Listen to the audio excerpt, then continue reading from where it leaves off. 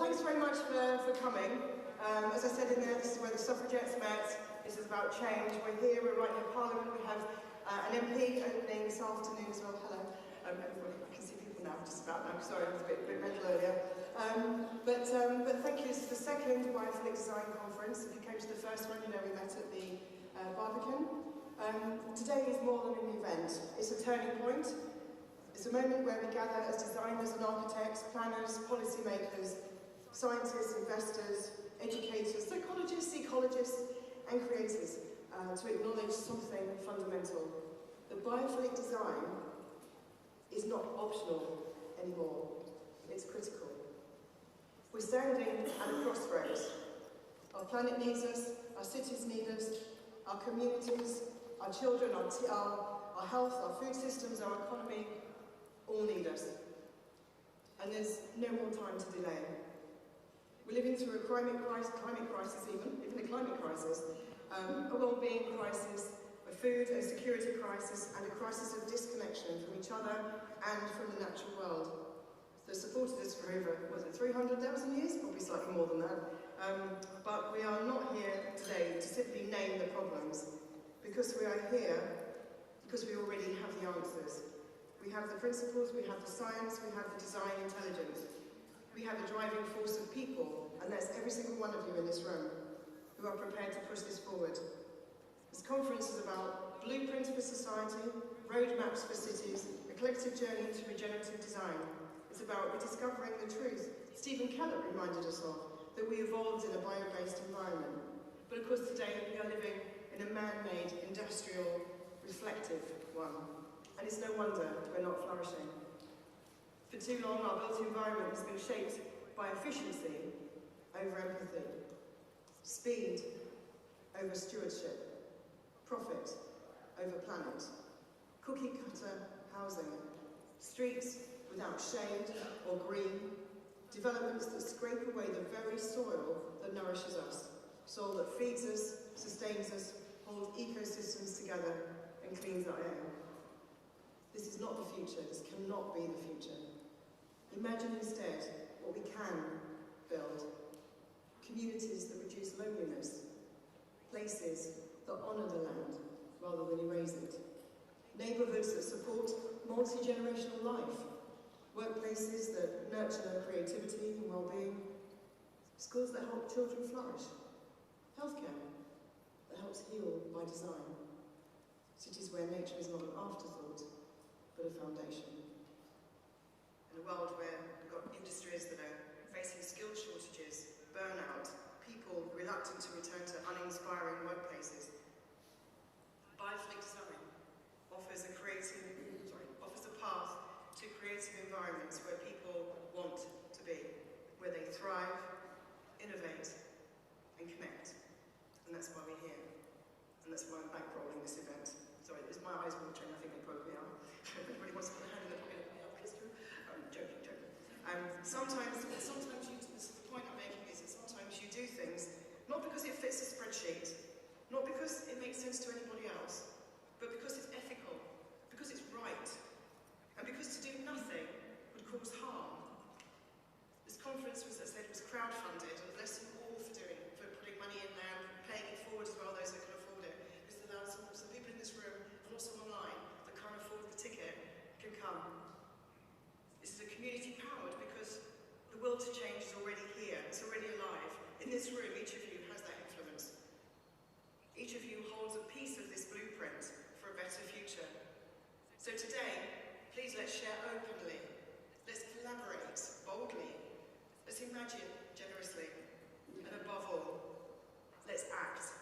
Because together we really can design and build a healthy planet, a healthy society for all life. Thank you for being here, and I truly hope you enjoy the day and that this is just the beginning. Thank you.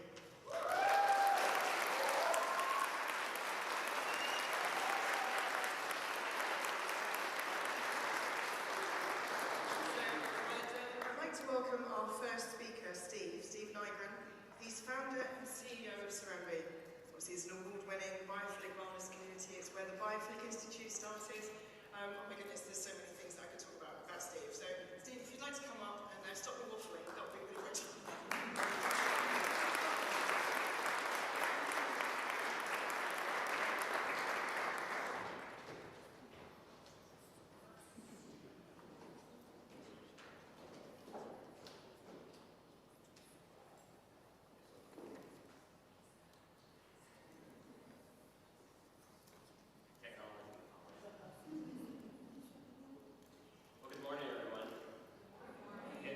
great to be in London. My daughter Quinn joined me. We arrived about 3 days ago, so we've been taking in all of the fabulous culinary delights, a little bit of theater, some museums. So we've had a grand time. It feels like we've been going for 3 full days. So this is great. Well, my whole journey started. I'm a restaurateur. Started out in architecture. Was seduced into the hospitality through a summer job, and spent 7 years there. And they moved me to Atlanta, Georgia, to open a hotel. And I was what I would call the treadmill to success. We were living in just the right neighborhood, had the beautiful big house with the gardens, the pool, 3 daughters, and we had Barbie rooms, and we had pink carpet, and Barbie cars, and I was on all the right boards, and life seemed grand. Of course, you know, for the disease, the environment, the arts, I wasn't sure if we were accomplishing anything, but we were sure having fun dressing up for fancy parties to raise money. Does that, you all of that? Here it is. And then, we'll get here. We saw that on a preservation newsletter that there's a historic farm for sale.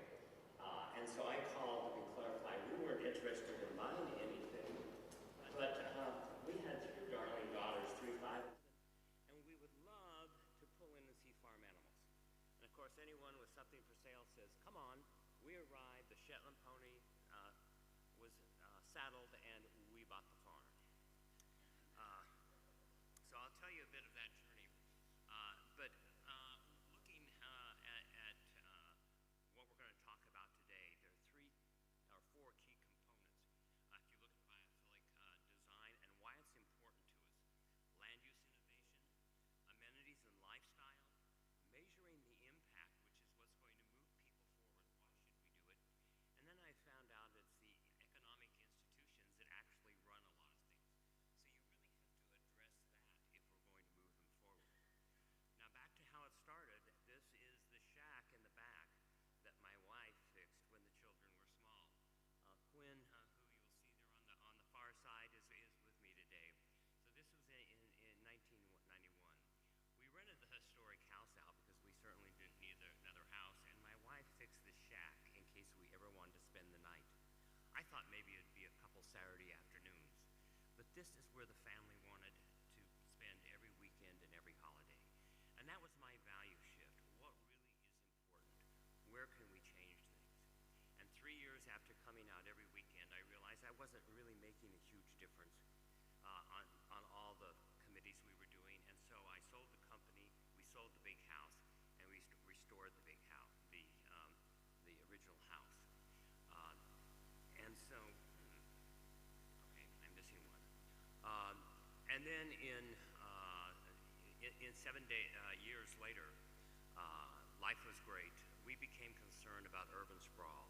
This is sort of an it's a ribbon that comes out from central Atlanta that had no roads through it, no infrastructure. It's sort of been forgotten in the area. It was the forgotten land, the wrong side of the tracks, if you will. But all of a sudden, it was the last available land, the last cheap land. And so we started looking at what we should do. And so this sprawl was headed our way, and we knew that. I started buying land at 900 acres. I realized I couldn't keep doing that. And you can see, this shows you what Atlanta's sprawl was doing. There in red is the Chattahoochee Hill Country. This was 40,060 square miles, which was the last still agriculturally zoned land in metro Atlanta. So realizing I couldn't keep buying, I spent 2 years organizing 500 landowners to imagine what our vision was prior to developers buying it and then deciding what they were going to do. I actually used the countryside of England as my model. We had a dear friend who lived in Selborne, southwest of London, and we came every year. And so I learned a lot about the English land laws. Why couldn't we bring this to the United States? And so that was my model as we moved forward. We found Dr. Phil Tapp, who did his doctorate on the English village system, and we moved forward. Now, if you look at the screen on your left, that's what would have happened just using the math of how Metro Atlanta and most U.S. cities had developed. We were about to disturb 80% of the land for 30,000 houses. So how could we do better than that, both for those who wanted to develop and those who wanted to preserve? And you'll see on the right, our zoning laws that we have now put in place in 2002. We will save 70% of the land for agriculture, recreation, forestry, equestrian, while developing actually more housing because of the density that we bring. So all the density moves to your 30%. The old way is auto-dependent. What we're developing now is all vehicular, right, is walkable. And the infrastructure costs are 40% of the clustered dense area than are the old ones, so it made a lot of sense. These are pictures of Serenbe as it is today. You see we've nestled the little hamlets into the countryside. You have the rural and you still have the very urban with all the shops and what have you. So what does all this mean for lifestyle? So what do the amenities do? Number one is we have a walking grid and wandering streets. A lot of people try to associate with us with new urbanism. This is one of the greatest differences, is our wandering streets. It's not a grid. This is where we have, mail centers in each center. Everyone walks to it. It's those unintentional collisions of individuals just going about to get their mail, to go to the restaurants, to go to the medical, is where life really starts to happen. Agriculture is such an important part of our life in the biophilic design. So we created a farm right next to housing, and it created a lot of press. America had stopped doing that because institutional farming is smelly. No one wanted to live to it, but environmental isn't. That has resulted in many national organizations coming to locate near us or at Serenbe. And so we've become an agricultural think tank in regenerative agriculture. And so Rodale, which is out of Philadelphia, the Foundation of Organics in America, the American Farmland Trust, the Conservation Fund, and now Preserve Life out of India is putting their huge research and health center there. That is their 60,000 square foot greenhouse that they just opened earlier this year. It's 1,200 acres, a nutrition center, and so we're getting these global things. On the bottom right corner is the city of Chad Hills, which we organized in that area that we rezoned. We then later petitioned our state legislature to become our own city, and we are now hiring an ag commissioner to coordinate all of the various ag activities. So we're trying to bring local agrarian economy back. Education is, of course, another important thing. We have education of all ages, and we've stood up 2 schools. The Terra School is actually on the property of Serenbe, and so all of our kids can walk. It's from 8 weeks to 12th grade. We call it Cradle to Cap, and it's great. We're building that campus for 450. There are about 240 there, arriving by foot, scooters, bicycles, golf carts. It's great energy is all the kids are arriving. Then below, it's a charter school in America. The charter school is where it's by lottery you can come. This is built under the principles of Richard Louv, so all of the cottages are in the woods. So kids go from class to class or something. They're going outside the classroom. They have a farm. A third of the curriculum is spent outside every day, no matter what the weather is.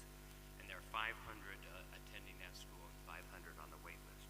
So we've taken an area that was an educational desert, and there are huge opportunities now. 2 private schools bring buses here, and we have a public school now that brings buses. So we have a lot of arts is such a new one. We provide in America that maybe here, every great place in civilization has had a patron church or someone supporting the arts. It feeds the soul. It's the way to have those conversations that you can reach people where you can't through a logical mind. I certainly wasn't in a position to be a patron of any scale, and so we created a 1% transfer fee. So every house sold or resold in the future, at closing, pays a 1% into our designated nonprofit. We as the developer have a opportunity, as long as we're actively developing, to designate. We call this the art farm. And so we're putting over $1 million US into art programming per year. And you see there the 4 different councils that are headed by these wonderful people who have been professionals in their retired life, moved here, and they're active. So this serves so many things. We've also been able, the group from our traditional ballet company in Atlanta left because the director was not honoring contemporary ballet. They may have left Atlanta. We were able to bring them in and support them for 5 years with all the back of the house. And now they've stood them back up as Atlanta's contemporary ballet. Seeing ballet out in the woods versus in a closed room, incredible. We have loosened their spirit as artists to come do something very exciting. So, you know, nature and art, they go hand in hand, and we've forgotten that. So all of our theaters outside, we do all these fun things outside. And you can see our mixed-use hamlets. People feel happy. The amazing thing is people arrive and they see people waving. Some of you who have been to Serenbe know. You feel the joy. You feel, and you forget that we've lost that so many times. And when we connect to nature and to each other, you can really feel that. We also, by just saying that we care about health and creating a place that would make that happen, the health providers are showing up because people that are in these spaces want to be in a place where they're supported and they feel the total community that inspires them. And here we have a complete range from the traditional medical doctors who have family practices and the pediatrician to the alternative medicines. We have the United States' first non-chemical pharmacy.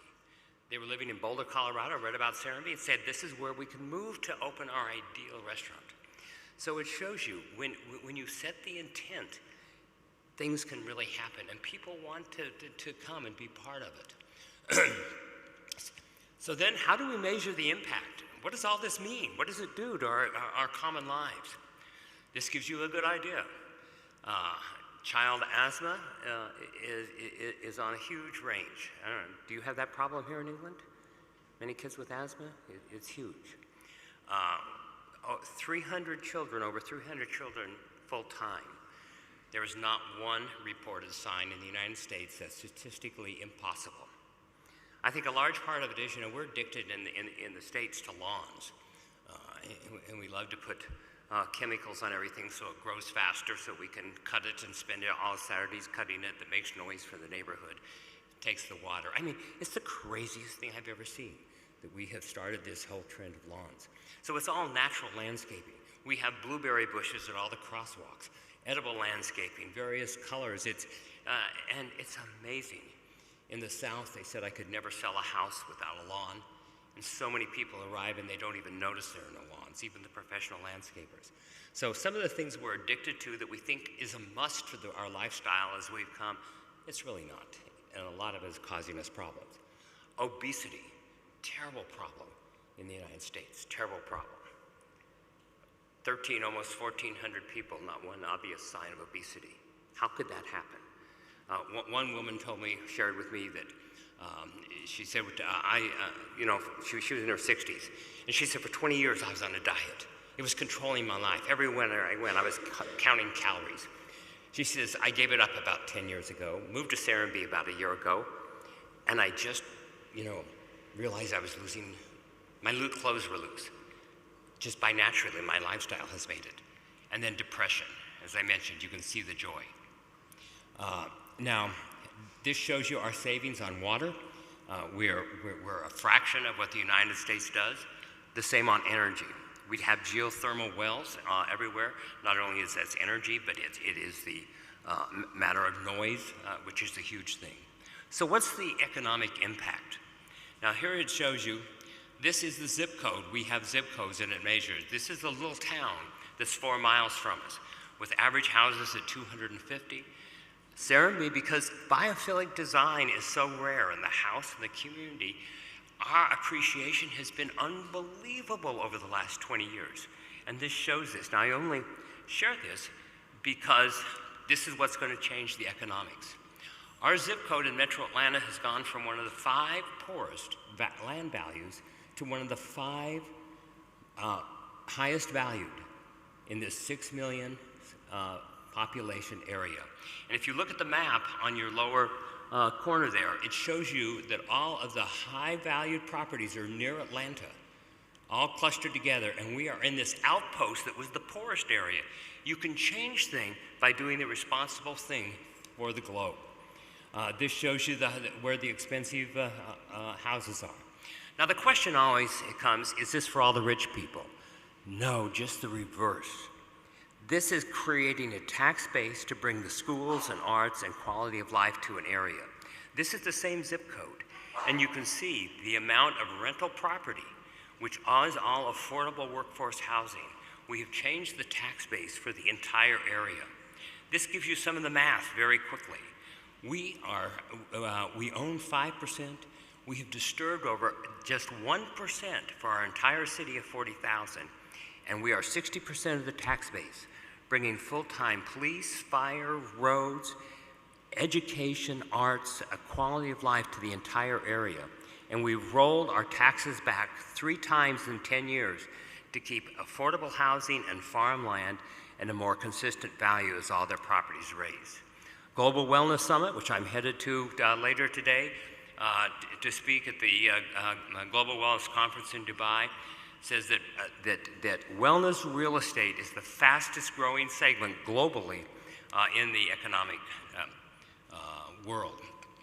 So this is to just share with you that biophilic design, connecting people to nature and one another, equals higher economic and quality of life values. It's so common sense. Why aren't we doing more of it? All right. Did that do it? Time for questions?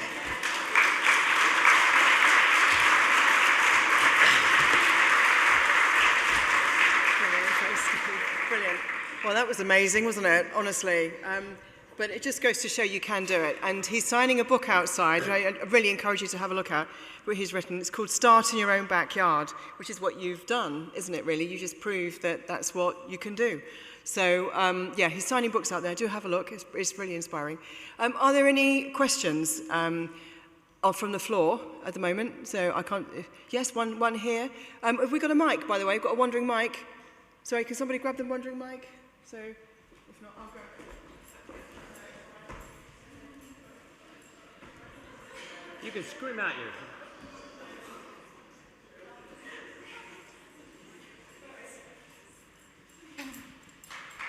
your... Thank you for running. As somebody who lives in the city of Chicago, like the actual city, not in the suburbs, what is your advice for that kind of area? Because that's not like farm, suburb, out in the country. This is like already very dense urban area. Like, do you have any recommendations for that? Of course.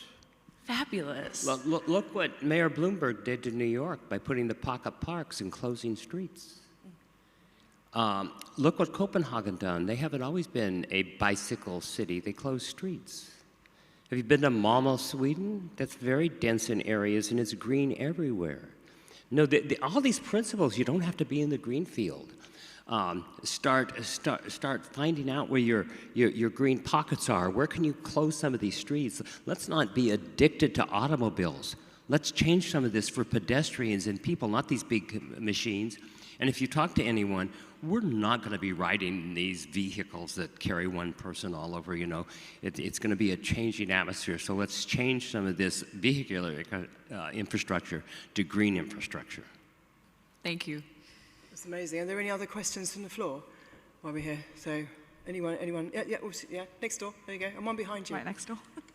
Hi, this is my first Biophilic conference, so I apologize for any silly questions through the day. I live in Sheffield, which is up north of England, and I think the question I have is for people who are not in the field fully, who don't necessarily have the power to enact these changes and policy making, how would one go about starting, like supporting the local community and the local environment? How do we change policy? Is that the question for changing those? How do you do something when you don't necessarily have the power to do it? Well, I certainly didn't have the power to do it. And we were doing the wrong things. This is the thing. This is, You know, when I was on those boards, I realized, oh, it's very hard. And so I didn't think one person could do a difference. But then I became passionate. I wasn't going to let this sprawl take over this paradise that we'd found in the rural area. And so we were going to do something about it. And I just started. And that's the important thing. And I had coffee with my neighbor next door. And then I had coffee with another. And then we invited the 2 largest landowners for dinner. And we kept inviting them. And then we brought the group that had the largest land together, 36, and we had dessert. And it was terrible. They fought. They did, you know, the inherited landowners were terrible. But my wife kept cooking, and they kept coming for the food, and we kept having meetings. And before long, we had a movement. And we had empowered everyone to take control of their own destiny rather than standing by and saying, oh, that damn government, that damn corporation's ruining my life. And so this is what I'm saying. Where, instead of complaining about where you have no power, where is your talent and what do you care about, and just start. If it's one neighbor, one person, and how can you change it? And, you know, if we just deal with our own backyard, guess what? All of our backyards join. Thank you. Amazing. Thanks so much. Well, thank you. If there are any more questions, please take it out in the break. We'll be signing his book. It's just out there on your left, which you might have seen, a beautiful green book. So, Steve, please join me for thanking him, will you, for us? Thank you. Woo!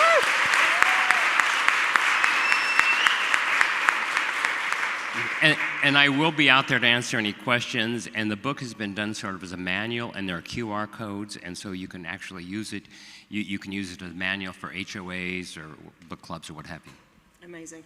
Thanks, Steve. Thank you. Thanks so much. That's great. Brilliant. Thank you. Thank you. Well, we now have something quite interesting, a little bit of a whoop, like this in the middle. We're having a science interlude. Dr. Sally Augustin, who some of you might know, she forgot a white coat, exactly, yeah. She does.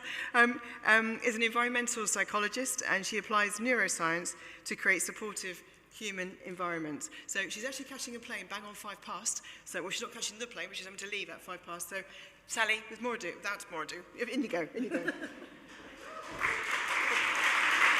Thank you for the introduction, Ness.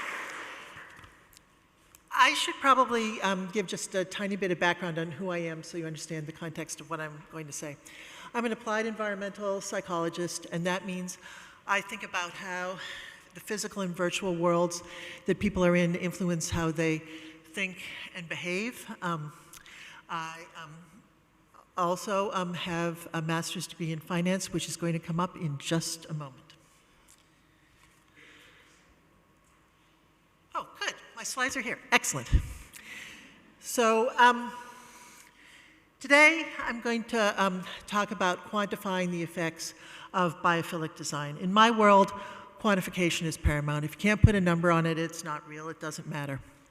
And so because we only have a few minutes together today, I'm going to move along really quickly. Don't hesitate to contact me later with any questions that you have if you want more details. But in summary, what I did is I integrated the findings of multiple studies that had looked at the consequences of biophilic design, and I came up with numbers that indicate biophilic's design effect on cognitive performance through employee performance, and also its effects on physical health and mental health. So, I mean, we really can't talk about value without just spending just a few seconds pointing out that there are multiple kinds of value. You know, some of them we tend to talk about more than others. Like the first 3 on this list are things that come up all the time. Exchange value is what something actually sells for. Use value is the effect of something on, say, employee performance. Image, wow, sorry, there's something cut off at the bottom here. There are 6. The last one is cultural, but for some reason it's not on the slide. on the screen.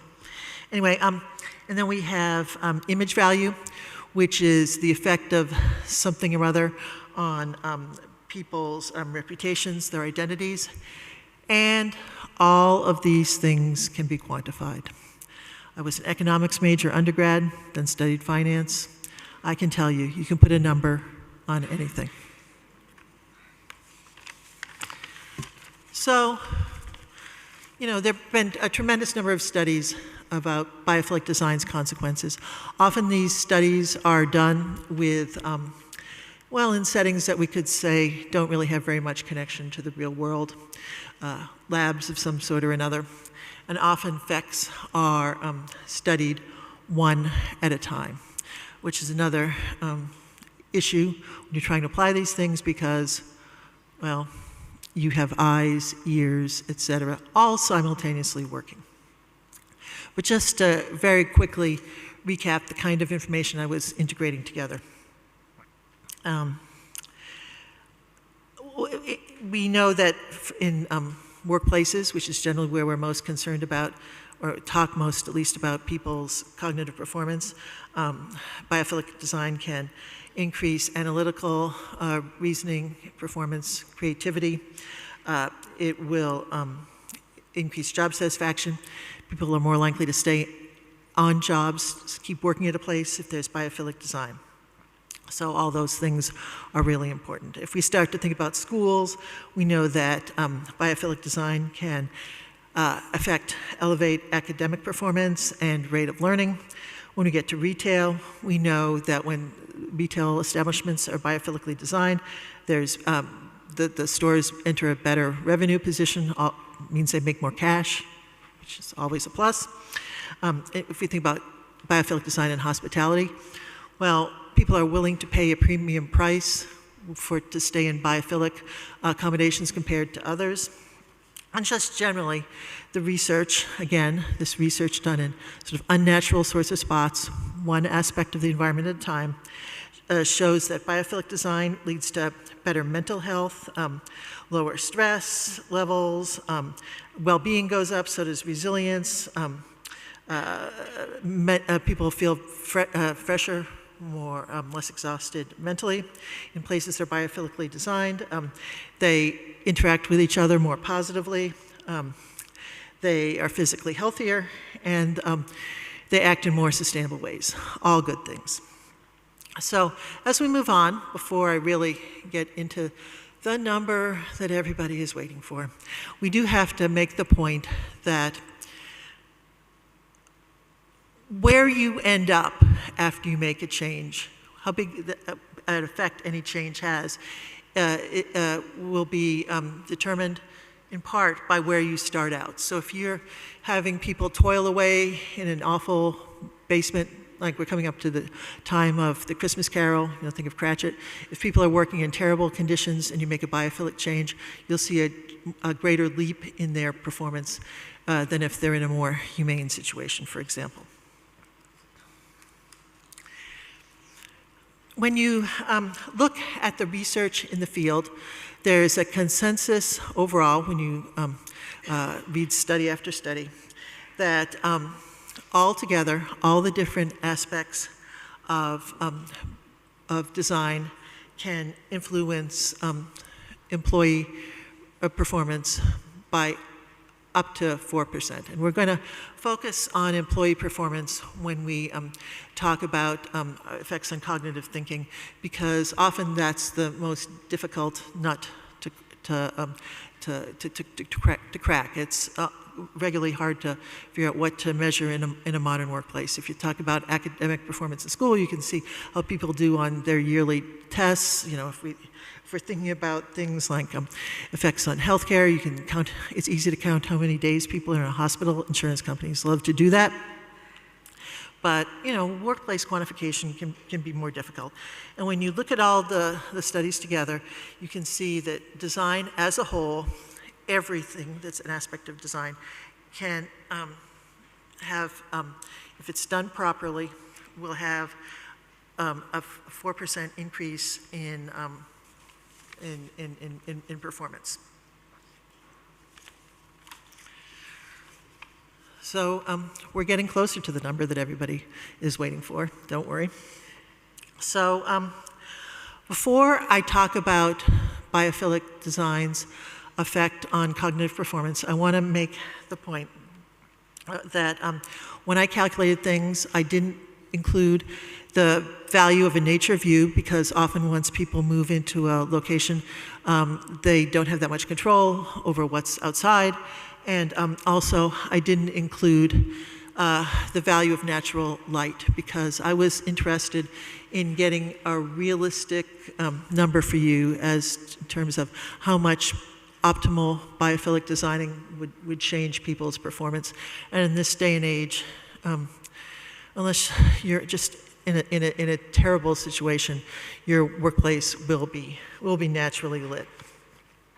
So what I did is I integrated the effects of biophilic design studies in a meta-like analysis, which is called a narrative synthesis. And so I wanted to compare optimally designed, based on the current neuroscience, an optimally designed biophilic workplace, and compare that to what people were likely working in. You know, across North America, Europe, Australia, lots of Asia, workplaces now, they have natural light, they have a few plants. The density between people is socially appropriate, et cetera. So I wanted to compare an optimal biophilic design workplace. If you did everything right, how much could you change the performance in that place where people are most likely to be working? And when you crunch through everything, which takes a while, but when you crunch through everything, you find that biophilic design can increase performance, employee performance, from 0.75%, note that's less than 1%, 0.75% to 2%.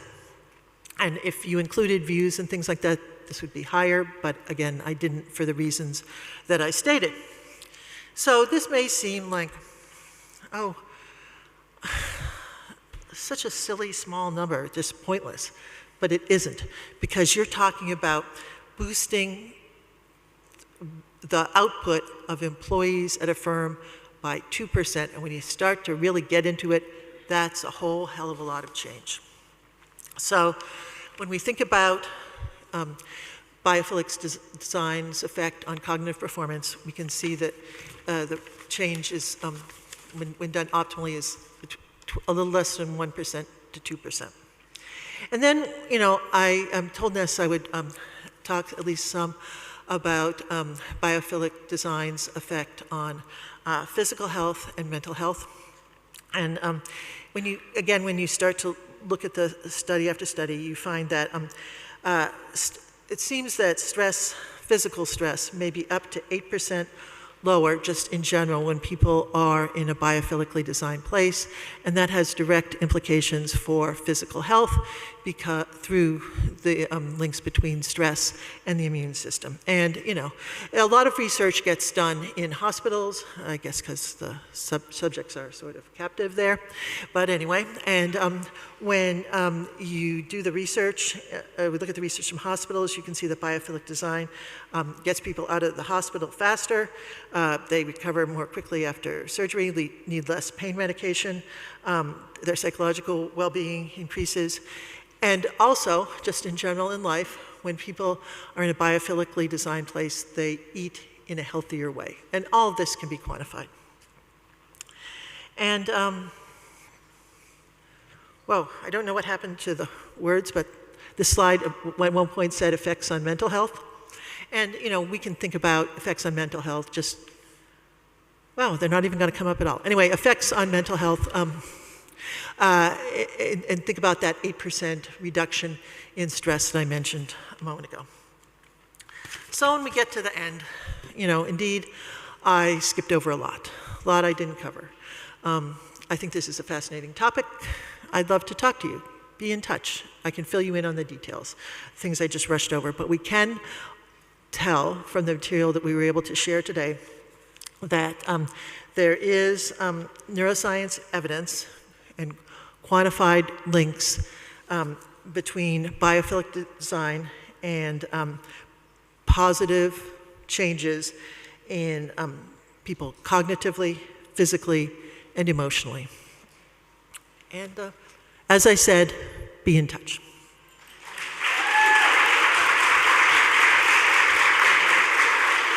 Well, thanks so much, Sally. Is there any one question, like a 1-minute question from the floor? Has anybody got anything? Okay, somebody there. Where's the? Oh, thank you, Adil. Thank you. Great. Oh no.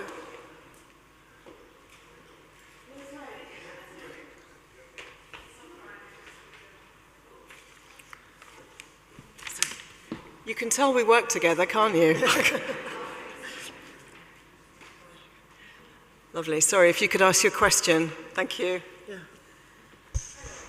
Hello. Yes, I think. Hello, I'm Andressa from Biophilic Lab, and I work with Biophilic Design since 5 years now. And as I go through and I move to business from business, bringing Biophilic Design in, I notice that sometimes a lot of colleagues from the field, they struggle when it comes to how to sell it. The numbers, exactly, because we know in the end it's all about numbers. And my question is how we can best use all the data we have to convert this into interesting numbers to the people that are on the decisive level in the companies. Right. If we're talking about how we can even more rigorously establish the effects of biophilic design on cognitive performance, et cetera, I think you can move forward with the number I presented today, which is based on integrating material from a number of studies. It talks about concurrently experiencing a range of different biophilic elements in the actual real world, and that's how you get the 0.75 to 2% effect. And I think it would be lovely if in the world going forward we had more things such as post-occupancy evaluations, master databases that were accumulating information about biophilic design and cognitive performance, mental health, et cetera. But at least in the States, there's been a lot of issues with doing post-occupancy evaluations because they're never funded by a client, and they turn into a bunch of dissertation projects, which are, again, done in an odd sort of academic way, which makes it more difficult to apply the information collected. So I know that the American Institute of Architects over the years has tried to establish POE programs, and they've all fallen apart. But maybe the next time they do, they'll keep moving forward. Lovely. Okay, that was perfect. Thank you. Okay. Well, thanks so much. So please join me in thanking Sally. She's going straight to an airplane now. So thanks, Sally. Thank you. Well, moving on now to Oliver Heath. I think everybody here knows Oliver. I think, you know. He's founder of Oliver Heath Design, and he's a leading advocate, practitioner, and everything else for biophilic and sustainable design, and regenerative design, I should say. So, Oliver, please come up.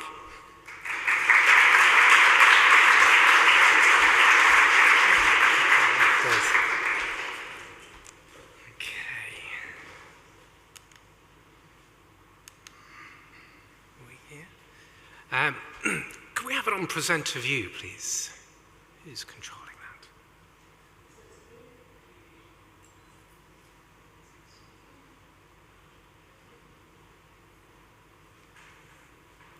Sorry. A little bit of a delay. Some lovely plants up here on stage. I'm going to model them for a while. Any guesses what this one is? Kenneth, can I pick you out? Where's Kenneth?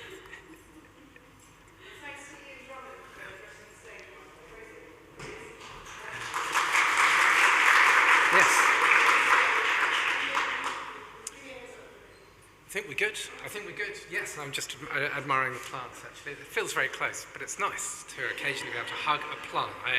I recommend it. Can you hear me okay? I can't quite tell where the sweet spot is with all the microphones. A little closer, okay. Or speak up. Okay. Well, firstly, it's a real honor to be here in amongst so many brilliant, creative, and inspirational speakers. So thank you for inviting me, Ness. And I also wanted to particularly thank my own team, past and present, Joe, Cara, Victoria, who are here today, without whom so much of the work that we've done over the years just wouldn't be possible. And also to Kenneth, who's down there as well. So give him a little bit of a round of applause. Because whilst it's me up here doing the speaking, they're the ones that are really getting down to it and making this stuff happen. So over the last 15 years, I've seen a growing awareness and success of the biophilic design movement. I've been involved with the education of the design and student communities, developing approaches to biophilic design, and then implementing them across workplace, education, hospitality, residential, and retail settings. And today I'd like to talk about my company's experience in delivering biophilic design projects over this time. I'm going to be trying to tackle some of the challenges that you brought up just now and the opportunities to how we might implement this. At the end, I hope to offer some strategies through this idea of how we create what we call an ecosystem of well-being that becomes bespoke for every project. And I'd like to do this illustrating 3 of our particular projects. So it's clear to me from Sally's talk and the many talks that you're going to hear today that we know we can improve human connections to nature. We can improve occupant experiences and building outcomes whilst reducing negative costs and experiences. After all, we have the social and environmental need ever more apparent across all aspects of our lives, across biodiversity, the environment, society, and geographical regions. We have an incredible body of evidence and research that Sally just mentioned just now, with compelling peer-reviewed data across literally hundreds of studies undertaken over the last 30 years that demonstrate again and again that when we bring even tiny connections to nature, it can dramatically improve the quality of experience for people. We have a strong business case that we can build, that we can bring to each and every project, something that very few other design typologies can actually match. We have design skills with frameworks to follow, whether that's Terrapin Bright Green's 15 Patterns of Biophilic Design or Stephen Kellett's more expanded approach. We've got an incredible array of really stunning case studies that we can use as precedents across every building typology. We have advances in technology that we're seeing every year, be that in lighting, plant size, growing mediums, materials, phygital or acoustic systems, as we're hearing from Mood Sonic today. And that makes it ever easier and more cost-effective to enhance that connection to nature. And of course, looking around us today, and just take a look around, because we have some incredible people, amazing energy, such passion for this connection to nature and the built environment. So we have this amazing momentum that we really don't see everywhere. So with all this, you might be asking yourself, why isn't every project at every scale interweaving biophilic design features and strategies into every space? So I'd like to explore this across both a creative and a process-led approach. So here's where it gets a little bit whingy, and I'm sorry, but it's going to pick up afterwards. These are the challenges, and these are the things that we honestly face every day with almost every project, but not all. So the built environment professions and procedures often operate in ways that unintentionally silo knowledge and processes, making it difficult to implement biophilic design to support health and well-being. We're siloed professionally, often working independently with differing visions, limiting cross-disciplinary understanding of ecological systems, human psychology, and health outcomes. We're siloed by education and professional training, which often emphasizes technical or aesthetic outcomes over ecological literacy or well-being. There are gaps between research and practice, and this is one we're all going to know. Evidence rarely reaches those who are instrumental in the final stages of the project, on the value engineering, perpetuating the idea that biophilic design is an aesthetic preference rather than an evidence-based necessity. There are economic and development models, such as developers who all too often prioritize the short-term returns on investments and cost efficiency, whilst nature and well-being are simply seen as a nice-to-have. We're siloed by regulation and performance standards, which are often performance-based, be that energy or water or carbon, but rarely include biophilic or well-being indicators. So nature is sidelined as, an amenity. We're siloed during procurement and project delivery, so the final stages of the projects, which often discourages collaboration and innovation, with key guardians of well-being and nature squeezed out of the project all too early on. And there are building lifestyle disconnects. Project timelines focus on construction and delivery as a goal, not on long-term occupant health, maintenance, and ecological regeneration. But perhaps, and fundamentally overshadowing all of this, is that we as humans are siloed from how we see ourselves and nature as two very separate entities. Now, this sense of siloed working patterns was clear when we began working with one of our major clients, John Lewis and Partners, on their build-to-rent schemes. So essentially what they were doing is they were taking their existing Waitrose stores and then building these apartments so they became rentable apartments above the stores. It quickly became apparent, and as a result, a key objective to unite the relatively disparate design teams and thinking around an opportunity for each project and every space to contribute to the well-being of both people and planet. Working with landscape designers, architects, interior designers, clients, and consultant teams, our aim was to inspire all stakeholders to integrate nature-based well-being strategies to create what we call a green thread of well-being.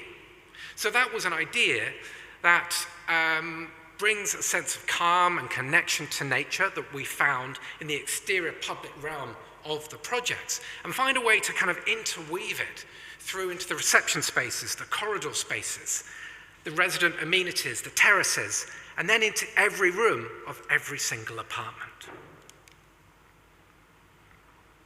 Now, as a biophilic designer, I know that we can get siloed into our own human-centered approach, and this concerns me.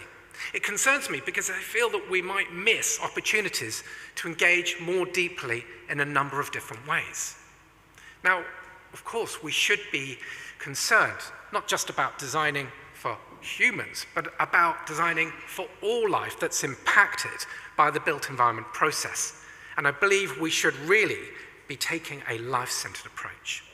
But it's also essential that we inspire and we engage others in the design teams to get them on board, to help them to be part of the process, to open up relevant opportunities and approaches that align with our own biophilic design thinking. In our recent exhibition entitled Biospaces at the Rocket Gallery in London, we explored 6 nature-based design features that we feel other design strategies types can get on board with. So alongside biophilia, we investigated bio-based materials, those that are renewable and derived from natural origins. We investigated biodiversity, designing habitats to help flourish non-human species of fauna and flora. We investigated biomorphism, design that evokes and mimics natural structures, patterns, shapes, and forms. Biomimicry, emulating biological processes, systems, and structures found in the natural world into all aspects of the built environment, systems, technology, and forms. And our ultimate aim was to inspire bioregenerative thinking, a holistic, systems-based approach to design in a way that aims to restore and enhance the health of ecosystems and communities, generating a net positive impact on the environment and society.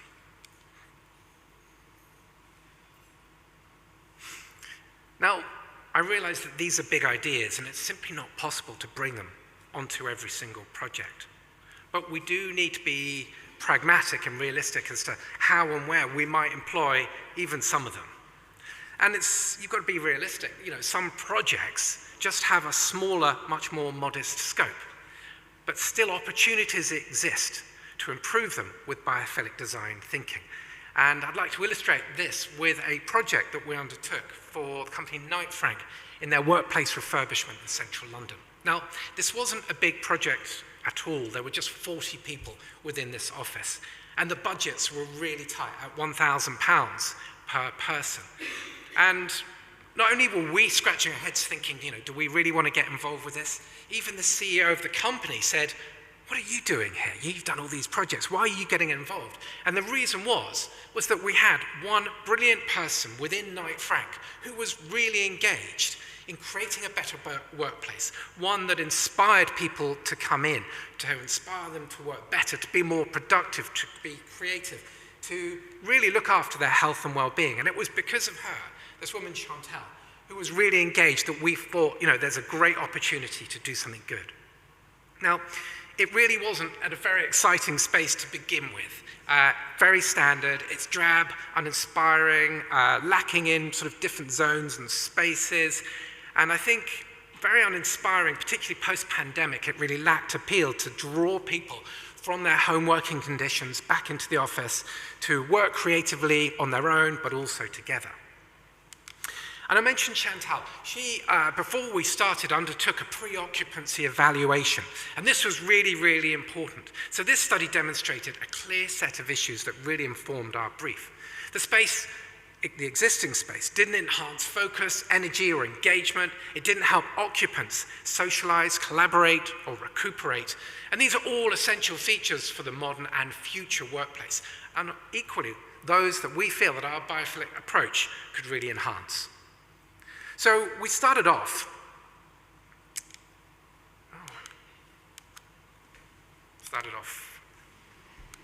okay, we've hit a little, there we go. Okay, so we started off by looking at all the wasted space, what we call underutilized space, and looking really carefully, just doing a really good kind of assessment. We identified that 18%, that's nearly 1/5 of all the office space, wasn't being used properly. So this was space that could help us to realize that brief. We then looked at the space really carefully from a human-centered perspective and the sensory quality of the space. And we undertook a sensory zoning mapping exercise, looking at the spaces from low to high, thinking about the sensory input and sensory comfort thresholds of the people who work there. And we were thinking about how these spaces might better support the people in those spaces and the activities they undertook through the sensory inputs. Then after about several weeks of design, review, specification, some inevitable level of value engineering and the refurbishment works, the staff moved back in. 6 months later, we undertook a post-occupancy evaluation study. We asked the same questions as were previously asked, and they delivered some really fascinating results. Now, I know that these numbers don't really correlate with Sally's numbers, but this is what the staff and Chantal's study were telling us. Through the limited number of biophilic features we were able to implement, we saw that individual productivity went up by 13%, meeting productivity went up by 21%, general well-being up by 31%, and a sense of pride in the office, people sort of happy to be there, went up by 26%. Now these numbers are, I think, really impressive, particularly when you consider the relatively modest budgets that we were given to work with. I mean, when I say modest budgets, actually, you know, the budgets were so tight, we literally couldn't afford enough paint to paint entire walls. So we just painted the areas that people could see. We used these big banks of color with curtains to kind of improve the acoustics. We dotted plants around. And then we created spaces where people could stop, sit, rest, and recuperate. So to conclude, whilst biophilic design offers so many clear benefits. I think I'm on the wrong slide. I'm going to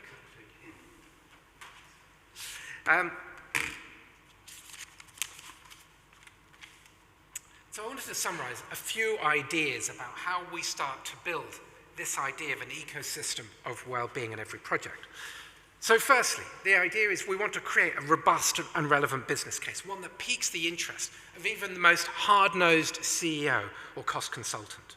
Secondly, it's important that we inspire others to engage in bio-based strategies. Grab that golden opportunity to get them excited and aligned with what you're doing as a biophilic designer.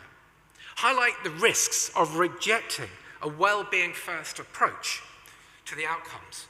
What are the long-term threats to occupants, to revenue, and even importantly, to reputation? Instigate a pre- and post-occupancy evaluation if you can. This live research is absolutely essential to help you develop your relationship with your client. And I quote Paige Hodsman from Ecofon, who I think is here today, who says, "Without evidence, you're just another person with an opinion." Although I would caveat that because I have found that some CEOs don't like being called just another person with an opinion. So pick your moment. Also engage with accreditation systems. Think of the Well Building Standard, the Living Building Challenge, Building with Nature. These can really help to focus teams and goals. Whether you go for the accreditation or not, it really does align people. And perhaps most importantly, the one thing I'd recommend that you do is really try to get the right people around the table. Those with long-term vision for the organization and a passion for the well-being and productivity of the people in those spaces. It might be making sure you've got somebody as engaged as Chantal from Knight Frank, somebody from human resources, from marketing, from occupant representative teams, ESG managers or ecologists, those who have a passion for nature at the very heart. Now, whilst biophilic design offers so many clear benefits, an entrenched building system and environment still makes it really difficult to implement sometimes. Creating an ecosystem of well-being within every project will help build the narrative of biophilic design being more than just a nice to have, but as an evidence-based and essential component for success, one that benefits buildings, benefits occupants, the bottom line, and ultimately benefits all life. Thank you.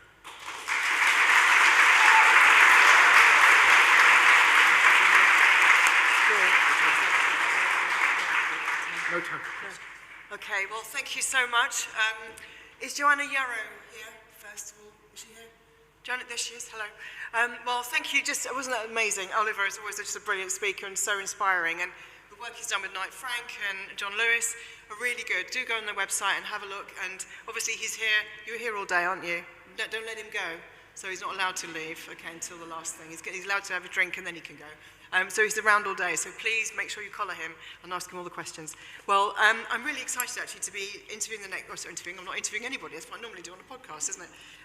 But to bring us, so Joanna, come up, please, come up. Joanna Yarrow is Chief Impact Officer at Human Nature and a recognised leader in sustainable living. Actually, again, I'd say regenerative living. Yeah, I'm going to leave you to say what you've got to say on here. I don't know how you make this work. I don't know how you make that work. You probably know how to make that work. Probably just make that go. Try together. What could possibly go wrong? That one? That one? No. Anybody? How does it work? Talk about go to an arrow. Downwards. What's he saying? I don't understand what you're saying. That one. Talk amongst yourselves. yourselves. There you go. Done it. Right. Lovely. So, fine. Thank you. Thank you, Vanessa. Thank you, Oliver. And okay, great.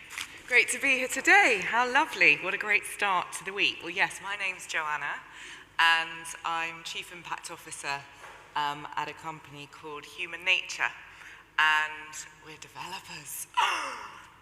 We are a campaigning development company that designs and builds places that make sustainable living easy and attractive. I thought I was going to have a slide, but I don't think I am going to have a slide, so I'm just going to talk. Well, look, I'm here to chair this next session on the biophilic city. And it's really a fantastic group of people who are joining us today to explore how we can reimagine cities as living systems.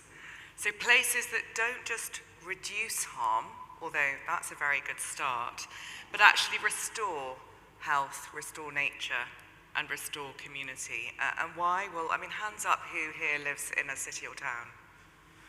Yeah, okay, well, as you know, the humans are becoming an increasingly urban species, and something like 75% of us live in a town or city, and those towns and cities have something like 75% of our impact as humans. So they're biggest areas of impact on nature and the natural world, and they're also arguably the biggest arena for us to make change fast. And that's what our speakers are going to be exploring today. How we can govern, how we can design, how we can landscape those urban places to really lean into the powers of biophilic design on that agenda. So a little tiny bit about me. I mean, my husband jokes that I am biophilic. I get very, very grumpy if I haven't been in, around, touched, or at least seen nature within the last hour or so. My daughter jokes about my manurecure, which is the state of my nails, because the amount of time I spend composting.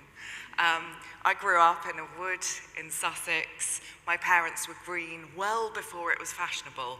And that connection for me, hands-on with nature throughout in my early years, very fortunate, but has certainly shaped my life, both personally and professionally, in looking at how we can really tap in to the power of nature and the power of the natural world to both inspire and enable the positive change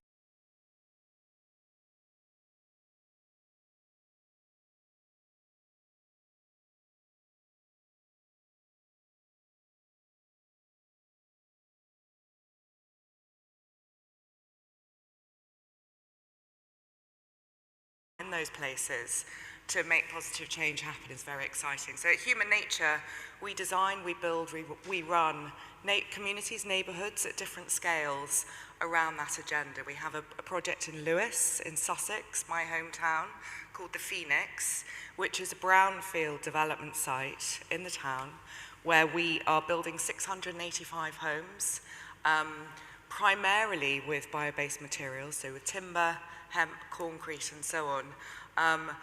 And it's very much around positive impact for climate, for nature, and for human flourishing, not just in the built form, but in the infrastructure around them, through rain gardens, through parks, through on-site food growing, and so on, that really locks into that inspire and enable mission. So I'm very excited to be here today and to learn with and from you all.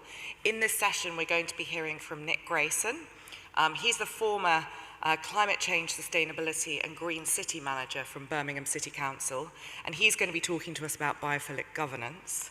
We're then going to hear from Rob Delius, Head of Sustainability at Stride Treglown, talking about creating places for health and restoration.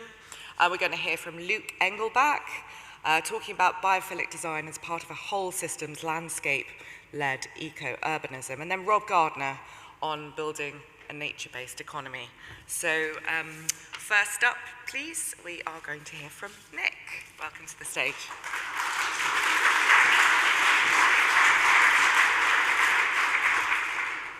Okay, morning everybody, thank you. And thanks very much for the invite.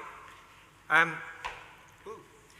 went very recently to an amazing exhibition, which some of you in this room might have been at the Design Museum, called More Than Human. Absolutely fantastic. And one of the concluding parts was like a 5-year science experiment where scientists had been with indigenous tribes. I think it was in Colombian jungle. And right at the end, she was speaking to a woman shaman in a river in the Colombian jungle. And through a translator, she was trying to ask her, could you tell me what your relationship with nature is? And the translator had to try about 3 different versions. She was just looking totally baffled. And then she smiled and she said, we are nature. And that's the point, really, and that's where everyone in this room and everyone in the world needs to get to, is to understand this relationship with nature. And I see a very different near future where cities are the catalyst for actually driving forward the COP processes, the UN COP processes, and bringing in massive green investment to accelerate this whole process of change. Because cities can actually put nature and climate at the center of their decision making if they choose to. And that opens the door to engaging all their citizens in that process, and as I say, extends then to external investment. Clicker. We should have rehearsed this. Okay. Perfect. Oh, that's just introduced me. So this vision didn't come from my alethiometer. And that's the image in the middle. It forms a central part of the wonderful Philip Pullman series, The Book of Dust, the trilogy. And it tests the values of your decision making and tells you whether you're not on the right path or not. Every city needs an alethiometer. But unfortunately, that's a device from fiction. What we've relied on is research and data. And there are hundreds of answers out there that we can use. And what the research and data tells you to do, logically, is to put nature and climate at the center of your decision making. And I refer to that as biophilic governance, and that's what I want to talk with you through today. So this World Economic Forum report makes a very clear case for the success of cities. They're responsible for 80% of global GDP. That is absolutely staggering. But that success masks too high a price that's being paid for that success at the moment, because it's cities and city living that's contributing 75% of greenhouse gas emissions and 75% of nature loss through natural resource consumption. Now, you'd have thought with those two figures alone, cities would be central to the COP debates. They're not. That needs urgently fixing. If there's anyone in this room that can help with that, I'm really keen to have a conversation. But what this report also said is that cities are the perfect unit scale to transform, and they really are. But in order to do so, they need a new governance model, and that's what I'm going to run you through. Outside on the table, I have some copies of this little white book, and do come and take one at the end. I was very fortunate to be part of an amazing research program called Livable Cities, which ran for 5 years, looking globally at trying to understand the constituent parts for sustainable cities. You may have noticed we haven't got one. Not yet. It's what this 21st century is about. But the principal finding, really, is that cities need to develop a new relationship with nature. And who within cities need to develop that relationship? We used an engineering tool, systems mapping engineering tool, sometimes referred to as a causal loop map. And through that, you can actually see who your hidden stakeholders are. And they're right across the growth agenda and the quality of life agenda. And why is that important? Because they're the people you need to bring into the room to have the conversation about how to fix things going forward. Have I just skipped 2 slides? The world was given a really, really important tool in 2005, how to value our relationship with nature. It was called the Millennium Ecosystem Assessment.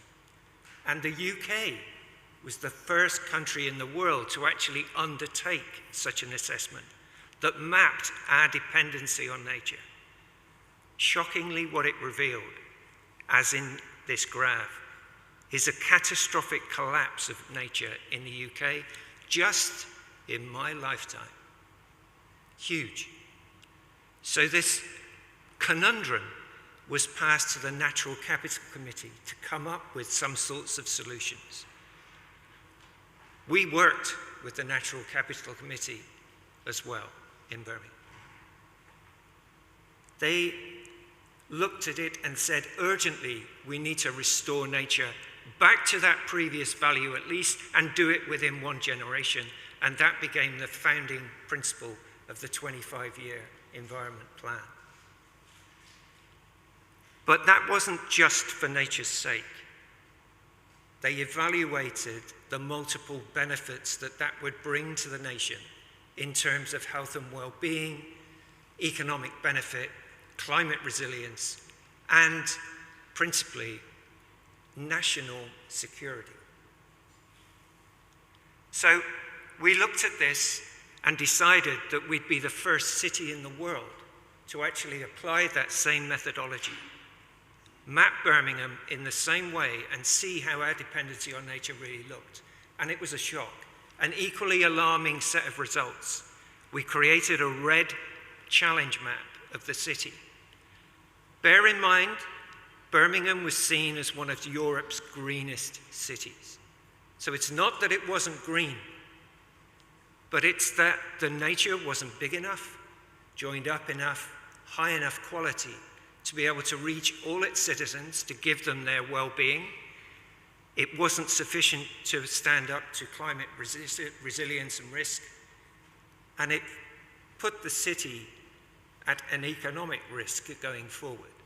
So we knew we had to do something, and we became a founding member of the Biophilic Cities movement, which is incredible, and you need to tap that out if you haven't been in touch.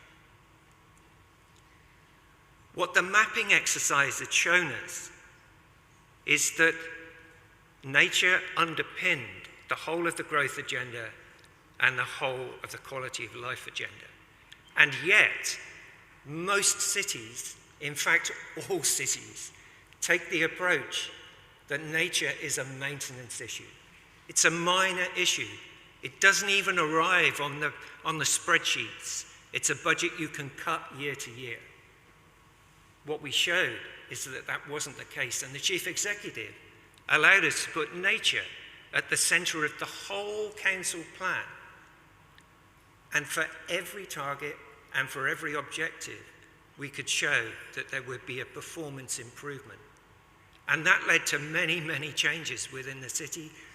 And all of a sudden, you've got all those people in the tent with you, looking at the future of the city. We also hosted the Commonwealth Games. And in order to do that, we were compelled to adopt the UN Sustainable Development Goals. I had the task of trying to sort that. I was really, really shocked. No other UK authority had adopted them at that point. This is the language of the 21st century. We all have to be working with those Sustainable Development Goals, because when you map those across the whole of the organization, the interconnections are made clear to everybody. And suddenly everyone's on the same page. Cities and their performance are judged by government around that whole question of GDP. And the device that's used is the index of multiple deprivation. Occasionally gets referenced on the news. That system of measure at the moment takes no account of nature, no account of climate, and no account of equality. Is it a surprise that we have all these multiple crises? Because nobody's got a Scooby-Doo as what's actually going on in reality. But we worked with the ministry on these 4 publicly available data sets to create the UK's first environmental justice map, which completely changed the mindset of the management team around where those priorities should be, and they could instantly see it's a joined up agenda for everybody. it led to the planners completely rethinking the overall plan and looking at the central areas of the city, and came forward with our future green city plan, which advocates 30% road space passing back to nature, sky parks, a whole range of things. And the guy who was the author of that plan last week was appointed Director of Planning and Development. The city is serious about this. When it came to consultation, we also did something completely different and asked, through social media and media releases, for people's earth stories. What were their individual connections with nature? The demographics on that survey had never been matched by any survey the city had done. Disabled, ethnic minorities, ages, everybody, because everyone came through with passion saying nature was absolutely central to their faith, to their quality of life, to living in the city. And suddenly you've opened the door to all those citizens wanting to engage in that whole process. So we put all that together. We also ran the 5 capitals model through the whole arrangement because it's one of the key metrics of the green investment world. And there's masses of money to actually reach into. We turned that red map green with a future plan. Birmingham used to be known historically as the city of 1,000 trades. Its ambition is to be a city of 1,000 green spaces. And we've got a 25-year delivery plan on how to do that. And in June of this year, we were named the UK's first city of nature. The next natural step was to link all that with climate change through a global best practice now widely available, but we're only the second UK authority to undertake it, second to London, a climate risk and vulnerability assessment.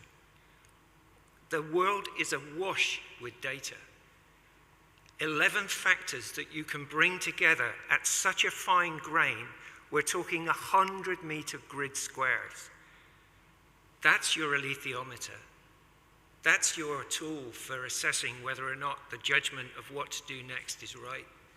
And when you map that, you then realize that it's a joined-up agenda. And the only answer is to do joined-up delivery. Business as usual is really challenged in the face of this evidence. And business as usual is the sticking point at the moment. Governments and politicians have huge ambitions, but the delivery model is stuck in the 19th century. We have to move to a point where we get away from this silo, one project, one action, to a point where the urgency tells us everyone needs to do everything all at once. But our delivery systems are just stuck. By undertaking that capacity building exercise, you've then brought the whole organization on board. You also got a crossover of complete delivery, and you've changed your languages and your metrics so you can start to have conversations with the green investment world. The amount of money available out there now is said to be somewhere in the realm of $2.2 trillion. That is the same amount of money that globally is spent on defense budgets. That can be brought to bear in cities. That's where it needs to land. But they need to change their governance to make this happen. We had to make internal Treasury rule changes to enable it to happen. We also needed to lock in those changes. So we introduced a new reporting procedure with a Climate and Nature Board under the Chief Executive Team and a Climate and Nature Committee under the Cabinet Member. All reports have to go through those 2 sieves, and they also have to indicate how they're going to do joined-up delivery. This is replicable. And if you had that as a reporting process, you could connect to the COP arrangements. Every city could be signed into it. The green investment markets could have direct access to cities, and you'd really be looking at forming global networks of cities. This would change the whole nature of that metric. So cities wouldn't just be known as engines of growth, they'd be known as engines of recovery and regeneration. I call this biophilic governance, and I thought it was an idea worth sharing. Thank you.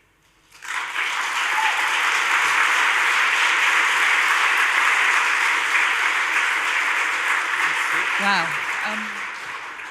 Wherever you feel most comfortable, but I haven't got quite enough seats to keep everyone on the stage, but I hope we'll have enough time at the end to come back and ask some questions, because I've got so many. Thank you. That was absolutely fascinating, and I wish we had lots of city CEOs and chief planning officers in the room right now, but that's what social media is for. Right. Next, I'd like to welcome to the stage Rob Delius, who's the head of sustainability from Stride Triglawn, who's going to be talking about The City Will See You Now, Creating Places for Health and Restoration. Nice to see you, Rob.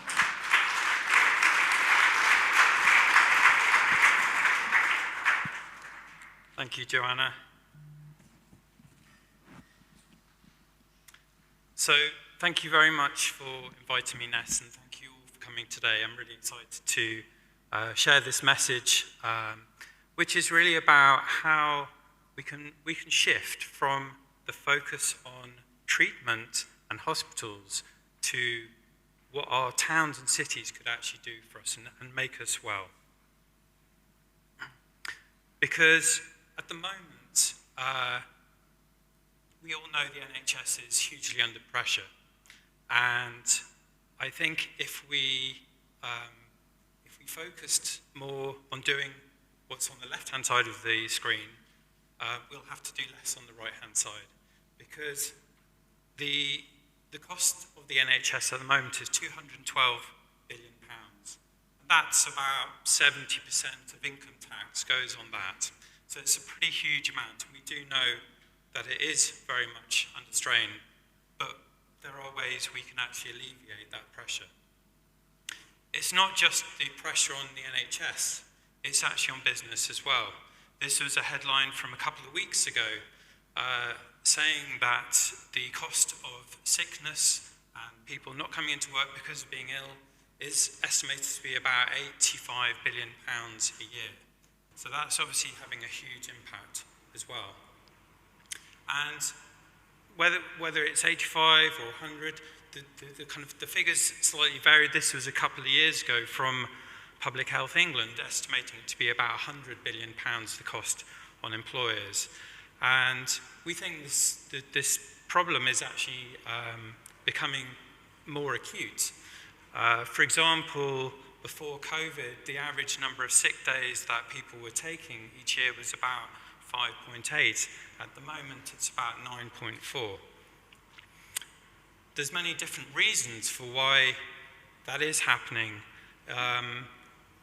And we know that the UK is suffering from record levels of obesity and depression, anxiety, loneliness, suicide, dementia, cancer, cardiovascular disease, and asthma.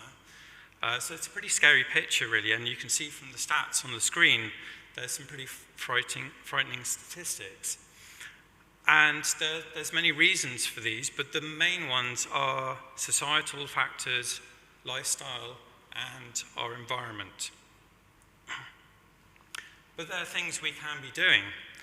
Those are all pretty depressing statistics, but the Wildlife Trust actually put an article a couple of years ago saying that the NHS could be saving £635 million a year by signing up patients to health and well-being programs. So they're pretty basic things we could be doing about connecting people more to nature. So really the question I want to explore today is how biophilic design could be fundamental to the nation's health and economy. And this is something really that the UK government, local authorities and policy makers really need to be taking some note of.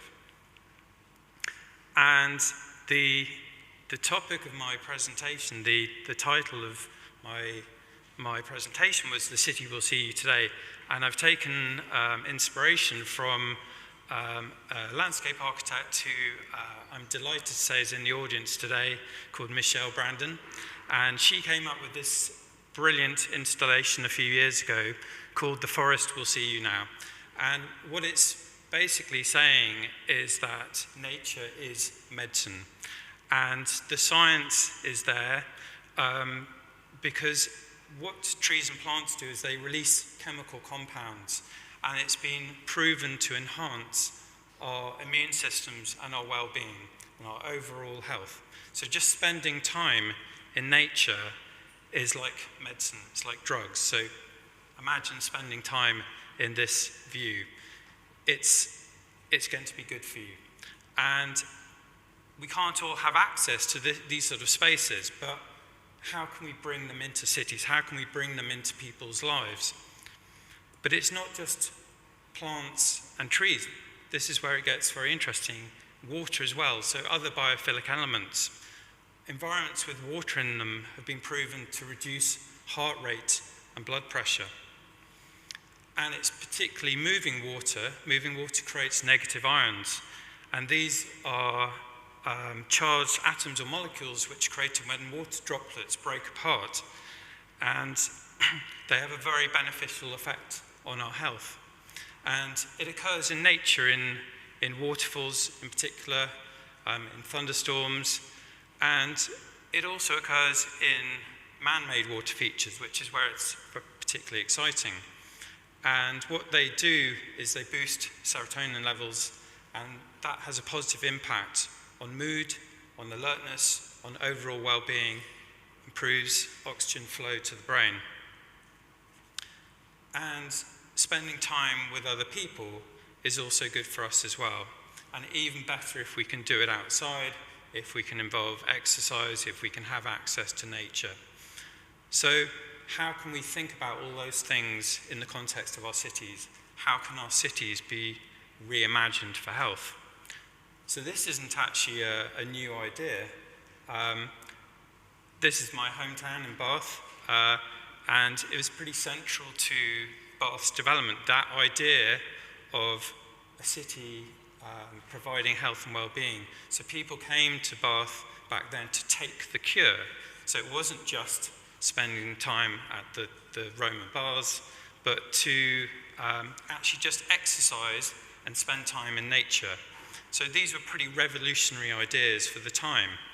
And the city was developed and designed to create a series of parks and spaces and extra wide pavements for people to promenade, to be outside in nature. And this is all part of this taking the cure. And that providing opportunities for promenading and for walking is still celebrated today with the Jane Austen Festival, where people walk around the city. But it wasn't just the city centre itself, it was people were encouraged to get out into the surroundings of Bath. And Bath is a beautiful place. This was actually a photo taken from the end of my garden, and those kind of green spaces provided opportunities for nature walks. And it was public spaces in Bath as well, which provided those opportunities for people to socialise, which was also part of the cure. And people came to meet, to converse, to dance. So what's fascinating is that the whole city was the spa. It wasn't just the spa itself, it was the whole city which was working for health and well-being. And you're probably thinking I'm working for the Bath Tourist Board right now. I can tell you I'm not. But this is a really exciting idea, how the whole city can provide for health. So that's obviously a historic example. So what about today? And Nick provided a really interesting insight into what Birmingham's doing. I think probably one of the most well-known examples is in Singapore, which has kind of completely reimagined itself as a city in nature, and made that central to policy. And they've done it on an incredible scale. So this is what the airport, which has been completely transformed. And they show us what is achievable if it is planned, if there is the vision behind it, like Nick has shown us with Birmingham. And it doesn't just happen, it needs policies and vision and leadership. So what about the UK? We've obviously heard what's happening in Birmingham. Other cities are latching onto this as well. So they're imagining themselves around health and advertising themselves around health. So these examples here, you can see are other cities doing this as well. And this is a project which is happening in Manchester right now, which is being built. They're reimagining a whole area as an urban well-being place. So this is a destination. It's a private area, so you would have to pay to go into the space. But it's exciting to see the scale and ambition. This is 28 acres of nature and water and placemaking, all about well-being. So imagine if our public spaces, our streets, our cities could have this level of ambition as well. And the idea of rethinking cities is not new. So we know, many of you may know that London is actually a national park city. So maybe cities aren't just about roads and buildings, they can be something much more than that. So if I go back to Bath itself, what does it look like today in the city centre? The city centre is actually quite grey, it's quite hard, it's not great for health. So what if we reconceived of this city centre as a whole spa, as a place to get well, to be cured? So our vision is that we create a whole series of treatment rooms, if you like. So those public spaces become spaces that you can go to get well. So from stepping out into the train station into a fairly hard space, imagine if we put water central to that experience of coming into the city.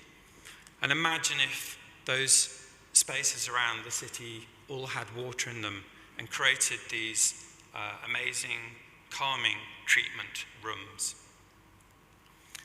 Maybe some of them could be offering more invigorating experiences, creating those negative ions which I mentioned before, mimicking waterfalls. And maybe some spaces are transformed from quite grey, hard spaces. Ironically, this street, beautiful street as it is called Green Street. Imagine if it was a green street. And imagine if we intensively greened many of those public spaces and introduced not just a few plants and a few trees, but really properly greened them and changed that balance from grey to green. And what if we created the sort of environments that people wanted to spend time in, to meet and to have that social interaction and relaxation, and encourage people to spend longer outside and with each other. And there's a lot of science and interesting data at the moment on infrared and how that is good for our health. Imagine if we could actually spend more time and getting more infrared from the sun. So this is my concluding slide. So I want to kind of just recap really. We need to be really thinking big on a scale to show how our cities can be good for our health and how we can be creating these landscapes designed around health. Think about what they're doing in Manchester. And all of us in this room have a part to play, whether you're designers or whether you're from the government or from the NHS or local authorities or metro mayors or policy or decision makers. Think about Birmingham, think about Singapore. It's all about having a vision and a strategy. And ultimately, if we do all of this, we based on the Wildlife Trust's research, we could be saving the NHS millions, hundreds of millions of pounds, and be very good for the UK business as well. Thank you.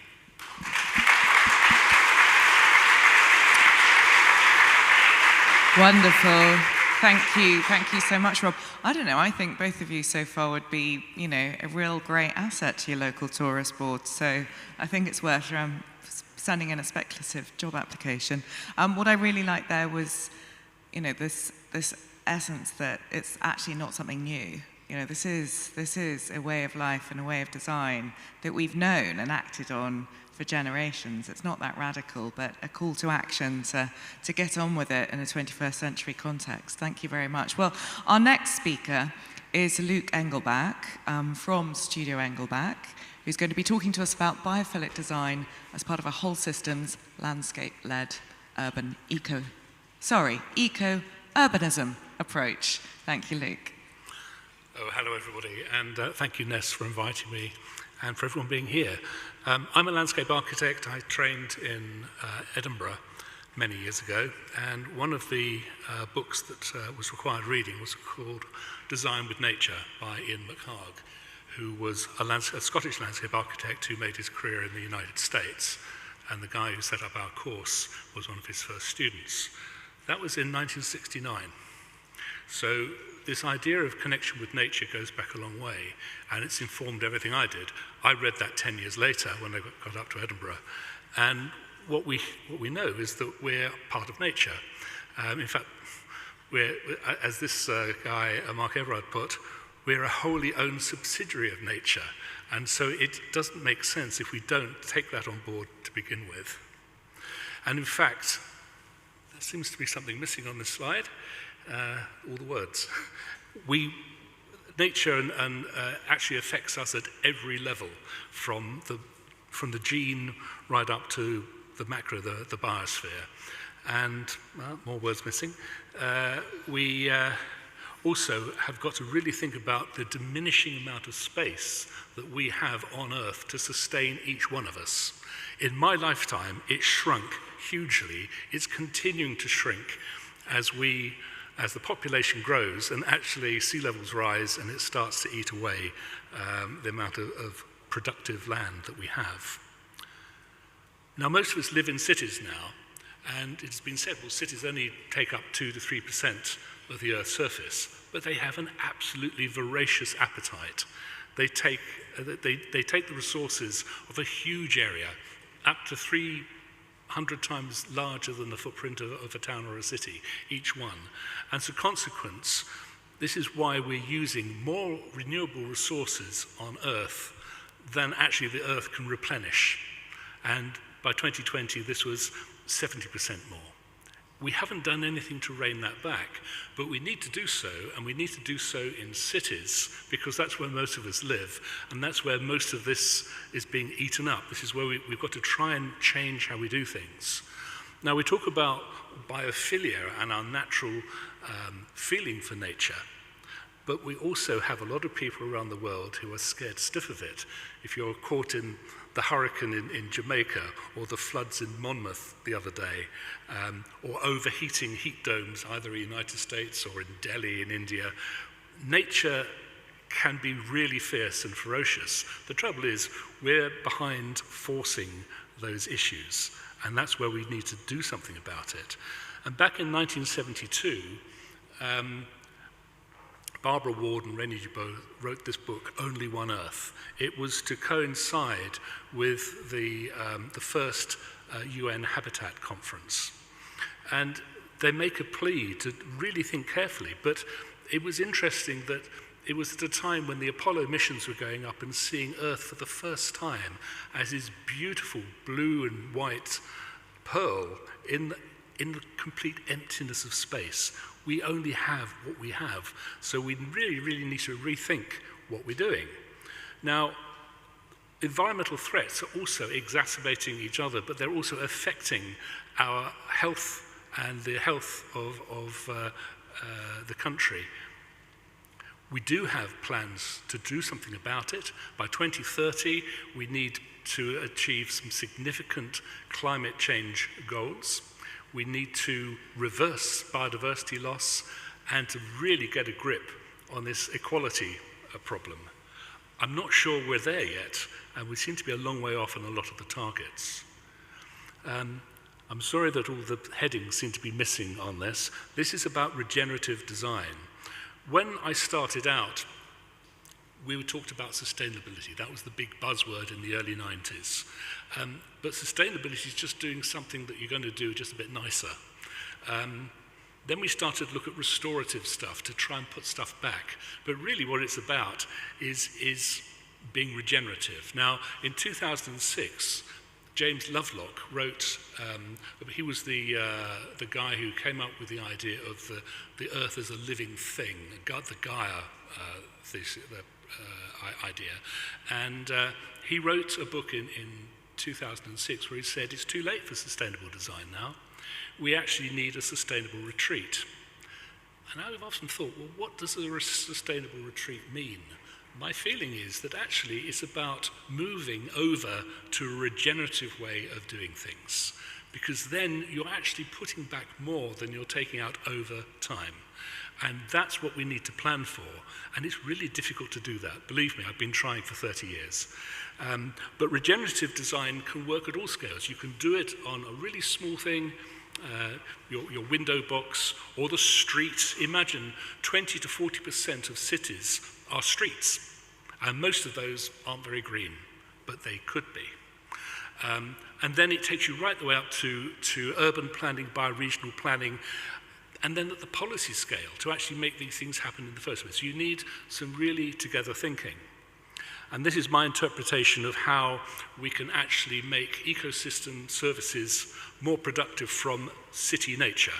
The title on here was that.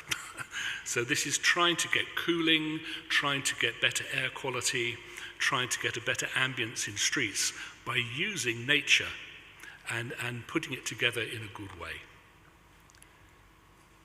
And human and natural systems have this very intense relationship. Our well-being and human and nature well-being are linked together, and we need to make sure that we are inputting into that, so and not pulling it apart. And quite often we're pulling it apart. Now, this amazing lady, Donella Meadows, who wrote The Limits to Growth, or she was one of the 3 authors for The Limits to Growth in 1973, subsequently explained about systems. She was a systems scientist, that they happen all at once, and they're not just connected in one direction. We tend to be designing in a sort of linear way. They're going all over the place at the same time. And so you have to try and capture that. And when I've spoken to my students about it, it's about thinking about multiple scales at the same time, macro, meso, micro, zooming in and zooming out to see the consequences of what you do. Now, interestingly enough, the architects in Denmark have taken Kate Rower's amazing book, Donut Economics, and transferred it into the thinking about how do you make a better city. So this is the donut for urban design, with this ecological ceiling and a social foundation, this safe operating space in between. And that's where we need to be concentrating our efforts. Now, designing for health is fundamental, because productivity ultimately is down to human health. And if we can, as I said by other speakers before me, if we can take the strain off the NHS, then we'll be saving money there that can actually be put into other things. But moreover, we should probably be streaming how we do healthcare to where we live and work. So it's not just about the absence of disease and infirmity, and governments do have a responsibility to deal with health. But maybe they're just thinking about it in the silo of hospitals rather than the wider environment. We need to change that. This is about well-being. That sign's missing as well.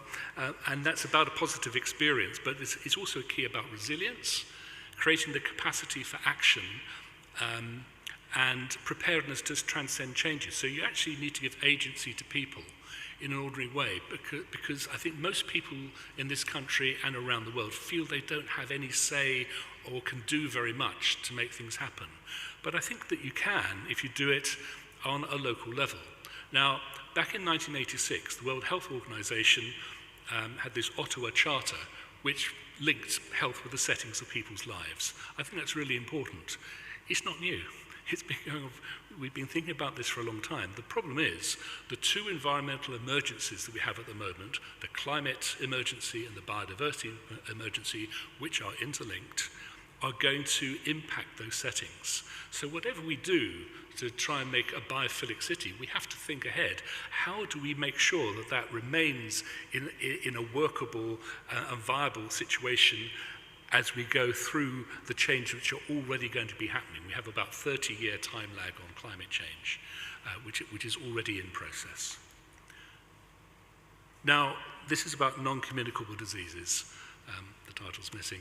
The non-communicable diseases are the biggest cause of death and disability in the world today. As you can see, it's 74% of deaths globally, and about 70% of non-communicable diseases are driven by the urban condition, much of it grey, harsh, unpleasant. 55% of humanity live in urban areas now, actually it's about 58, I think, this year, and it's going to be nearly 70% in 25 years' time. So it's an issue that we just can't wait on. We really need to do something now. And perhaps a shocking statistic that just came out just last month, or in September, more than 1 billion people worldwide have mental health conditions. And it's the leading cause of disability worldwide, no doubt contributing to those days taken off work and causing the British economy on its own a huge amount of money. Now, this is about eco-urbanism. The eco-urbanism approach is really about designing with nature, what Ian McHarg was teaching in his book way back then. And we look at it in terms of the environmental drivers for health, social and natural capital, but also how do you pull those together in a way that then gives you some health-creating or salutogenic outcomes. And again, there's no single thing that you do. It works in multiple scales, from the ambience of spaces that Oliver was showing in his talk to the city scale that was being shown in Birmingham. So all of these things need to be taken together. First of all, we need spaces for people. Now, it could be that it's a temporary road closure, which is what I saw in L'Aquila in Italy some years ago, just so the kids could play football. Or it could be a designated green space in a housing area, which is what we did for Kevin MacLeod some years ago, where people can just have their own social. And this is one of those. But the key thing is something that Professor Jan Gale pointed out many years ago. People are more likely to go outside if the quality of the environment is good. And that is key. And one of the big problems we have in urban areas today is loneliness. And loneliness can lead to all sorts of other problems, including some mental problems as well. If you've got loneliness, you actually need to design spaces where people will bump into each other more often by accident, and perhaps then start a hello or a hi and then maybe a conversation. So the quality of the external environment is really important. We also need to start to give agency to people, agency to grow food. We've been putting this into our projects for over 25 years, spaces to grow food.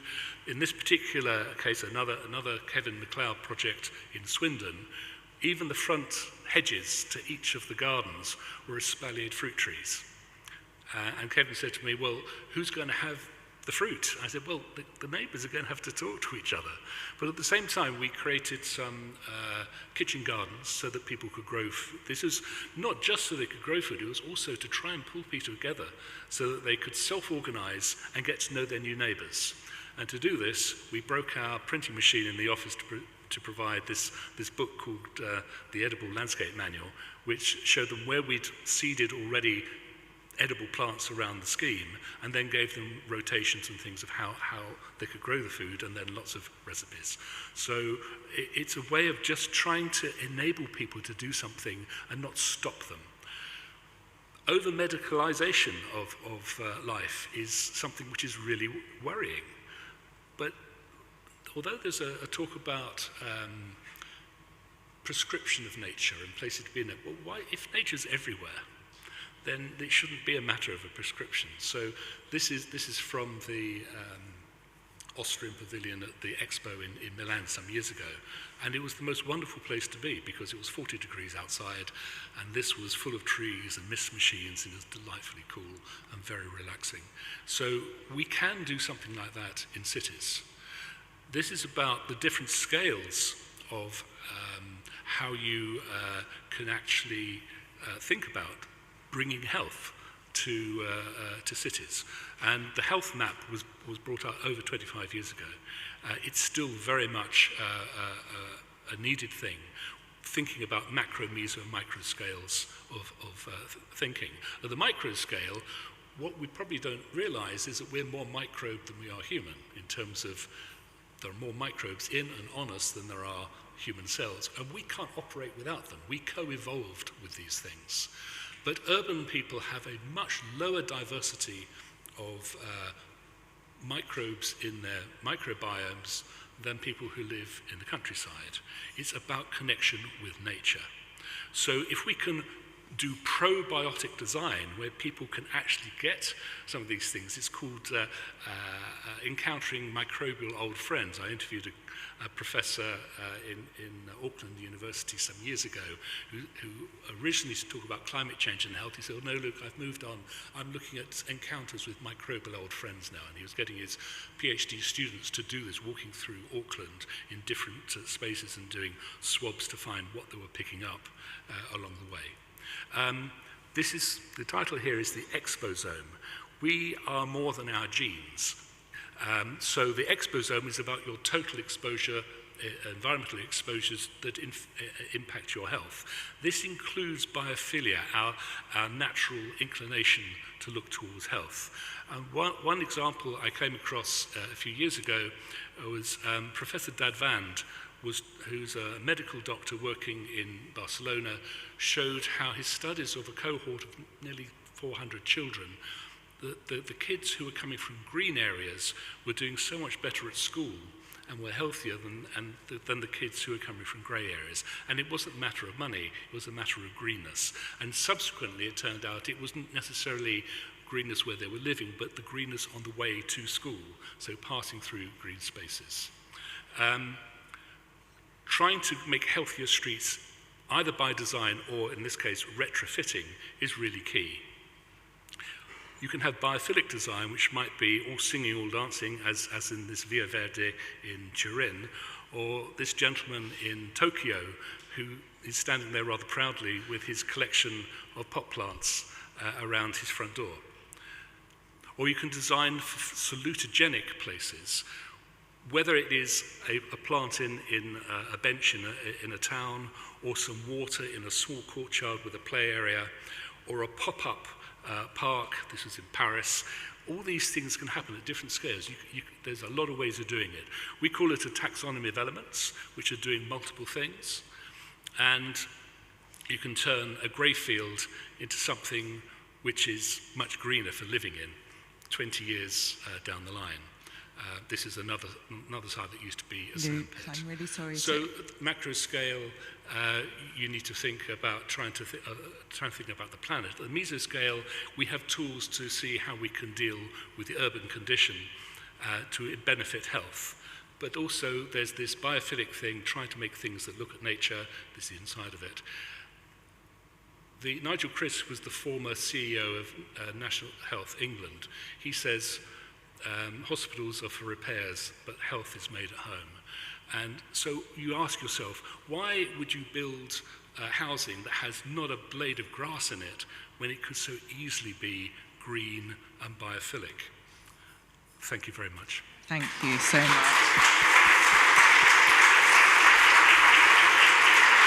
So much amazing content. I'm really sorry that we don't have a week. We've only got a day. Thank you so much, Luke. And lastly in this section, Rob Gardner, Director of Evenlode Catchment Partnerships, here to talk to us about a tale of two futures, building and nature-based economy.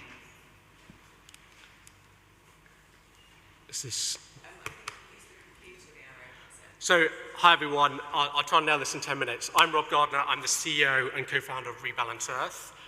Think of octopus investments investing in offshore wind, but we do that for nature. So we take pension fund money over here, And we invest in everything from sphagnum moss to peatlands to river restoration and oysters. And just 6 weeks ago, we funded Europe's largest oyster reef restoration. 4 million oysters, each oyster cleaning 200 litres of water a day, restoring marine biodiversity in the North Sea, and protecting our coastlines, all for free. We're working on a 100 million oyster reef, which over the next decade will become 1 billion oysters, which will clean 200 billion litres of water a day. That's the same amount of water from the source of the Thames to the sea, being cleaned for free, because we all know nature is wonderful. I am an honorary member of Biophilia. I didn't know what the word meant. I'm a humble geographer, but everything you teach in geography is about scale. But I'm also a money man. I spent 25 years in pensions, in investment banking, in pensions and asset management. So quick question, who has a pension in this room? So every one of you who has a pension can do something, can take action. So I just want to connect the dots. We talked about vision, we talked about leadership, we talked about design, we talked about governance. What I want to show you is how money can be used as a force for good, and your money. We know the problem. 25% or a third of global GDP is at risk, but let's zoom into the UK. 25 years from now, actually, quick question, whose house has been flooded? Anyone been flooded? Okay, 1 person, 2 people. In the next 25 years, 1 in 4 people's homes will be flooded, but that's also 1 in 4 supermarkets, that's 1 in 4 substations. And the crazy thing is London will run out of water, and half of our roads and railway lines won't function. So imagine you're Rachel Reeves. Every 3.5 days is worth 1% of GDP. Wouldn't it be nice if we could grow our economy by 2 or 3%?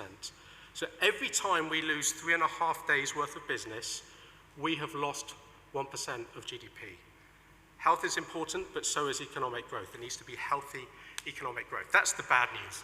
The wonderful news is sphagnum moss, peatlands, river restorations.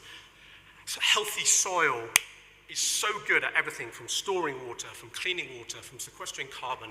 Your dogs can swim in the river and not die. Wouldn't that be a wonderful thing? What I need to convince you is who's going to pay for this. Well, the people who pay are the same people who pay for business critical infrastructure. So we happily spend billions of pounds on the Thames Barrier, which is a wonderful thing, and we'll put it on our balance sheet, but we won't restore our soils or restore our peatland or rewiggle our rivers because we don't see it as an asset. That is the mindset shift that unlocks everything. So Network Rail has paid out £300 million since 2006. In their own analysis, they think that's going to double in the next decade. We know that 75% of farmers are impacted by drought. Right now, we could all get on a bus down to Ardingly and the reservoir, and there's not enough water. So our reservoirs are in drought at the same time as it's flooding in Wales. That's crazy. Thames Water paying out over £100 million in fines. That's not because there are evil people who work at these companies who press a button and go, hey, let's pump poo into the rivers. It's because our sewage system was designed when the population was smaller, when climate change was less, precipitation was less, and we haven't invested in it. But guess what? There's this really cool infrastructure. It's called nature. So we are working with the Even Load Catchment Project. Our job is to restore nature at scale, whether it's oyster reefs, sphagnum moss, but the genius is if you can do it at a catchment level. So we've talked about cities as a scale. I want you to think about river catchments at a scale. I specialized in hydrology and glaciology as a geographer, and I want to bring to life how restoring nature at scale in the even load catchment can become an investable asset, but create a lot of the changes that we're talking about. So the river even load runs from Moreton-upon-Marsh all the way down to the even load, and you've got Oxford here and Swindon here, and if you drew a line, the even load is the confluence between that and the Thames. There's about 5,000 hectares, about 150 farmers. We're working with 60 farmers. But it turns out that Network Rail, that railway line that comes all the way down into Marylebone, crosses that river about 23 times in 23 miles. And every time it floods, £750,000 in cost to Network Rail. And again. And it's been doubling in the last 10 years. And I promise you, unfortunately, it will double in the next decade. That is known physics.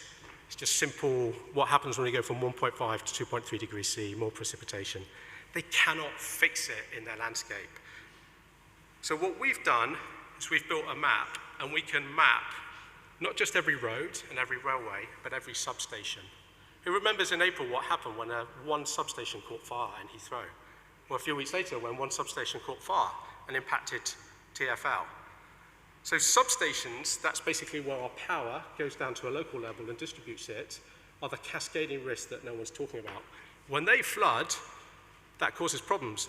So Thames Water pays out twice, either because their sewage system overflows, that's called a combined sewage overflow, or when one of those substations floods and they simply can't press the button for the pump to pump the water out, causing it out. So this is a hidden risk in plain sight.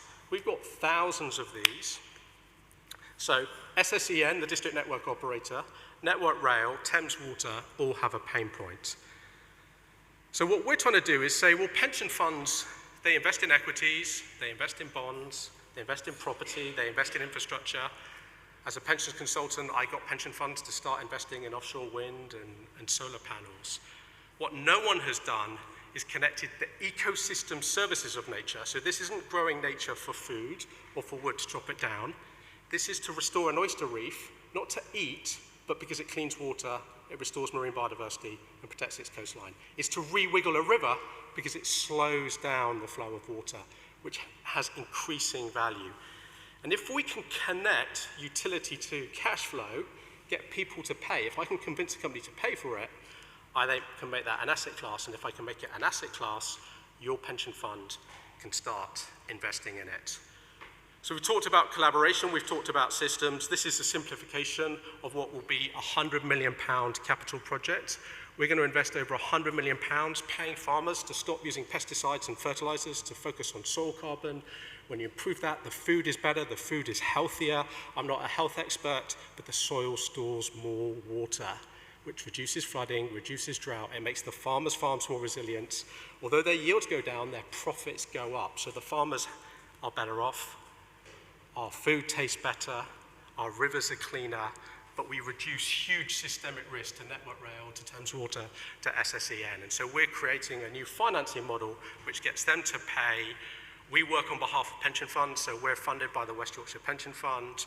We just got funded by another very large UK DC pension fund. Great Yellow are helping coordinate it. And then we're working with 50 or 60 farmers to use the land differently. And here's the cool thing, the UK is the second largest pensions and wealth management market in the world. So all of our pensions together, add it all up, is £5 trillion. 10 years' time, it's £10 trillion. Wouldn't it be cool if we just took 2% of that, invested in nature, that's £100 billion, and created maybe not a world worth living in, but a UK worth living in. And it's all about action. It's got to happen now. It's got to happen in the next 5 years. So whatever you can do or dream you can, begin it. Boldness has genius, power, and magic in it. Thank you for inviting me again, Ness. Brilliant.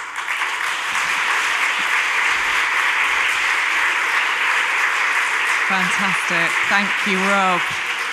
Well, that's a fantastic note to end on, because I think that, you know, in all of this, we've heard so much about why, what. Of course, the biggest question is how and who's going to pay for it. Well, that's a pretty good conversation starter that you've given us, Rob, that we can take back to our homes and workplaces. I think we're probably out of time for questions, aren't we? Thanks to Joanna and thanks to all our speakers in that session. If you just join me to say thank you. We've overrun in this bit, so we're going to take a 15-minute break to go and so you can have a pee. Sorry, cut that, by the way. And do whatever you have to do. Get a coffee. Please pick up the conference brochures. Have arrived. They found them. They were delivered on Friday, but they found them now. They're in the by the Biophilic pharmacy. Please go and pick one up. And also go to the Biophilic pharmacy as well and find out what that's all about, because we want your ideas. And we've got some UCL students here who are going to be doing the data collection and data analysis of your ideas, and then we're going to present that at the end of the day. So make sure you give your ideas to the students at the Biophilic pharmacy. So thank you again. Thank you.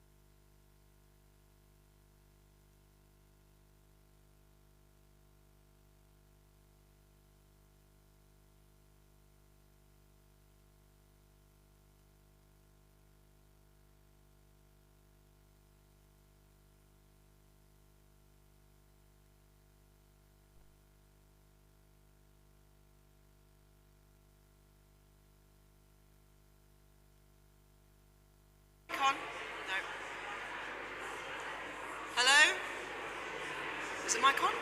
Here's the mic on. Hello everybody, can everybody hear me? Brilliant, well thanks so much. We're running a little bit over time, so thank you for coming back into the room now. We're going to do, obviously everyone's got like 10, 10, 10, 10, 10. Ty is going to be speaking soon, but I just wanted to pass over to Jeremy Myerson. He is, a lot of you probably already know him, he's Professor Emeritus at the RCA and Chairman of the Work Tech Academy. So, and I'm really privileged that he's come today to chair this panel. So thanks so much. Cheers. Okay. Hello, everybody. I love this conference because, and it's very fitting that it's in a Methodist hall, because I always think there's some kind of religious fervor about biophilic design. I'm a big fan of the Journal of Biophilic Design, and it's fantastic to see so many familiar and new faces here today. You've always got to learn a new word when you come to a conference. I've learned my new word of the day. It's manuricure.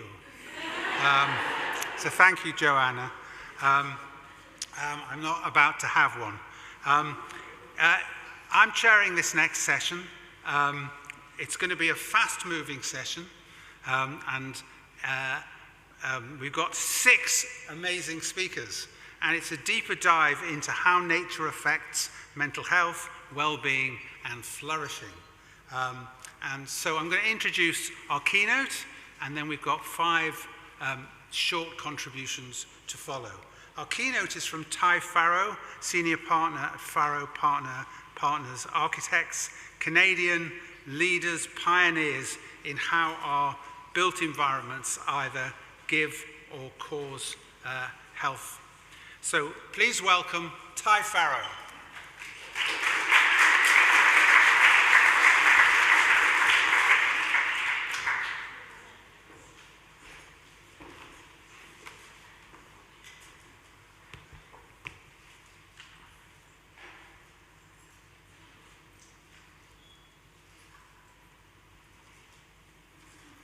Good morning. How are you? Enjoying the morning? What I want to do is explore the idea of, can't we actually construct health? Can we physically, through the environments we create, not just use natural plants, natural light, but natural materials, natural forms, to in fact to do one specific thing, use it physically to enhance our mind health. And so I'm going to explore that subject, and this idea that we don't often think a lot about how our surroundings change us and we feel we are somewhat separate. I think it comes back to René Descartes, 17th century philosopher, who said the mind and the body is separate, and we often think that we're separate from our natural environment, and clearly we've heard something different around that. But clearly what we know, and the science is showing, is that our surroundings change our emotions, our memories, our thoughts, and in fact they change our biology and our physiology as a result of it. And this emerging research is showing that it is upending all of our past assumptions, this idea of where our body stops and where our natural environment begins, and in fact cognitively what it shows is in fact the two are one. And every second there's 11 million bits of sensory information that has come in feeding you. It's cognitively, it's consciously, subconsciously, preconsciously. And interestingly, there's only about 50 of those millions of bits that you register consciously, but the rest is registering with us deeply within all our multi-sensory systems. And it's bi-directional. If I come and poke you with a pin, you'll jump because your body is telling your mind you should move. But if you're listening to some great music, you're in deep conversation, you're seeing a play or having a lovely meal, that sore arm that you have is pushing down because of the sensory information around you. And so what I want to explore is, can we actively construct health? Can we choose to construct health as a result of the choices we make. And I fundamentally believe we need to find a new path forward, fundamentally where we see placemaking as a health-generating system.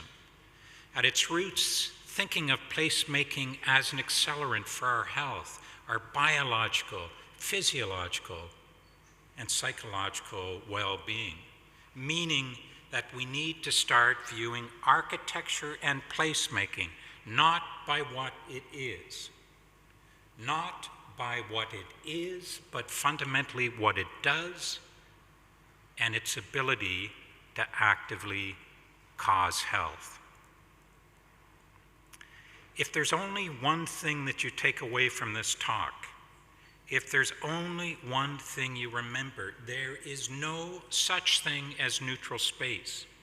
There are no spaces that sit in the middle and don't change our physiology for the negative, which is a lot of what we experience, or in fact the positive. And what I want to try and connect together is this idea of mind health. Mind health, thinking of it as an asset-based item as opposed to mental health, which we often think about it through a deficit view.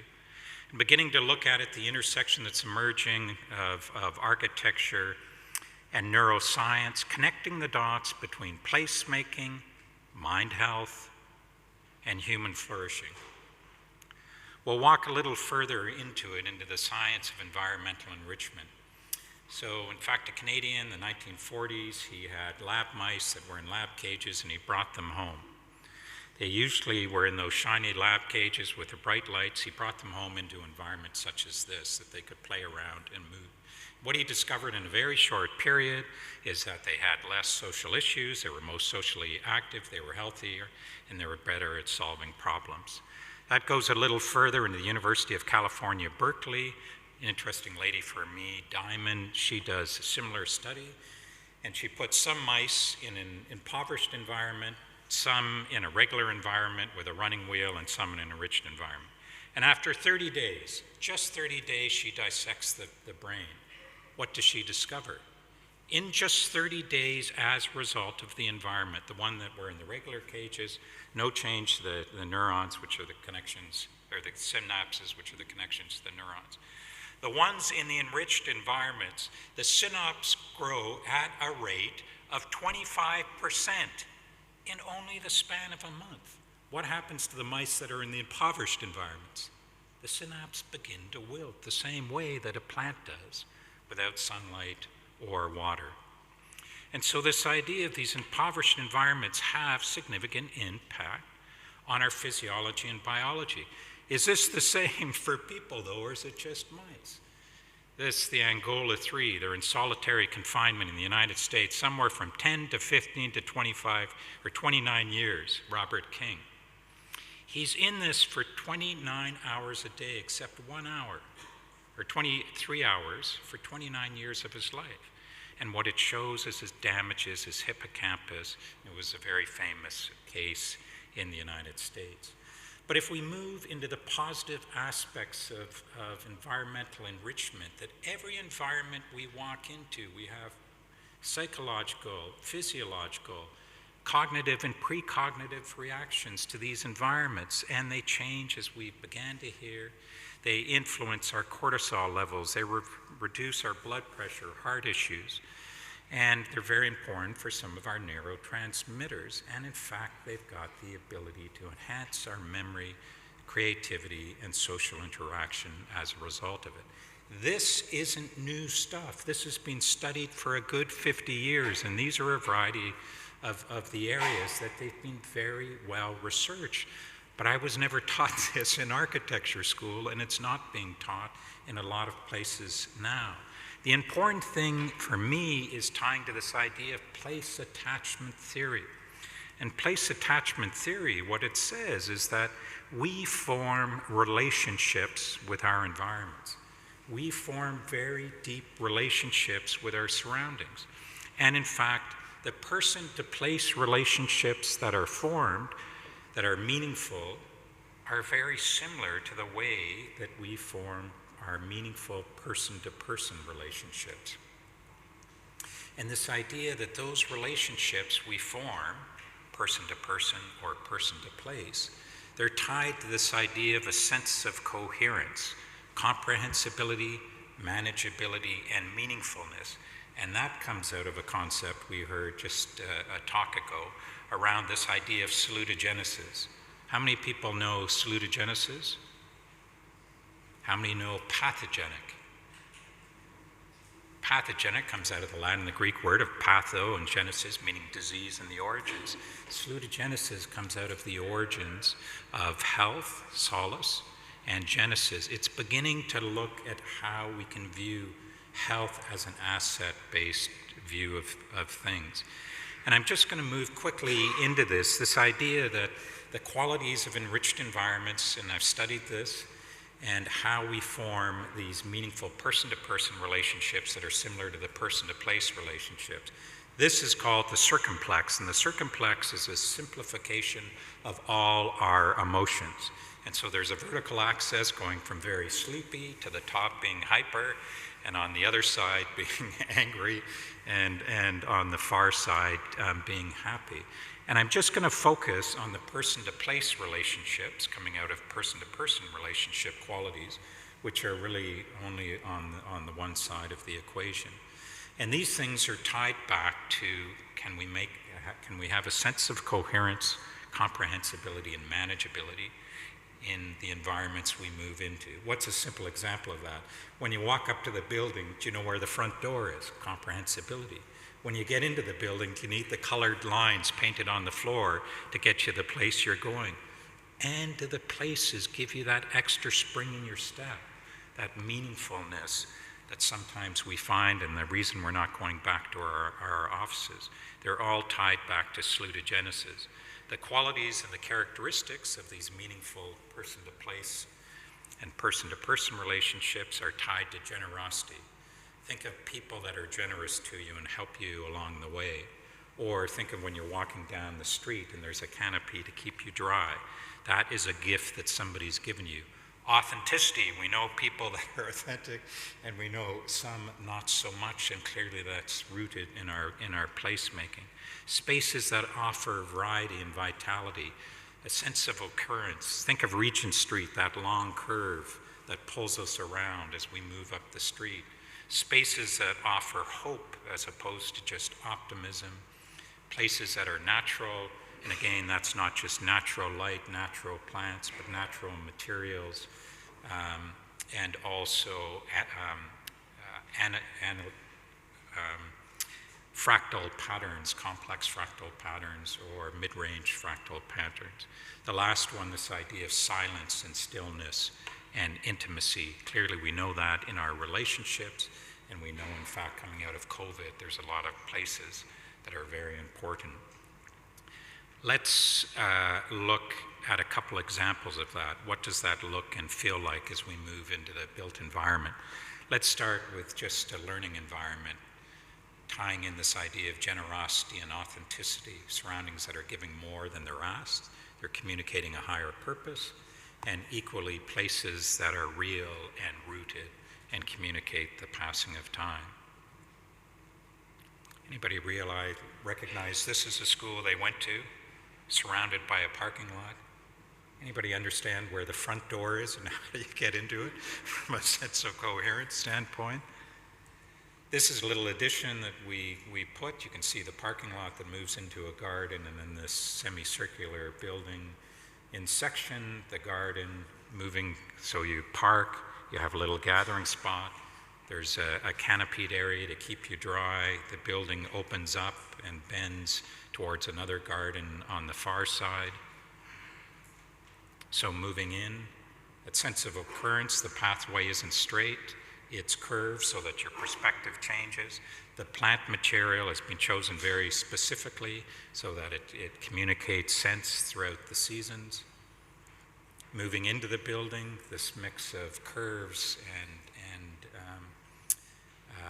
biophilic patterns, the triangles, mid-range fractal patterns, and specifically that it catches the daylight and the changing nature of time. This idea of variety and vitality and a sense of occurrence. discovery, curiosity. A little school project, a mid-school. This is an exoskeletal structure, so all the structure is on the outside. You can see, sort of relating to music, this consonance and dissonance between the patterns and shapes, but why are these added onto the building? What is their purpose? Is it an architectural folly? The reason they're on the outside, more so, is for what they do on the inside. That if we're creating learning environments that are trying to enhance curiosity, the important thing, it's like being in a tree house, but what it does is it captures the changing nature of light from shadow and pattern as you experience throughout the day. Environments that offer hope and they're natural. Again, the sense of meaningfulness. 2 projects very briefly. This is a cancer center in the ancient city of Jerusalem that has these butterfly wings that stretch out to create these plazas and gathering spaces. Spaces that are quiet and for staff, more intimate areas. The vocabulary is trying to communicate something when you're going through a very terrible time in your life.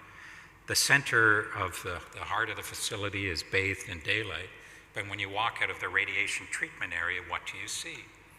A very large garden. The soil has the scent of a forest because your visual cortex is tied very tightly to your sensory. Another cancer center, this idea of natural light, natural form, mid-range fractal patterns, natural patterns on the floor. This idea of silence and stillness and intimacy, the last one. Inspiration from the little maple key. So this is a resort tree house. It's hung from the treetops, fabricated and brought to site. And the inside, it has screen wrapping around it, but the public areas are at the front. The more intimate areas are back into really where the seed is. And the last one to share with you is this, the forest temple that we're involved with. A smaller project inspired by a little bird's nest. But the idea is that the temple is both of the forest and part of in and of the forest as it changes in light, and on the inside, made of small sticks donated by people from across Canada, that it is something that changes throughout the light and the seasons. If there's only one thing you remember, if there's only one thing you remember, there is no such thing as neutral space. There is no space that stands in the middle that doesn't change our physiology. We are exactly like this little plant. Look at it stretching to the window. This idea that these environments, they feed us the same way as these blueberries do. Remember, we need to find a new path forward, fundamentally where placemaking is seen as a health-generating system that is an accelerant for our biological, physiological systems. Viewing architecture not by what it is, but what it does. Why is that important? For one simple reason. We need to create the conditions of which we can thrive and flourish. If you have more interest in that, this is our book that was released last year, a bestseller. Thank you.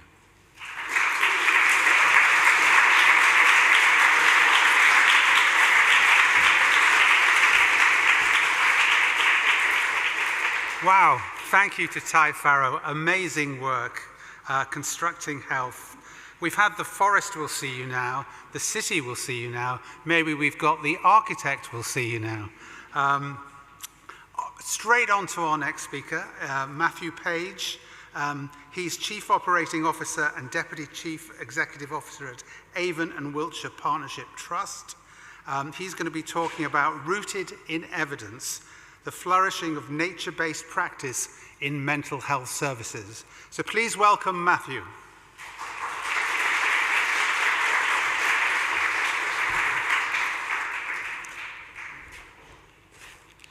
Thank you. It's a privilege. This is the second time I've been here. I'm hugely privileged to be here 2 years on the trot. So thank you, Ness, and everybody involved in the event today.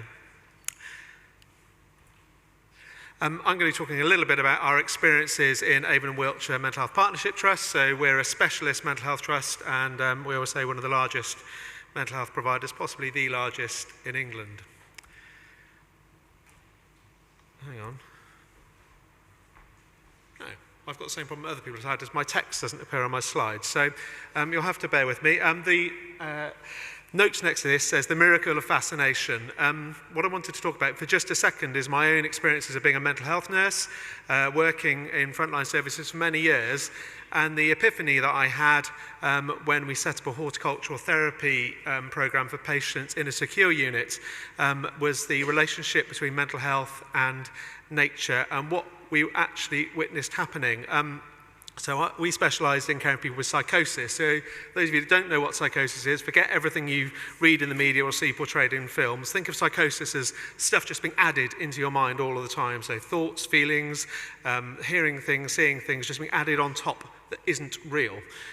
What you get when you're fascinated is an absolute focus on one thing. So by definition, it's antipsychotic, the best antipsychotic in the world, the stuff that pharmaceutical companies could only dream of. This is a picture of, anyone know? Hummingbird hawk moth, absolutely. So these moths, for those of you who don't know, they migrate from North Africa, through Spain, through France, to my garden in the Cotswolds every summer. Absolutely incredible. If that doesn't fascinate you, nothing will. This is just a picture of just what can be achieved. So this is an older people's ward in Salisbury, in one of our hospitals, where the ward manager there has a partnership with someone doing gardening and creates this most absolutely spectacular, probably the best garden I've ever seen on a psychiatric ward. Our journey into this was through, in Avon and Wiltshire Partnership, was when we became part of one of 7 national pilot sites for green social prescribing. So you might have heard of that programme. It was a £5 million programme. There were 7 sites, of which the Bristol area was one. You can talk to me later about the problems of saying things are green or are prescribing. Nonetheless, it was an amazing programme to be part of. In our area, we provided interventions for 4,000 people across 90 different activities, and you can see there some of the things that we got involved in. So walking, swimming, gardening, etc. And these were nearly all provided at kind of community level by local community groups and volunteers. So nationally, 8,339 people received an intervention. We're quite proud that half of that was in Bristol, North Somerset and South Gloucestershire. What we saw, really interestingly, as well as some of the other benefits I'll talk about in a moment, is that we improved the access to healthcare by offering a greater diversity of interventions. So people who were underserved by our traditional service models, where you get in your car and you drive to a location to speak to someone, whatever, actually didn't serve everybody very well. And by going out into communities and engaging with what was available and what people needed, we saw a much greater uptake, particularly for people from socio-economically deprived areas. So talking to pharmaceutical companies, this is the clinical outcomes.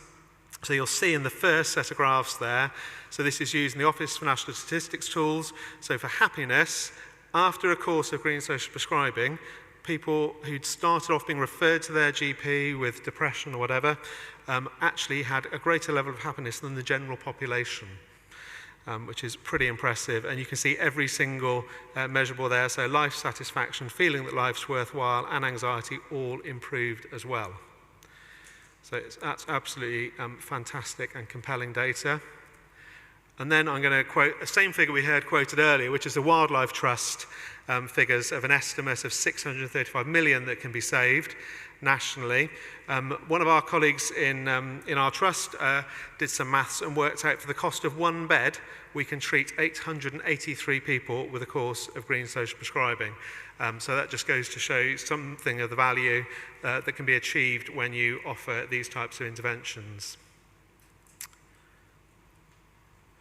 So this is just the tip of a large iceberg of what's going on in Avon Welch Partnership.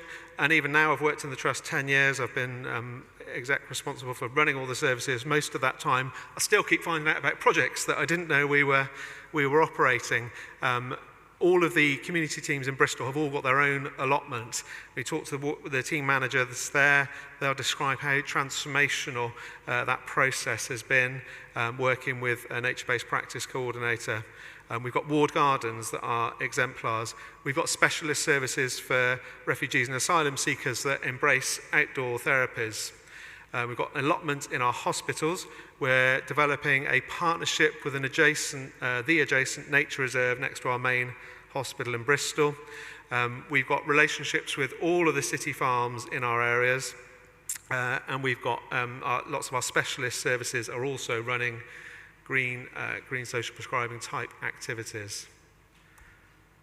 This is a site that I visited recently, so we had a lot of plugging for Bath this morning, so now we're going to have a bit more. Bath City Farm we have a partnership with, and we've been working with them a long time, and through that relationship, again, the local teams, there's no kind of brilliant executive strategy for this or anything. This is the local clinicians working in partnership with their local provider have come up with a therapy space. So what you can see on the right is a shipping container, so redundant, recycled, repurposed shipping container that we had put in situ on site, and windows and doors cutting into it, and electrics, etc. That's being used for therapy. We sat in there the other day with one of the lead family therapists, listening to him describe how transformational it is to offer therapy in a green space. He talked about walking outside the door, picking an apple from a tree and taking it back inside, placing it on the table as a focal point of the therapy. So the message, whenever I talk to clinicians, and particularly those in our own trust about what they might be able to do to get started, is just give people permission, just to tell people to get on with it. Talk to patients about what they are doing or what they have done. When I still do a tiny bit of clinical work with the emergency services, when you talk to people around how a situation has got to where it got to, but try and turn the conversation back to what did life look like when it didn't look like what it is now. And often those descriptions are about being outdoors, exercise, nature, gardens, etc. Getting clinicians to use their own personal passions, that's absolutely key. You can see that when you talk to people. Scale up, so just start really small. If it doesn't work, do something else. Good one is find out what other people are doing and joining in. So going and seeing what our community groups are doing and just going around stealing other people's ideas, frankly. And for those of us with kind of management and leadership responsibilities, giving people permission to get on and do things, getting us to capture outcomes data. We got that really compelling data we saw earlier from the national pilot. We need to be better as clinicians at capturing outcomes data because it makes its own arguments then. Building it into our workforce strategies. We heard some references earlier to levels of sickness, and nowhere is that more true than in the NHS. And working with estates colleagues as well. And the estates colleagues, and you'll be hearing from my colleague Emma shortly around an innovative project of a new £20 million building programme we're leading. So just in terms of a bit of evidence, there's multiple pieces of evidence emerging in the literature now. We've got lots happening in local communities. There's multiple systematic reviews that you can look at that will give you more information. I've put the references there. Things that aren't stopping you is all the things that people always say are stopping you in the NHS. There's nothing really stopping you. I'm not going to talk about the national strategy, be pleased to know, but everything we're talking about today aligns with the left shift from hospital to community that we want to be embracing. So my final comment is, I think it's true to say that nature-based practice, green interventions, may be the one intervention where the practitioner benefits just as much as the patient. Thank you.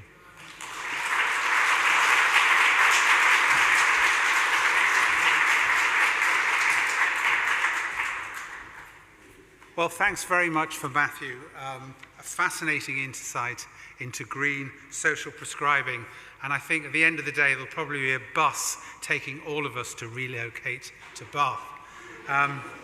We're going to hear more on all of this, because we are going to hear now from Emma Moody. She's also from Avon and Wiltshire Mental Health Partnership NHS Trust. She's based in Bristol.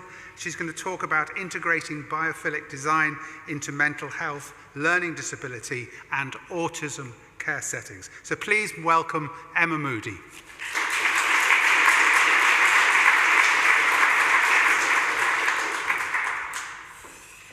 Thank you. I've spent the last 5 years presenting on Teams, so it's extremely daunting sitting here, standing here looking at you all rather than seeing you on a screen, but we'll go with it. So thank you very much for inviting me to speak today. So I wanted to talk to you about something called the Kingfisher that we are developing in Avon and Wiltshire Mental Health Partnership Trust. My role within that is the delivery director for this new unit. We cover Bristol, North Somerset, South Gloucestershire, Swindon, Bath and Wiltshire, and this unit will also cover Gloucestershire. So, just go on. Okay. So it's going to be a new 10-bedded unit for people with a mental health condition that's treatable, but can't be supported in a mainstream unit because the person has very severe learning disabilities or autism. So it's a really new model that we've got. Essentially, people had very poor outcomes in the past. If you had a mental health condition, you would be sent many miles away from home and stay there for a very long time. So we were really starting to think, what could we do differently to keep people close to home? And so the Kingfisher came about 3 years ago, and we were awarded £20 million from NHS England. But what we knew was that we really wanted to treat this differently and really think about how nature formed part of this therapeutic offer. And we didn't just build a kind of another concrete hospital that you see around. So the ward's going to be based in Bristol, and the first thing we wanted to do was name it. So as you can see here, we asked the public what did they think, and they came up with the Kingfisher, and there's a quote there from Matthew about it. So they had the brief of nature right from the off. So this is an artist's impression of the courtyard in the middle of the building. So we wanted to think, really, what does this look like? So our environment really needs to be safe, inviting and connected to nature. We aren't just thinking about what you can see, but it's also what you can't see. So we know that keys rattling, the doors slamming, all of this stuff makes things really hard to recover when you're in a hospital. So we're thinking about the acoustics in a different way, we're thinking about key fobs, and how the light comes through the building. So it's based around 2 courtyards, and every bedroom on this unit will have its own garden, which is just really, really unheard of in a hospital setting. It will also be en suite, and our entire design has been about nature, natural colours, natural feels. We've got wood floors. We don't have the sort of synthetic furniture that you see in many a hospital ward, but it's really how do we make this as homely and as therapeutic as we possibly can. Throughout the wards as well, in the gardens and in the courtyards, we've got planting, and people will have the opportunity to develop their own planting as we go. The building's going to be carbon net neutral. We've got the air source heat pumps will be BREEAM excellent, and we're really thinking about that kind of supporting our staff as well as our patients. So it's a place that people want to come to work to. A big thing for us has been that this has all been co-produced with people with lived experience. So in the NHS, it's a bit jargony, but we talk about co-production. That's essentially working with people who have learning disabilities or autism, who have mental health problems to help us design it. And this has been absolutely crucial from the word go. I was very clear, we are not the experts. The people who use these services are absolutely the experts. And we have done this together. So in terms of, I think, kind of the tips around the leadership and co-production, so we are lucky in AWP. You've heard Matthew speak. He'd been the responsible executive for this. But if you haven't got that type of leader, I think you can go out and find it. Every organisation has those people within it who really champion this type of thing. And we have other champions who have helped us drive this work forward. I think, as people have talked about, it is quite hard to navigate some of the decision-making around this. What I had quite a lot of is we have always done it this way, and every time we have to go back and challenge, and that can be just on something like the doors. So we've always had a particular type of door, but actually it's not a natural finish. It feels very hospitally and institutionalised again. So the constantly challenging has been what we've had to do. So, like I said, we've had co-production at the start, and that is not easy. I think it's a really challenging thing to do. As the NHS, we often come along and we think we know exactly what we're doing and we're going to kind of carry on. And it's not till you really speak to people about what they need and what they want that you get the best possible outcomes. And people have learnt to trust us. So we have really done this together. And it means that when you have to make difficult decisions, so at one point we went £3 million over budget, which was unfortunate, and then we had to kind of bring it all back. But we did that together, and people understood why we had to make some of those decisions to change things. I'd had a quote here from one of our people with lived experience of autism, which I just thought was a really great example, and he said, involvement in co-production should always be authentic and never tokenistic. It's not about ticking the box to say that an autistic adult or adult with LD has been consulted. It's truly believing that we have our eyes and ears and our reflections and our lived experience to help guide and inspire. And challenge is just useful, but it's essential and deeply valuable. We need to ensure that we really influence positively the way service design is developed. I'm very grateful to have been given the opportunity to do just this with the Kingfisher, which I just think is such a great indictment for our work and why it's so important. And I think once you get into it, when you talk to anybody, they will say, if you ask them what will make them feel better, it is about biophilic design. There's two particular bits of our work I just wanted to pick out for you. So one is a piece of work we've been doing with a mental health and arts charity called Hospital Rooms. They've been absolutely fantastic to work with. They have offered us match funding, which has been brilliant. And really, I think, as we talked about this morning, that connection of art and nature really makes a difference. So this is a workshop that's going on to create some of the tiles for the unit. So we can have lots of bespoke art, all with the nature connection throughout it. Some of the artists we're working with are Victoria Cantons, Boo Saville, Angela Harding, Phil Root, and Veronica Ryan OBE. We've also got soundscapes going on, so it's nice to hear that today. And then the final one I wanted to pick out was some work we've been doing with Ness, which has just been a lovely addition to our ward. So if anybody's ever seen a mental health unit, they'll know that we have to have really high fences to protect people for their own safety. These fences look really oppressive. They can make it look like a prison. And companies are getting better, but they're very stock images. And what our people with lived experience said was actually that didn't really work for them. And they wanted very specific things in the images. They wanted continuous images, they wanted good light, but no direct sun, they wanted no large trees. So I rang up Ness, who organises this conference, and I think she probably regretted taking the phone call, so we've been quite hard work ever since. And we've managed to come up with 7 different beautiful bespoke photos, and I think you can agree the one she took here is just lovely. And I think if you look out onto your own courtyard garden and see that, I think you will start to feel better straight away. So I've been delighted that she's been able to provide those for us. So in terms of the future for our work, we are really proud of this work. It is unique. I feel very privileged to have worked on this and had this opportunity, and I think the difference it's going to make for the individuals coming through and their care is going to be fantastic. We really want to show this work to the world, so we've got articles being produced in other journals. We are keen to talk at as many conferences as possible, so this becomes the norm. And we've just been shortlisted for a personalised care award in the Southwest. We want to continue to work on the research side of things because, like we said, we need to build the evidence so that this becomes absolutely core for what people do. It's not an add-on, it's not a nice to do, it's something that is integral, and even things like health building regulations start to pick up on the kind of biophilic evidence. So the ward opens in March. We're very happy to have people come and have a look if they want. We will be doing tours, so people are, I know after last year's conference we had some visitors come down, so we'd really love you to come and see it.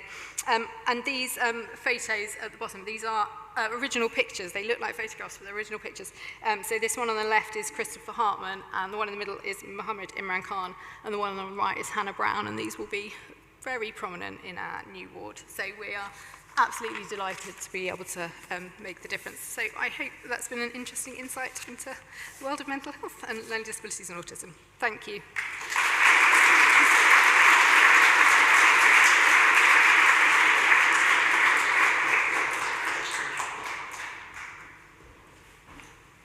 Thank you so much to Emma. Really inspiring solutions, and well, I think we're all going to want to go and visit and have a look. We're going to move swiftly along. Our next speaker is Sumita Singha, an award-winning architect, educator, and writer, and she's going to be speaking on a subject very close to my heart: designing well-being through participation. So please welcome Sumita.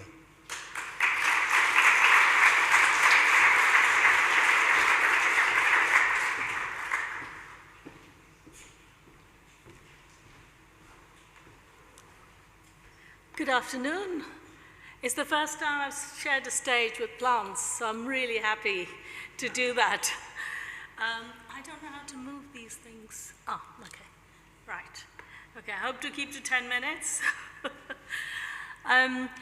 Okay, so just to introduce myself, I'm an architect, as Jeremy mentioned, but I also set up a charity in 2010, which was about community participation and creating gardens using waste products. We didn't want to, do anything, use anything new if we could, and work with all sorts of people. So I'll come to that bit in my talk. And even in my architecture and whatever work I do, I try and reuse materials. Retrofit is a huge part of what I do, working with natural materials, but we'll concentrate on the gardens that we've created. So all along, I've sort of written about what I do, and these are some of my books. And the ones I've highlighted in red are the ones I've written on healthcare. So these two were written actually during the pandemic. I didn't bring it on, but it just happened that the books were written at that time. And I've left a leaflet about future healthcare design on the check-in desk. If you go in there, you'll find it, some information on it. But it was looking to a future beyond COVID, what we could do. And I was, we were all, I think, shut in at one point. And as Emma mentioned earlier on, it can be very daunting when you come out of like 2 years of confinement into the, speaking to people. So one of the things about wellness, which on biophilia, is that it extends beyond simply providing landscape buildings. It involves placemaking, using community, collaboration, disruption, and innovation. So that requires an active kind of mindset. And this kind of affinity with human beings has always been around us. We've always connected until all the cities have come up, and then we don't see any greenery around us. So a Buddhist concept is eshafuni, which is the oneness of person and environment. And I'm sure there are similar concepts in many other religions and beliefs. And biophilia, the word bio and philia, was first used by the biologist E.O. Wilson, but he was influenced by the ideas of Erich Fromm, who came before him. This all happened in the 1970s, in the sort of hippie era. So it was all beautiful. And then, of course, the Japanese have forest bathing, and then new architects, Sal Gascano, whose work I've shown incorporates plants within office design, which is wonderful. But if we look at some previous examples, we see that biophilia and nature were actually incorporated within cities. So you didn't have to go out to parks. The park was actually part of where you were. You were growing stuff there, you were, interacting with nature, with water. So these are some really ancient cities that show all that. Of course, now only the tourists go there, people don't live there, but these were all very thriving, heaving cities.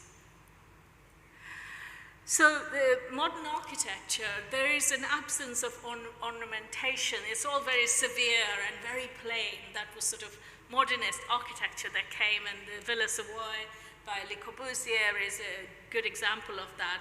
But before that, we've had many examples from all over the world where humor and art were incorporated in buildings.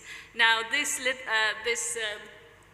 two monkeys playing billiards was in a building I saw in Dublin, and you can easily miss it, but as you walk past, but you have to look carefully at the scene, and it's so funny to see this in front of you. And then, you had a pub in Belfast, just beautiful tiles, and a church in Norway. So all full of incorporating nature within the building and outside building and creating humor. So a lot of modernist buildings don't have the sense of delight and humor in them. So during COVID, which I mentioned, the issue of climate and spatial justice became really important. So COVID proved the need for respect for nature, because it was through nature that we had COVID come in. And public spaces were actually closed at one point, if you remember, and I campaigned for parks to be open because it was simply ridiculous that you had a disease brought in where your breathing was being affected, but you weren't allowed to go out and breathe pure air.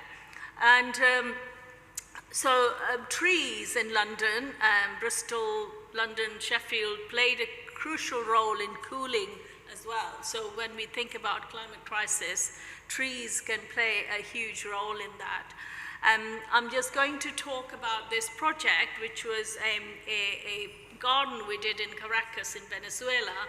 And again, it's an urban jungle, but we worked in the slums. We try and work with poor people with very little resources. So we created this garden. And what was amazing was when we cleared the surroundings, we found a lot of medicinal plants. And people were actually afraid of clearing this land because they somehow thought that it would give them some kind of disease. But actually we found medicinal plants, and we went around with the biologist and we identified those plants, and the community have a list of those plants. And we took the rocks and whatever waste there was and created planters from it.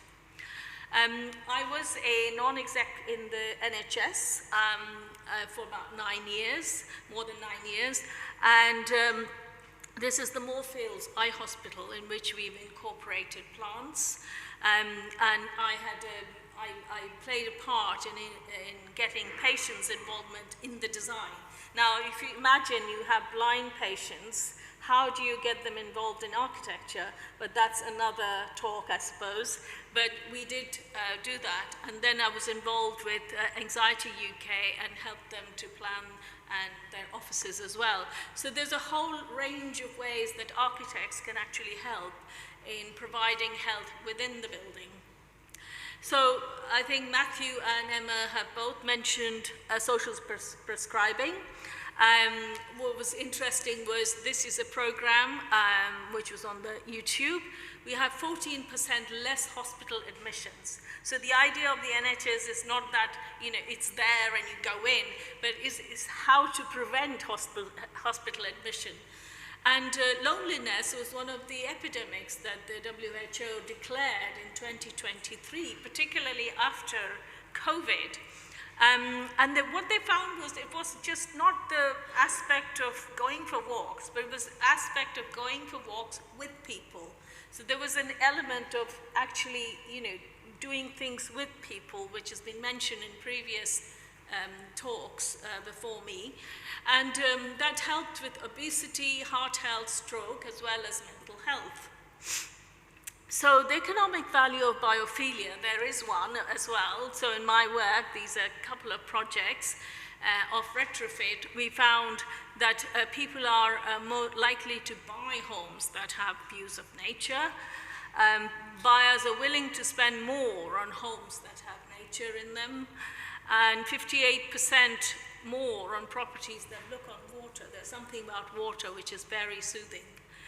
And then if you're on the waterfront, that is particularly enticing for you. So this is from the economics of biophilia. And then we found through work that, and also through Green Party who did the research in 2022, but actually there are lots of spaces in London which are now called meanwhile spaces, where something happens and then it's left aside, and people develop gardens on it. So there's roof spaces, there are bits of land, and if you go to Japan, you'll see this really clearly, that total share of land as designated as open space is 43%, which is nearly half of London. And the larger share of urban spaces was in the urban fringes going outwards. And then you have that number of dead spaces from 25 boroughs. There was like 442 so-called dead spaces. And the total across London, which is the Green Party research, was nearly 800 spaces that could be used. So this is a project we did in Hoxton, where we involved the community in looking at how we could create the garden. We took photographs and asked them to talk about how they could improve the space. So we engaged with them first. We engaged with kids. We engaged with different communities that spoke different languages. And what it did was, you could see that on the bottom, on your left, are people with mental health and physical disabilities who benefited. We also incorporated biophilia in the seating design by these carvings, and we actually trained people in carving. And this is the garden being made and built. So this was an incredible sort of achievement, and the people took over. We don't say, okay, we've done it, but we let it go to people and they take over, and they've done some more incredible work on it. And this is a station garden we created in West London. And again, this is the inauguration day, and we've grown, it's ornamental as well as food growing thing. We've had wood donated, we created planters, and the thing is, passengers get off the train, they can take something home with them, herbs or something, or flowers, and they can also plant. So these are some of the benefits of doing that, and these are some of the Indian fritters I made and put the recipe online, you can see at the bottom. And it's brought in plants and insects and butterflies and bugs into the station. It was completely barren before that. And this is about giving people the freedom to design, even children to design. These are refugees. We worked in Tibet. And, and this glass house that you see was rescued from another place. So people naturally start doing stuff towards it. So these are my 5 takeaways. So biophilia will cater for all senses. Therefore, people who are deprived of one, say sight deprived, and work in the hospitals has shown that it can cater to all sorts of people, neurodiverse people, and you need to incorporate it from the start. It's not just something you plonk in later on, oh, we'll have a bit of greenery over there. Engage people in the design and keep the design very simple and easy to maintain. Thank you so much.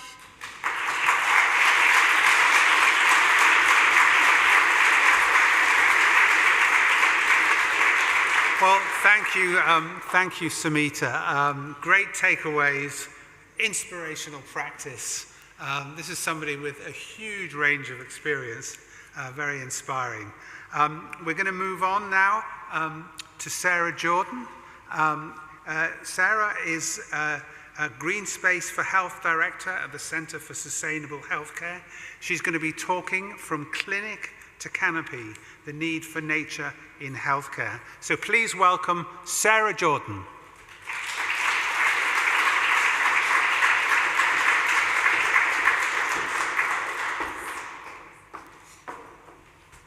Hello, it's lovely to be here today. I have to say I've been really enjoying the sound of the ocean coming out of the speaker over there, helping me to feel calm before my presentation. My name's Sarah Jordan and I'm from the Centre for Sustainable Healthcare. We are a charity that works across the UK to support healthcare facilities and the NHS to become more sustainable and to help the NHS achieve its net zero goals. So we have a kind of clinical team who works with clinical practices, particularly working with specialisms to see areas that they can become more sustainable. I oversee our green spaces work, which is all about getting more nature and more green spaces into healthcare settings. So similarly to earlier when we saw the picture of the school and what that often looks like, with our hospitals in the UK, it's a similar picture. So they're often tarmacked over, lots of cars around, very kind of brown, grey brick buildings without much kind of vibrancy and life. But what if hospitals and healthcare settings could look a bit more like this? And in fact, they can, and they do. And these are all pictures taken from healthcare sites that we've worked with, trying to get more nature and green space into them. So we have kind of two main goals within our green space team. First of all, to bring more nature into these healthcare settings, and secondly, to engage people with those green spaces and to connect people with nature for their health and well-being.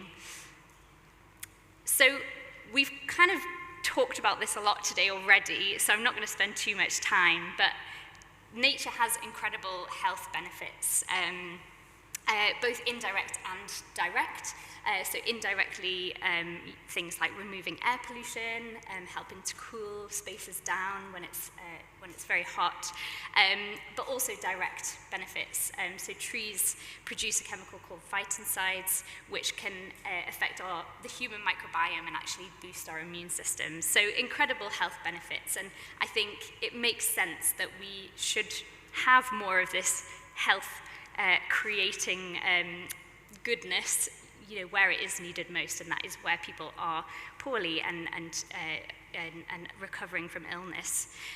Nature can actually help to tackle health inequities as well. So research has shown that all of these amazing benefits that nature can provide actually has an even greater effect on people living in social deprivation. Yet at the same time, it's these areas where nature is often depleted. So we need to think really carefully about where we are bringing, where we're prioritizing to work, and where we are bringing nature in more and helping to tackle those inequalities.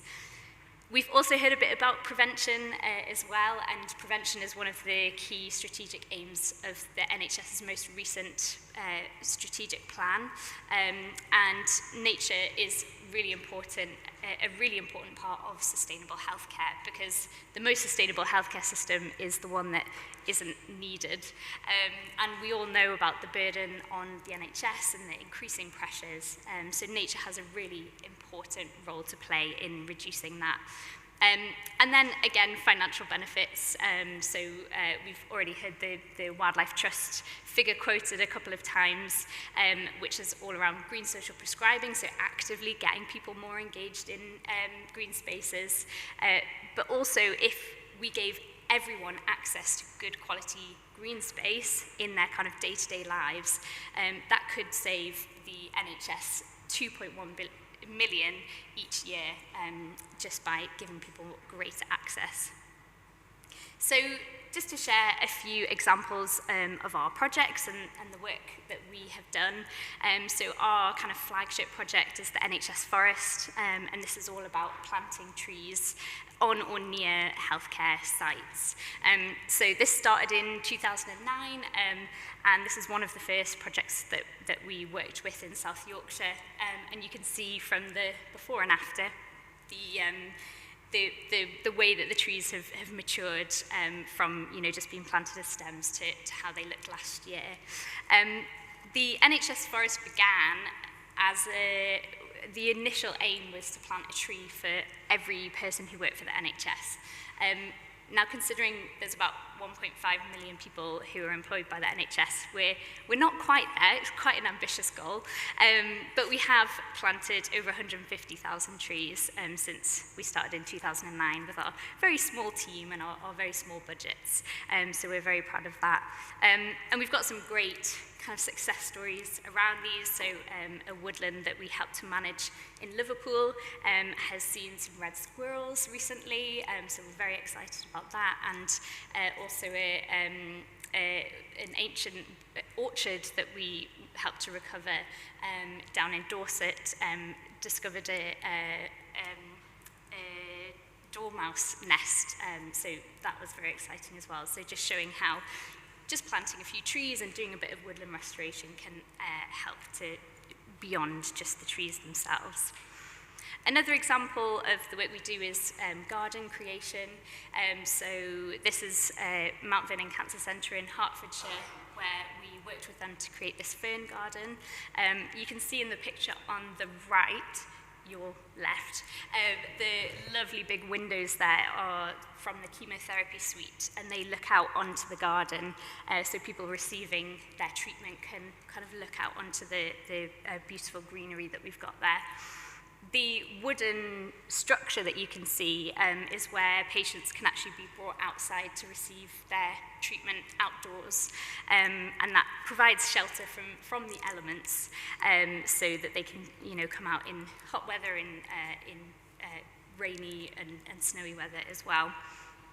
And I think this quote from one of the breast cancer patients, Claire, just really describes how it is making an impact. So she said, "When I felt like I was being poisoned on the inside with chemotherapy drugs, it was very helpful to witness living things growing and carrying on in nature. It gave me hope." So another one of our projects is our Rangers program. So we employ rangers at CSH, but they're based at a specific trust. So at the moment we've got 5 rangers based across the country, thanks to funding from the National Lottery Community Fund, and we're employing 4 more next year. And the purpose of the rangers is to bring in more green space and kind of tend to the green space and use the site.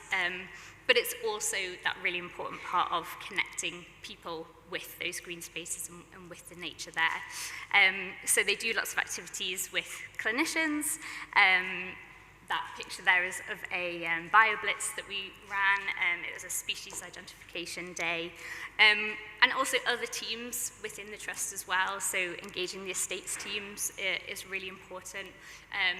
We had, one of our rangers has a pond on site, and the estates team all saw it as a cesspit. Quite a few different people called it that, but she held a pond dipping day and brought in an ecologist, and then since then the estates team have kind of seen how beneficial the pond actually is having that on site. We also engaged local communities, so maybe bringing in local schools and nurseries and other local groups as well, Men's Sheds, Mind, different community groups. Because actually quite often on hospital sites, the green space there is some of the only accessible green space available in a local area. So it's really important to, we're thinking about the health of the community as well, not just the people who are kind of there using the hospital. And then, of course, using it in therapies and in clinical settings and clinical processes. So our rangers work with clinical staff to adapt their therapies to an outdoor setting. So the picture here is of an art therapy session that our ranger was able to adapt outdoors, and obviously using nature in a really beneficial way. So yeah, I think that is to say that we need nature where it is needed most. I think going from our kind of grey, sterile hospitals that we might be familiar with to the more kind of vibrant, biodiverse, rich spaces that would be fantastic to see is going to help to reduce recovery times, to promote health, to reduce the burden on the NHS, as well as, of course, it's helping to tackle the nature, climate and health crises. We can't have sustainability without nature, and we can't have health without nature. So thank you very much for listening.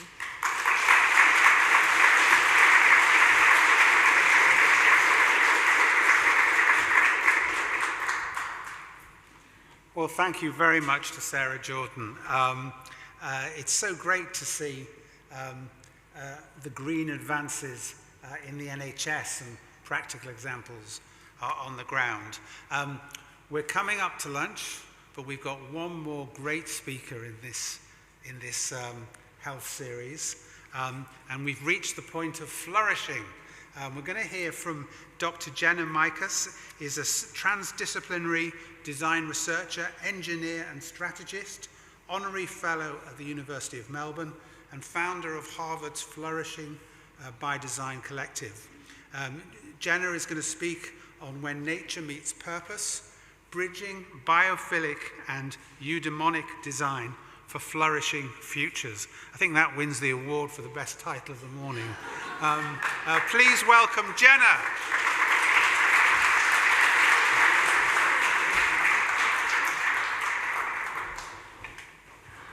That's great. I was a little afraid to be the person keeping us all from lunch, but that was a lovely introduction. Thank you, Jeremy. And thank you, Ness, for the invitation. I'm really pleased to be here this year instead of just attending online. So yes, good afternoon. My name is Jenna Mikas. I won't go into my background. That's a bit too much, and I only have 10 minutes, and I have a lot to share. My primary objective is designing for flourishing health and well-being, focusing on experiences in the built environment and looking at flourishing from an individual, societal, and collective planetary perspective.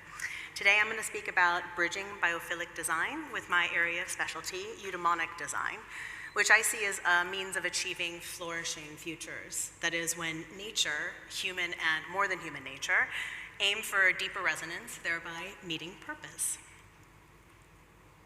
So I thought I'd begin with a sort of provocation, considering Professor Glenn Albrecht's TED Talk of 2010, in which he states that there's a drama going on that has been going on since day dot, between the forces that are attempting to create versus the forces attempting to destroy, or perspectives of good and evil. After walking through each of these combating perspectives, he lands on E.O. Wilson's biophilia term at the bottom, contrasting that with necrophilia. He appreciated that love of life as a concept and thought it was worth exploring as a possible solution. Now, it's important to understand that Glenn Albrecht was then a professor of sustainability. He's considered a transdisciplinary philosopher in Australia with a focus on ecosystem and human health. After he discusses that good versus evil idea, he introduces two concepts that he's coined in the context of his area of specialty, ecological health. The first is solastalgia, which is homesickness, which is basically when you're still at home. We can kind of think about that as climate anxiety. And then the second is a more hopeful term, soliphilia, the love and political responsibility that we have for our home, the earth, something akin to the idea of stewardship. He advocates for transitioning from hopeless feelings of solastalgia, which is comprised of desolation, loss of solace, and isolation, toward empowering action-based feelings of soliphilia, solace, security, love of unity, and solidarity. These pie charts, I don't think are the most graspable, at least for me. So I prefer the reference of this incredible artist from the US named Kate McDowell. McDowell depicts the two concepts, giving them life, considering a koala and its environment in the mind of the solastalgic thinker, appropriate given that the word originated with the Australian Albrecht. And McDowell really talks about how it's more a cerebral concept steeped in the mind and memory with her work. Then there's the second visual, the solophilic idea, which is more about empowerment, responsibility, and doing, appropriately represented in the form of a moving hand enlivened with landscape. Albrecht ends by advocating for a pandemic of solophilia over a pandemic of solastalgia, stating that to survive and to protect our Earth, we can't just sit on our laurels, we have to act, and therefore choose triumph rather than tragedy. So in my work, I aim for flourishing as a means of better designed futures as well as activation. After spending about 20 years in change management and smart sustainable strategy consulting, I found myself searching for a design futuring goal that had depth and meaning behind it. While searching, I came across the term eudaimonia and immediately felt that aha moment of discovery. Some of you may be familiar with the term. It's oftentimes compared to words such as happiness or fulfillment, but really it's more than that. Aristotle, who is pictured here, considered eudaimonia to relate to human flourishing, when people act as their best selves, discovering that strong oak tree from within for the acorn pictured here. Research highlights the ability to design for health and well-being in our built environments, as we all here know. I take this a step further by suggesting that spaces be designed for eudaimonia, as a means of enhancing health, well-being, and humanity, basically designing environments to prompt people to realize their best selves. And I brought this to the built environment, and I call it eudaimonic design. And I examine the topics with multidisciplinary layered solutions in the realm of human-building interaction. I won't go into the details, but I basically look at this as humans, buildings, and technology layered in with processes to be able to operationalize. Developing a flourishing approach is what I base my PhD on and what I do my research and work on today. So we all know a lot of this. About 98% of the people on Earth spend over 90% of their lifetimes in buildings. We know that designing for built environment health has become a driving business, especially over the past 10 years. And that multiple certification bodies formulated around it to assess buildings and look at their positive and negative impacts on human health. Joe Allen of Harvard, who literally wrote the book on healthy buildings, shared this op-ed at the beginning of COVID, proclaiming that buildings can make you sick or they can keep you well. What I examine is, what if we consider designing environments for thriving health and well-being, and what might that look like? And what might that look like for more extraordinary demographics, such as older adults, so that we could make life better for these residents, while also building on inclusive design for all theory, and therefore find solutions that would benefit all demographics. So I hypothesize that one answer lies in Aristotle's eudaimonia. Just as psychologists have built on the philosophical premise to make a difference with patients, as Waterman discusses in his The Best Within Us book, the onus should fall on built environment designers to design for optimal health and well-being for occupants. Vitruvius suggested this in the 1st century BC when he proclaimed that architects should study health when doing design. And his call has recently been echoed by others such as Rice, etc., in designing for health and well-being. So while studying eudaimonia, I learned about positive psychology, including self-determination theory, which has been proposed as a means for attaining eudaimonia at a high level. I wanted to explore if it might be possible to design for SDTs, 3 core psychological needs of autonomy, competence, and relatedness, to prompt eudaimonia or flourishing. So I decided to start a PhD on the other side of the world, as one does, and I spent most of 2021 in close engagement with older adults in Australia, focusing on co-designing for eudaimonic well-being at home. All engagement was conducted virtually by creative methods, so participants could be in their homes thinking about their homes, while also accommodating COVID-related restriction lockdowns. Together, we explored a 2-pronged approach to eudaimonia-focused design, one that focused more on self-determination theory and those 3 SDT needs I mentioned before, and then another that considered eudaimonia as a complex construct or an idyllic notion, brainstorming characteristics of places that might enable people to realize their best selves. What we found was that the output from each approach varied, but really informed and benefited the other. SDT's output was unsurprisingly more about satisfying concrete needs, while Eudemonia's was more about the ineffable qualities of spaces and life. Looking at the output of one of our kind of messy Miro boards, you can see the focus of the Eudemonia analysis output underscores an emphasis on sensorial experience, as well as flow, delight, and enhanced comfort. These were the believed outcomes that might result when designing for Eudemonia. Now, that alone was interesting, but what we also noticed was something that we hadn't expected. This year-long participation would have been easy for participants to just drop out of, giving the taxing 2.5-hour-long online workshops of design futuring activities. Yet all participants attended and engaged and really seemed to enjoy it. They actually went out of their way to share with me how they found the process genuinely interesting, saying they felt more satisfied and motivated. They cited feelings of gratitude, inspiration, satisfaction, and other unintended consequences that they felt moved to improve their homes to do. They were tidying up, they were gardening, they were acting more altruistically, thinking about their grandchildren and the future that they might be growing into. And the result was likely due to self-determination theory as being a basis for eudaimonic design. SDT not only results in eudaimonia, but also on intrinsic motivation. So the outcome. We had an ED model and principles that were developed for the work to guide health and well-being spatial design. It was a more research-oriented design approach, and it addressed the initial aim of the study, something that would actually guide occupants and designers if they wanted to design for eudaimonic well-being. But we won't go into that. I call it crafting homes. If you want to talk about the model, happy to do so offline later. But it's really just one perspective of the research. The key unexpected outcome of the work related to the research design itself being this meaningful praxis. The idea that participants wanted to make themselves and their spaces better unprovoked, referenced an approach akin to crafting scholarship, which is something that is primarily used in the well-being science community by people like Amy Rychesnewski and others when discussing how best to curate conditions to match desired preferences.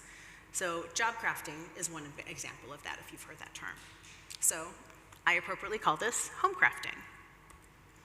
So our interrogation of eudaimonic design led to two different interpretations, one considering buildings, offering an outside-in strategic approach via crafting homes, and another considering engagement with people, offering an inside-out strategy via home crafting. The takeaway, the findings came down to really recognizing ED as a means and an end, aligning poetically with Aristotle's emphasized belief of valuing not only the destination, but also, and maybe even especially, the journey, a key distinction in eudaimonic philosophy.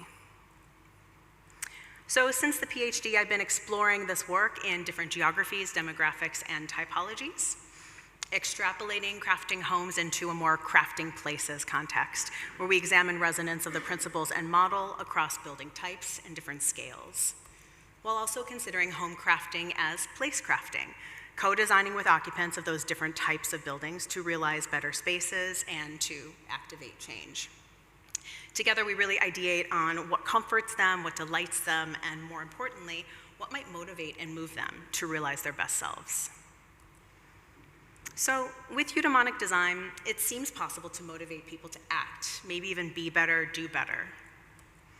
Perhaps I'm thinking this is one way we could maybe avoid that destructive solastalgia mindset and activate the possibility of solophilic action.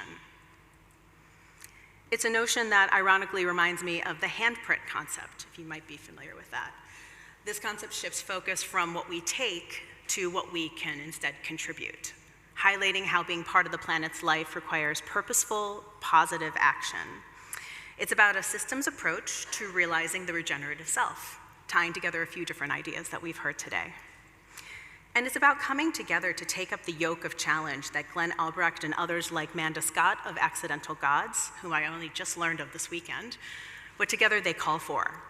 Scott suggests that we challenge norms by shifting the architecture of our brains, choosing the second path that complex systems go, the path toward radical new ways of being and knowing, rather than the path toward chaos and what I call cataclysm. As Scott states, quote, evolution happens under intense moments just like this. So if we ever wish to truly evolve, now would be a good time. Because she states, if we aim for better, at worst we become the best selves, and at the best we become a true system for change. But as she also states, we need a structure to do this work. A structure, I would argue, that activates stoic justice and eudaimonic well-being to become happy warriors. I propose eudaimonic design as such a structure, one that enables us to understand and activate our position in built and natural environment and the symbiotic relationship among us all. Only then can we experience true biophilic connection and therefore eudaimonia adjacent experiences of meaning, awe, and nature meeting purpose, so we can achieve flourishing selves and planet by design. Thank you.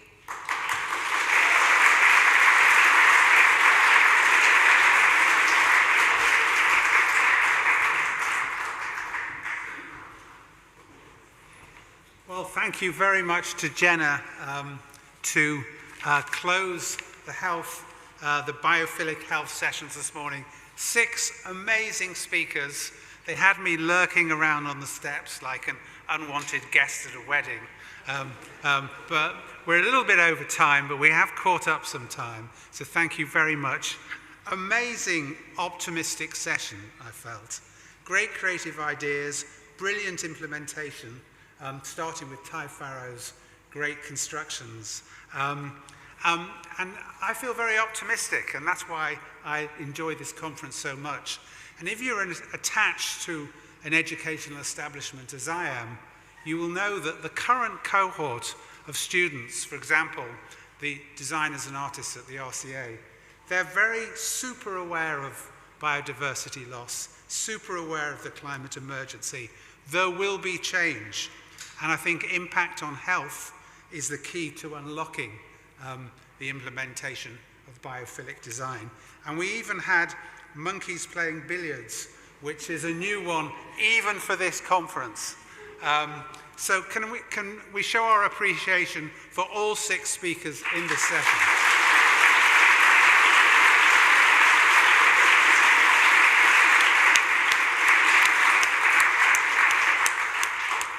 So I think it's lunch, is that right?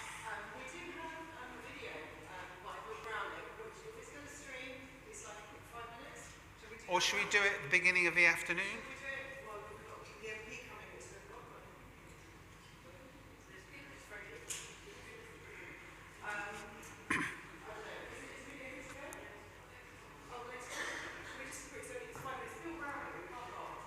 And also see you as well. I think he's got to go, so we've got a flight to fly. So I want him to see you. Okay, Bill Browning and Katie Ryan from the Biophilic Institute and Terrapin Bright Green. Roll the video. Oh. I think we have to just keep going. Hi, I'm Katie Ryan. And I'm Bill Browning. We're from Terrapin Bright Green, and we're here to talk to you and excited for the outcomes of the conference. One of the things we wanted to talk about today was a little bit about the new science that we've learned over the last year. In particular, we've been really interested in seeing outcomes related to repeated exposure to biophilic environments. What we see with these repeated exposures is that over time, even though you mentally may be habituated to the space, your physiology improves with each exposure to the space. And we're seeing those measurements through heart rate variability, through blood pressure, and through heart rate. And so those outcomes are particularly interesting, but what's most fascinating is some brand new evidence that it has even deeper implications in that we see this reflected in epigenetics, in the aging characteristics of your genome, that repeated exposure improves the health outcomes over a much longer period of time. So that's pretty extraordinary. The other thing we've been investigating is what happens when you combine biophilic measures that combine the senses.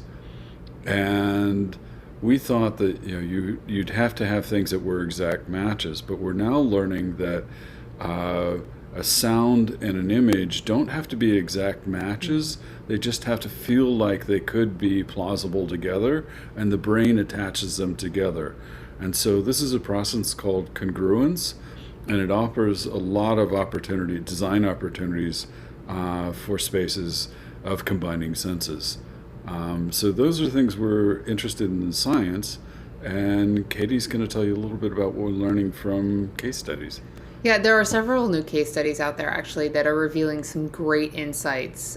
For instance, we've learned that the really thoughtful and tactical interventions, such as those studied at Putney High School in London and at Bethel Hanbury High School in South Carolina, with its excellent daylighting and refuge nooks, can lead to promising leaps in academic performance and behavior outcomes, as well as reduced absenteeism. Another thing that we've seen is that transforming marginal spaces with more pronounced biophilic interventions, as was done for the outdoor space at the Meat and Wine Co. restaurant in Sydney, can establish such a strong attraction to or love for a space that the people in it have a higher tolerance for imperfect environmental conditions, particularly temperature and wind.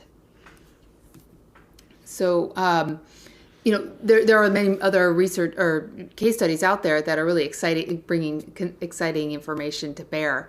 And we see 2026 as an exciting year for us and the world of biophilia.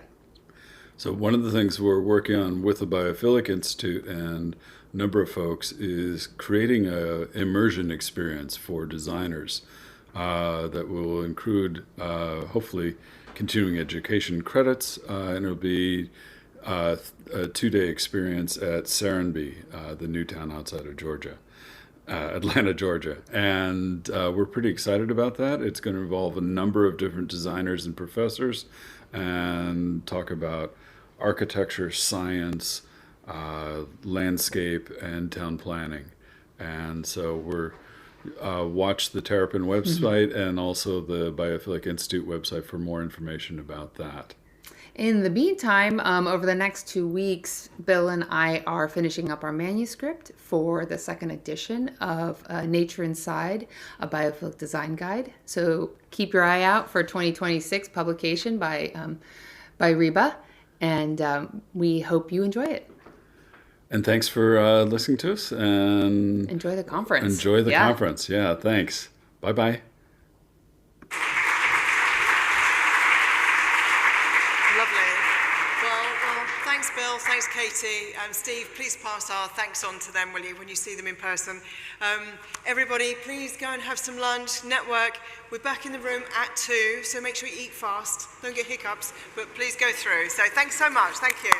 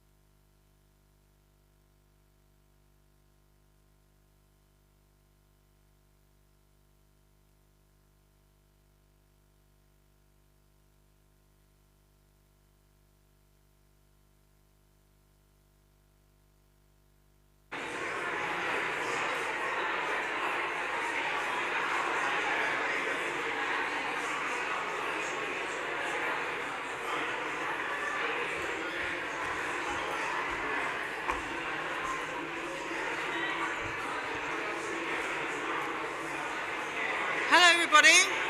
Hello, everybody. Are we all back now? Hi, is there any stragglers? Get in, hurry up. Okay. So, are there many more coming in?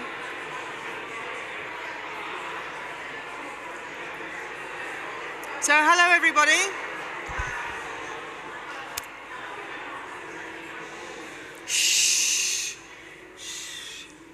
Well, thanks so much for the amazing speakers this morning. Absolutely wonderful. These innovators, these pioneers, these movers and shakers, and these people that are doing fantastic things. I am really, can somebody, sorry, Jane, could you just turn that off, please, for me? Sorry. Sorry, this is as anybody who was here this morning will know, it's very organic, this thing. It's just very, it's like nature. It's nothing's perfect. But I am so thrilled to welcome Alex Mayer, MP, who's come from across the road, which I'm so pleased about. So thank you, Alex, for spending the time. Alex is a member of the Transport Select Committee and chair for the All-Party Group for Woods and Trees. She's a long-standing environmental campaigner and has worked on retrofit and low-carbon policy and has led major initiatives on animal welfare.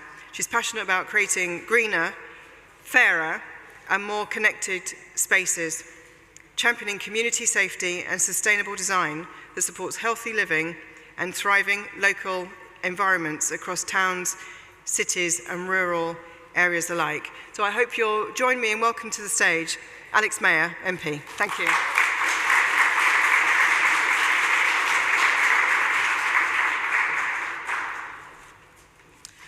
Thank you ever so much, Ness, for that introduction, and good afternoon, everybody. I have to say, Ness is a friend of mine and is, as you all know, a bit of a sort of force of nature, so there was no possible way I could say no when she suggested this opportunity to speak to you all today. But as a Member of Parliament, you never quite know what it is that you're going to be walking into, whether it's going to be a couple of people, you know, in a small and dingy room, or whether it's going to be like this, full of what I can absolutely tell, having just been here at the lunch break, full of energy, full of ideas, full of excitement. So as Ness said, my name's Alex Mayer. I'm a Labour Member of Parliament and in this capacity, chair of the all-party parliamentary group for Woods and Trees. And I'm really, really delighted to be here with you today, amongst people from so many different fields. So, you know, architects, planners, ecologists, people involved in health. All of you coming together because you share a simple but profound conviction that reconnecting people with nature is not a luxury, but a necessity. And I think one of the issues with the fact that this is such a cross-cutting issue is that government tends to work, unfortunately, in silos. So you've got MHCLG working on planning and placemaking. You've got DEFRA on nature recovery and on green infrastructure. You've got the energy security and net zero department. You've got the health department, the education department, the transport department, you name it. And the Treasury, of course, because all of this needs funding. Although I do think there is an economic case to make to the Treasury that without this, the economy doesn't work as well as it could do. And certainly within the work that we do on the all-party tree committee, it's something that we spend a lot of time trying to do, is to persuade people that trees aren't just a DEFRA issue, because I think it's so much wider than that. And a couple of weeks ago, for example, we were talking to local government department about the fact that in the pre-austerity world, there used to be embedded in local government, a word I can never say, but a tree specialist, arboriculturalist. Yeah, I should never ever put that into anything that I'm talking about. But it's that kind of cross-cutting work that I think we need to do more of if we are going to succeed as a government and as a country on this.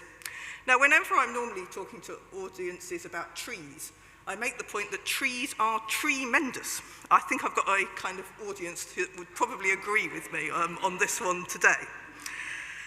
But I think a stark statistic as well is that neighbourhoods that have got the highest income levels have got more than double the tree cover per person than less affluent neighbourhoods in our country. And there's a fantastic resource that I would urge people to go and have a look at, organised mainly by the Woodland Trust, a tree equity score that judges every single neighbourhood across our country by how much tree cover they've got. It is a fantastic resource for when you're fighting for more tree cover in some of those urban areas. But trees are so important. They're so important to our health and to our well-being. The Woodland Trust believe that visits to woodland are estimated to save our NHS and society about £185 million annually, particularly in mental health costs. They're so important in the climate and biodiversity emergency that we're in. It's been another wet weekend, certainly in my constituency, and as ever, well, it seems that pretty much every month during the autumn and winter we have flooding in the constituency of Dunstable and Leighton Buzzard. But one thing that really struck me last year, it was last September when we had particularly serious flooding there, and I went to a local school and I said, have you been flooded? And no, they said, and yet all around them they had. And the difference was trees, because when you looked at it, they had a few playing fields around them, and they had trees planted in it, and that had just made the difference. And the nearby houses had been flooded, and this school was like a little island because of its trees being able to mitigate against those terrible disasters that were there. Our trees, they boost air quality, they support biodiversity, and I think importantly, they really strengthen our sense of place. I also, within my constituency, represent quite a lot of new build areas. Most MPs do, to be honest, at the moment. And there you can see examples of good tree planting and less good tree planting, and hedge planting, which I'm less excited by, because I think actually, if you can get the tree planting right, and you put in the right tree in the right place, crucially with the right aftercare, you can really start defining the landscape around you and make it not somewhere that sort of seems identical to somewhere else down the road, but becomes a real place, a memorable public space for people. And I was also just thinking, actually, as I came from over the road in Parliament, Portcullis House, which used to have big trees in it when it was, well, small trees when it was very first put in, and they became very big trees. And they were cut down about a year or so ago, and there was utter outrage of people taking away our trees. Don't worry, they put some more trees back in there now. Apparently they'd reached their natural height. But I think people really feel passionately about the nature that we live in and really start taking ownership of that. I think it's an interesting time to be involved in this space. In Parliament, we've got a big push on more house building, the Planning and Infrastructure Bill making its way through the Commons, national forests, we're on our second one that's been announced.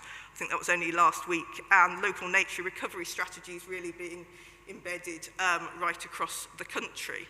I think local government often can be ahead of national government on this, and I'm really interested to hear about some of the speakers you've got from local government. I also think as a government, we're really thinking and talking more and more about regional devolution, and to me, this space is absolutely prime for this kind of discussion, because regional devolution is about a sense of place and a sense of identity. And I think that where you've got ambitious, forward-looking mayors who care about their area and care about their community and want the place to be good now, but also good for the future, that is the kind of place that we can really embed these concepts.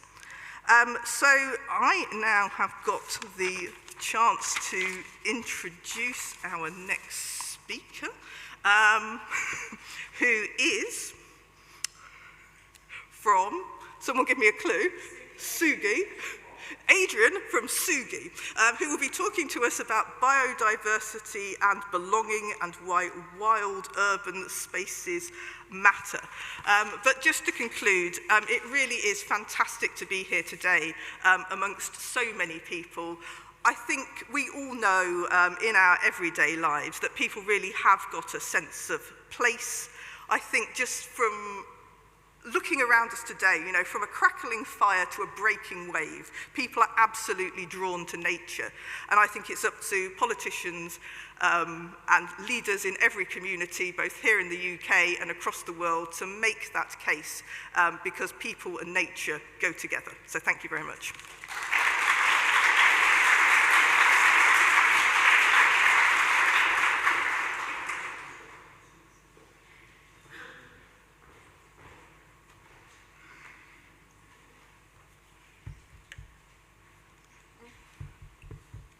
That there so it doesn't fall. Great. So, is that right? Am I going the wrong way here? There we go. There you go. Perfect. So I'm from Sugi, and before we get started, I'd like to try a little exercise that we do with the children that we work with in a lot of our plantings. 7 logos. Who can identify all of them? Great. 7 leaves.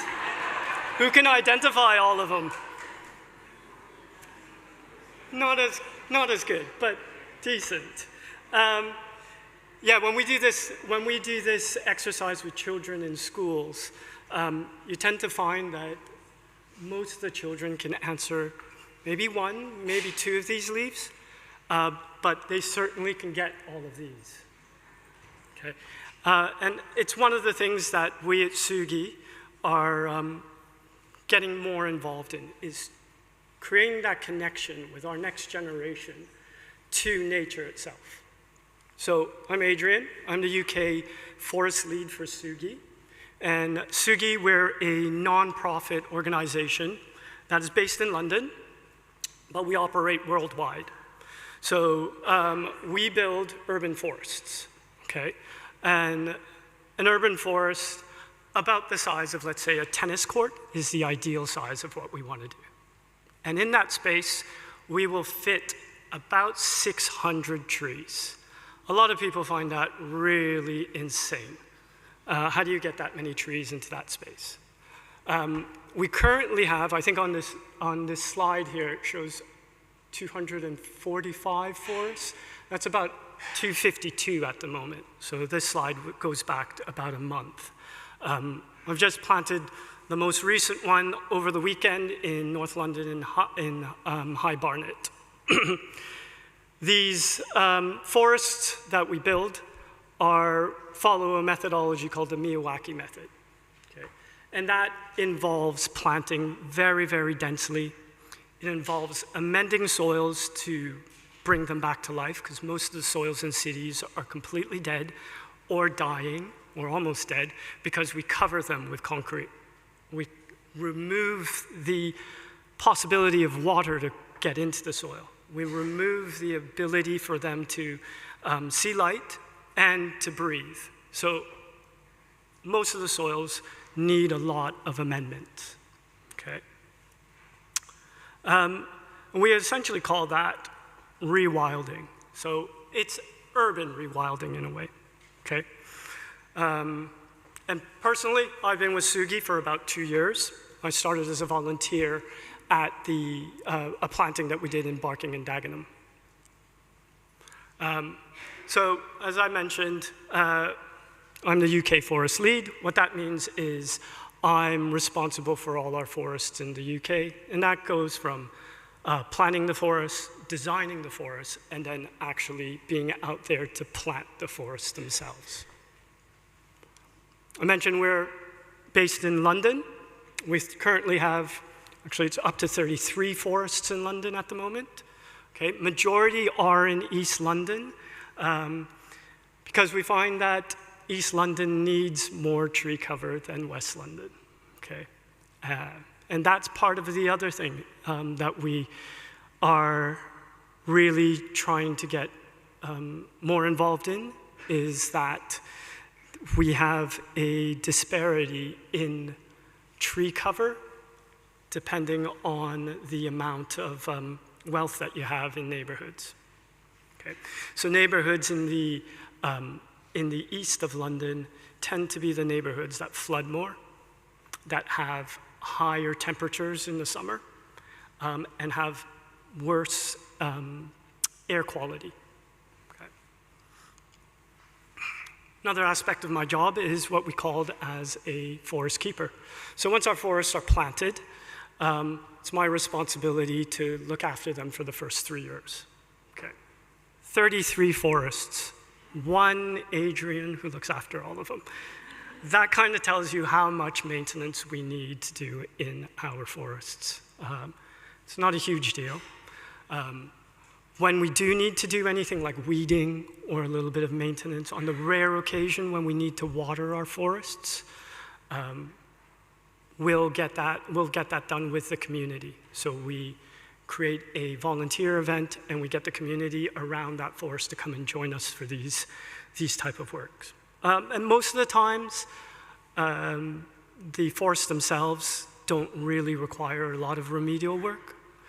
The thing that takes up most of my time when I do the maintenance is to remove rubbish that are human-made rubbish. So a lot of plastics, a lot of beer bottles, a lot of plastic bags that get blown in. Final bit of my job is community engagement, and this is when we start talking to the schools. We do things like our Sugi Walks, which is a walking tour of 4 of our forests that we do in central London. We do Biodiversity Blitz, and I believe Sarah was mentioning Biodiversity Blitz that she does with the NHS. We do similar things with our forests in London as well. And then we do maintenance sessions as well. Okay. This is one of our forests in Barking and Dagenham. It is right beside the A13, and it is about, in total, at the moment, it's 400 square meters of forest there. Okay. Ultra dense, planted over the span of about 5 years. So the oldest part of the forest is 5 years old. The youngest part of the forest we planted 2 weeks ago. Okay. The idea with this forest is to reduce noise pollution from the road, to remove some of those harmful VOCs that you get from petrol vehicles, from traffic, and to add VOCs into the environment that will help people with their mental health, with their physical health as well. The other things that we'll have with our forests is they're great ecosystems. They have great ecosystem services like biodiversity, mitigating water runoff. Once the soil is healthy, our soils can capture about, a healthy soil can capture about 550 liters of water per cubic meter. And they're really great at helping to mitigate the heat island effect. This is another project that we've planted 2 years ago at the South Bank Centre. So it's right across from the Hayward Gallery, right behind the Queen Elizabeth Hall. So as you can see on the image on your left, it was just a concreted platform before. 2 years later, we have trees that are topping 6 meters in height. Okay, so in that 2 years, it's grown exceptionally well. We did a project earlier in the year where we put in some sound recorders into the forest for ecoacoustics. Some of the results that came back is we now have 35 different species of flying animals, so whether they're bats or they're birds, they are either inhabiting the forest or they're using the forest as a place of refuge, a place for food. 5 of these species are on the UK's red list for endangered, or not necessarily endangered, but of high alert. And then we've also done a few studies on human health. But I think the main thing, the thing that I'm most impressed is this one here. So mitigating the heat island effect. This photo was taken, and the readings were taken in July when we had those temperatures of 35 degrees in London. The center of the forest was 25 degrees, and on top of Waterloo Bridge, we were getting temperatures of 54 degrees. Okay. The area where the gentleman is sitting in front of the forest is about 28 degrees. So we're finding that people use the space as a place of refuge, as a place of rest, as a place to have conversations and mitigate. And as I mentioned earlier, we tend to work with our community when we're planting. So whenever we do a planting, we always invite the community itself to come out, and whether that's the immediate community, our own Sugi community, or the children from the schools that we do our plantings with, we try to get them involved. And we find that the communities that are the most involved in what we do are the forests that do the best.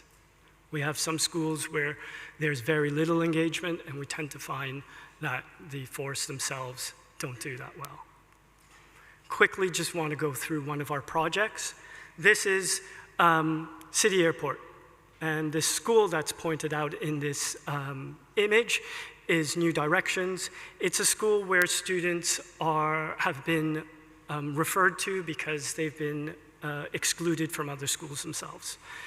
They are 350 meters away from the end of the airport runway, and they hear every single plane that comes and lands at the airport. When we arrived to the site, we found a place where students didn't have any green space. We found an area that used to be a parking lot, and that needed to have the soil taken up before we could actually plant anything in there. We took away 100 tons of rubble and asphalt and cement before we could bring in 100 tons of soil. These students are pretty tough. They weren't really keen on getting involved in the planting itself. So we had to coerce them. We initially got in some elementary school students, which reluctantly brought in some of the secondary school students. Once they start planting, once they get their hands in the dirt, they start becoming way more involved and way more amenable to it. This is a photo that we took at the end. The children, as you can see, were really, much more involved, much happier. A lot of the boys wanted the biggest spade that we could give them. And out of all the photos that we had, this was the one that we could post because it had the least amount of gang signs in. And the final thing that we do in Sugi, so we're doing a study with Oxford University to see how our green spaces can reduce pulse rates, reduce levels of anxiety, and to increase feelings of well-being. It's a study that we're just starting to get results from, and it's looking very positive, but we're looking to move forward with a bit more in-depth study on that. So thank you very much, guys.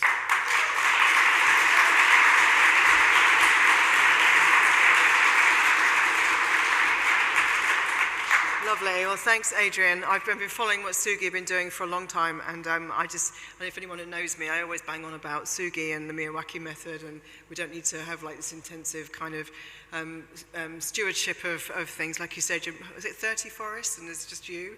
So, yeah, different ways of doing things. So I just wanted to welcome to the stage next Ludo Pitti. He's Director of Landscape Advisory at WSP and a leader in regenerative design.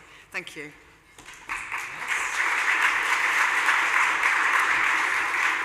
Great. Good afternoon, everyone. It's great to be here. And today I'm going to talk about something that connects all the conversations today, which is how do we pay for any of this? It's a small point, but it's going to touch back on some of Adrian's work as well. So I don't need to go back as to why we need to do this, right? There's a triple crisis that we need to find new creative ways to address to promote a regenerative future. Nature green infrastructures and nature-based solutions are the heart of it, especially so in cities, where the compounding effect of the environment we've built around ourselves is damaging our health. And the acuity of the climate crisis is making it harder to live into going forward. But we're facing a number of key barriers to really change this, right? So leadership, understanding of nature, which all MPs, Alex, bring them all here because they need to hear this. Not understanding the intrinsic value of nature, and I think the entire presentation, if there's anything, it's that. We've completely misplaced it and taken it for granted, and the whole presentation only exists because of that single error. There's a misconception also around the idea of green is a maintenance liability and just costs money, and the idea of stewardship and how we actually change the formula between CapEx and OpEx. For a lot of clients out there, they find it easier to just get CapEx and OpEx, and it's always find that a bit baffling. It's like, well, can't you just reallocate some of that CapEx to the OpEx to look after it in the long term? And there's also, only so far public grants and philanthropy can go. There's so much to address, and there's a lot of great work going out there, but how do we scale this up? And finally, especially in cities, private investment doesn't align with beneficiaries. Natural capital and nature market is great in the countryside and where there's no cities. Like Rob presented this morning, right? Rebalance's work is awesome, and it works at catchment scale. And really, that can start to pay off. But in city context, it's very different. So how does it work? Well, there's some great work that was done recently by UNEP. We developed a publication called the NBS Business Model. Really highly recommended read. And they go through a fairly systemic review of all the type of financing mechanisms and all the sources specifically for NBS. Now, if you take a step back, it really exists in three key buckets: public and government funding, philanthropic donations, and private investment. These are the three key buckets that constitute blended finance and really are at the heart of how we solve this. We need to blend and be creative. There's a lot of work that's been going on for the past 5 years, really accelerating on how do we tackle this. There's plenty of good work happening that started with the private sector, like with the likes of Adrian, Suji, and Tiny Forest, on trying to get money into nature.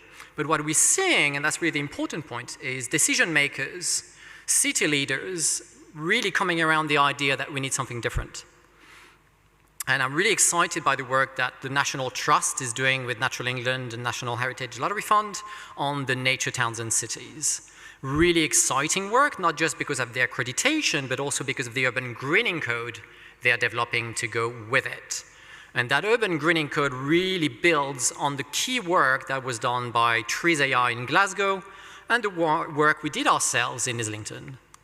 So without further ado, let's move to North London and dive a little bit into our pocket parks. So we worked for 2 years with Islington Council and with a simple premise. How do we turn grey to green? How do we create an investment proposition that has a pipeline of projects that is scalable not just to Islington, but to the whole of London? In Islington alone, there's 1,000 pocket parks. In London as a whole, it could be about 30,000. And if we can start to turn grey to green, imagine the cumulative impact this could have on our communities.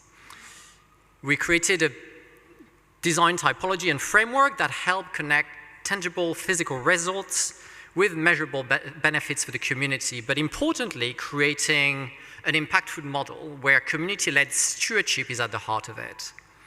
Because how we care for those pocket parks brings a whole new range of benefits to come with it.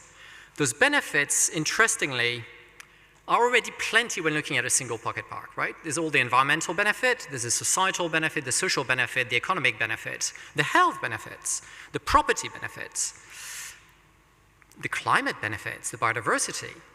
But the exciting thing for me is when we started to look at those and zoom out. If we have one pocket park, it's one thing. When we have one pocket park, maintenance is actually a liability.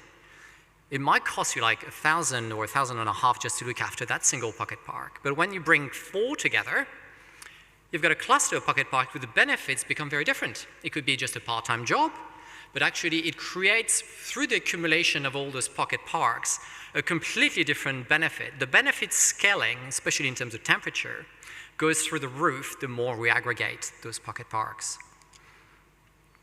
And we're testing this right now in the Cali. So this is a livable neighborhood program as part of the Islington Council transport proposals. And they have those dead-end roads everywhere in Islington, but here we've got 3 next to each other. And over the past 18 months, we've been designing new pocket parks, the first of which just opened in July.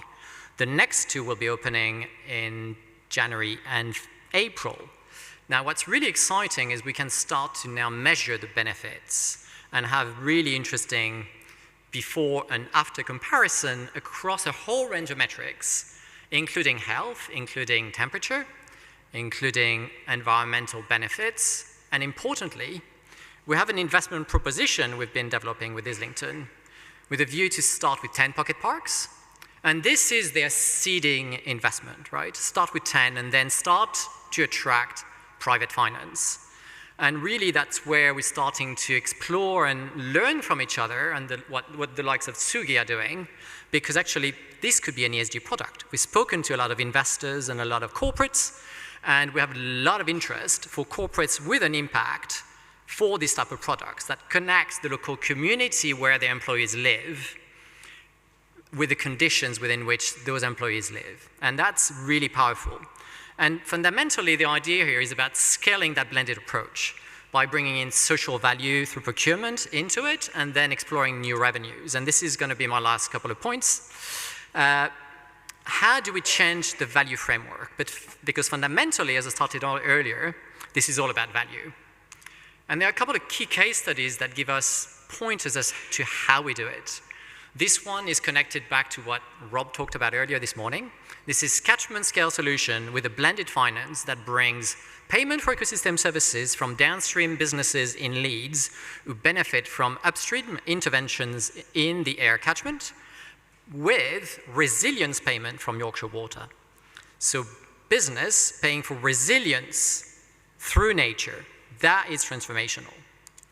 And if we can connect that with health, this is an amazing study where we have control settings with neighborhoods that had nature planted and others that didn't, where you can actually measure the real tangible impact that those green interventions have had on controlled populations. So the real value opportunity for me to solve all this is bringing health and resilience together to unlock nature in cities. Thank you very much.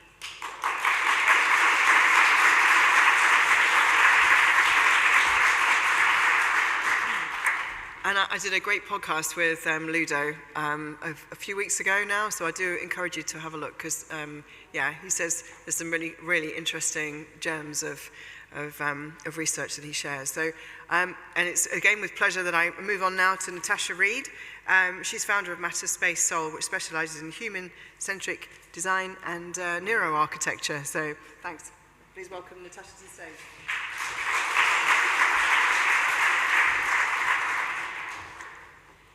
Good afternoon, everyone.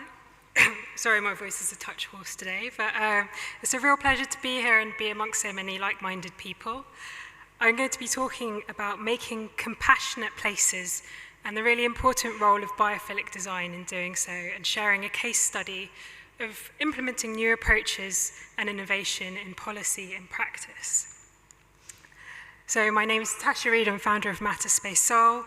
As some background to what that is, it's a spatial design lab and studio rethinking our cities and spaces to shape places for human health and social well-being. So for me, that means going beyond the visible physical aspects of places, so how they look, to focus on the more intangible sides, human flourishing we heard about earlier, looking at human nature, human needs, and human experience. My background has been in architecture originally, but over the last 12 years, I've specialized in the intersection of architecture with the human sciences like environmental psychology and neuroscience, and also blending in some artistic methods in there. So I'm very much anti-silo, let's say. And a lot of the work that I've been doing is about essentially reframing what the purpose of architecture and urban design can be, to be based on the benefits to people's health, well-being, and quality of life. Whether that's about making uplifting spaces, spaces that are restorative, that are joyful, that are connective, that meet people's really specific needs, whether that's younger people or older people or women, and also spaces that bring lots of different people together, so intergenerational spaces. And the approach that I'm talking about is called compassionate places. Is something that I've developed. So it's a human-centric design, but very much informed by research that's been happening for a long time, as we've already heard in the sciences. This has been published this year in the Journal of Urban Design and Mental Health. So please do have a look at it later if you're interested. But fundamentally, it's about how places, understanding better how places affect people, taking the research and knowledge that already exists out there in these different areas that's not making it into the way that places are designed or developed, and creating a form of design that is very much in how places are affecting us as human beings, as communities, and as society. So shaping the different scales from the scale of the overall development, the strategy, all the way through to how individual buildings are designed, and then even to the details of the human scale. And biophilic design has an absolutely huge role to play in this because of the really important effects on human health and also social well-being, creating those types of spaces that allow people to connect and to come together and give that sense of attachment to places and of belonging. So the impacts, as we've already heard today, are just so wide-ranging. And what I wanted to share in particular was a case study about implementing new types of design standards in one particular area of London. This is in the London Borough of Brent, which is northwest London. I had the opportunity to work with them for it was a year and a half to develop new design standards, which is now part of their planning process. It's a borough of 340 residents. It's like many places in London and around the UK experiencing rapid growth. There are real challenges of urban density, deprivation, and it's also very culturally diverse, so there's lots of opportunities to bring different types of people together. And so this approach is called the Place Quality Framework. It's essentially reframing how developments are expecting to be designed and then assessed for planning permission to be based on the outcomes for people and the impact of nature being a really strong part of that. And this has been developed in the context of one borough, but it's being used now as a case study of sort of innovation in this area. So in the next couple of weeks and months, hopefully there'll be a case study by the World Health Organization on this coming out. And there's also been a public health academic evaluation completed, and I'll just touch on that on the findings. So this can act as a sort of demonstrator for other areas, and it's already being used and done. So why would we want to do any of these things? Well, as we've heard, the built environment has a really profound impact on people's lives, health, and happiness. It affects how we feel, how we interact, our sense of identity, our sense of place, a sense of belonging, and in public health terms, it is a determinant of health affecting people's life expectancy and life chances, so it really does matter. But the situation we find ourselves in today is that business as usual design, planning, and development often overlooks this huge opportunity to address a whole range of societal challenges, whether that's mental health, loneliness, social fragmentation.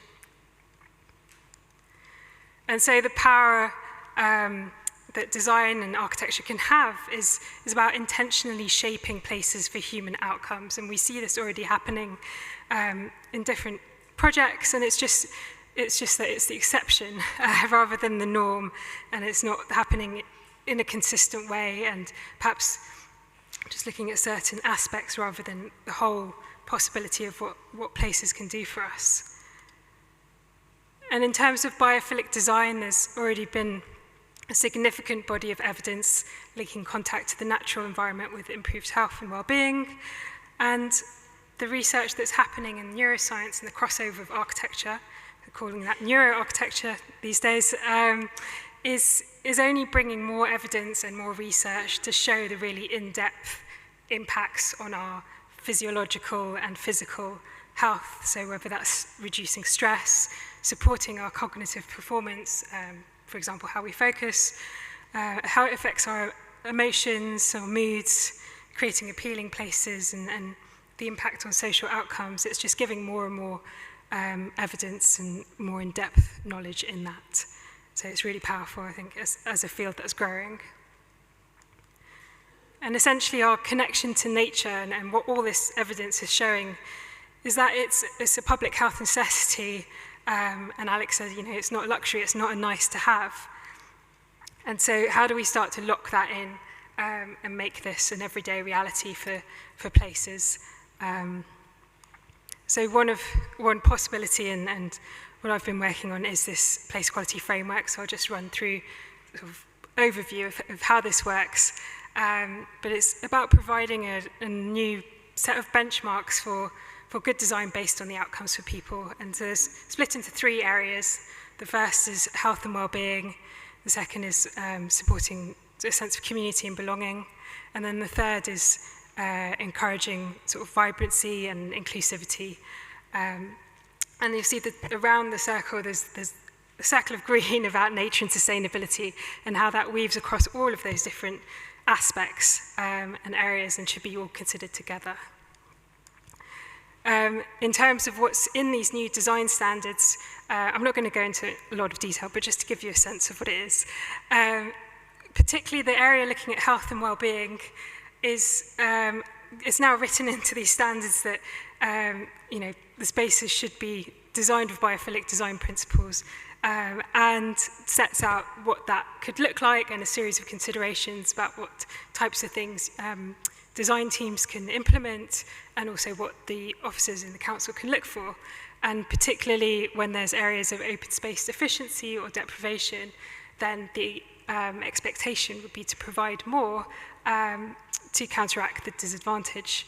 So it's, greater quality of place where there's greater need.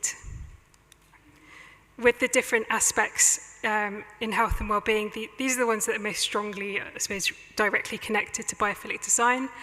And there's 3 particular areas about quality of life. It starts with making sort of comfortable, active and relaxing places. How can you make attractive, restorative and natural places? And then the third area is about kind of usable and empowering places. But I'll just focus on the middle one, the restorative and natural. And within that section, and there's lots of examples within the guidance as well, of what these design considerations could be. But it's things like asking the development team, how are the benefits of green and tranquil spaces being maximised? And a series of considerations being expected to be responded to. So are there sensory considerations? Is it an interesting and engaging space to experience? And then for internal spaces, have the connections to external and natural spaces been maximised? So it's going all the way through from how you might plan a whole master plan through to the internal details of a development. So to wrap up, there's a lot of detail in there, but it's about designing for human outcomes together with nature, making sure that these things are very much intertwined, because we are nature and we might as well do all these things at the same time. It doesn't make sense to sort of separate it off. And the way that this is actually being implemented is that developments are required to provide a statement and draw on evidence about how they're answering a whole range of different criteria as part of the planning process now. So the outcomes from the evaluation were how can this be upgraded to policy, the sort of at national level for different areas of the country. Why is this a good idea? It would mean consistently better and healthier places everywhere. So I'm probably running out of time, but I was just going to touch on the fact that biophilic design does go beyond greening. There's different sort of ways of connecting to nature through the forms or materiality and the qualities of space. And that it has that really important impact on the socioeconomics. So this is a report from British Land saying that better designed cities could save our society and the economy an estimated 15.3 billion by 2050 and make us all happier and healthier. So I think it's a good reason to design for life, well-being of people and planet together. And here are some links if you'd like to find out more about any of this or get in touch as well. So thank you very much.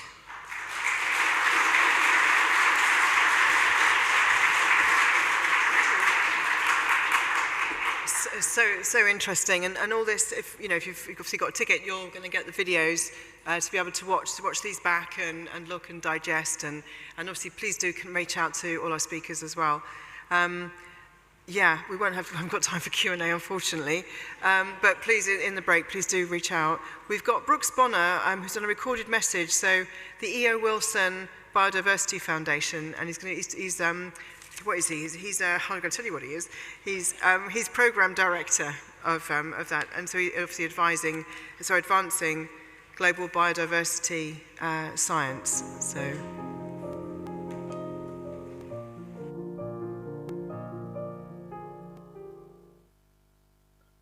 Hello, I'm Brooks Bonner, program director at the E.O. Wilson Biodiversity Foundation.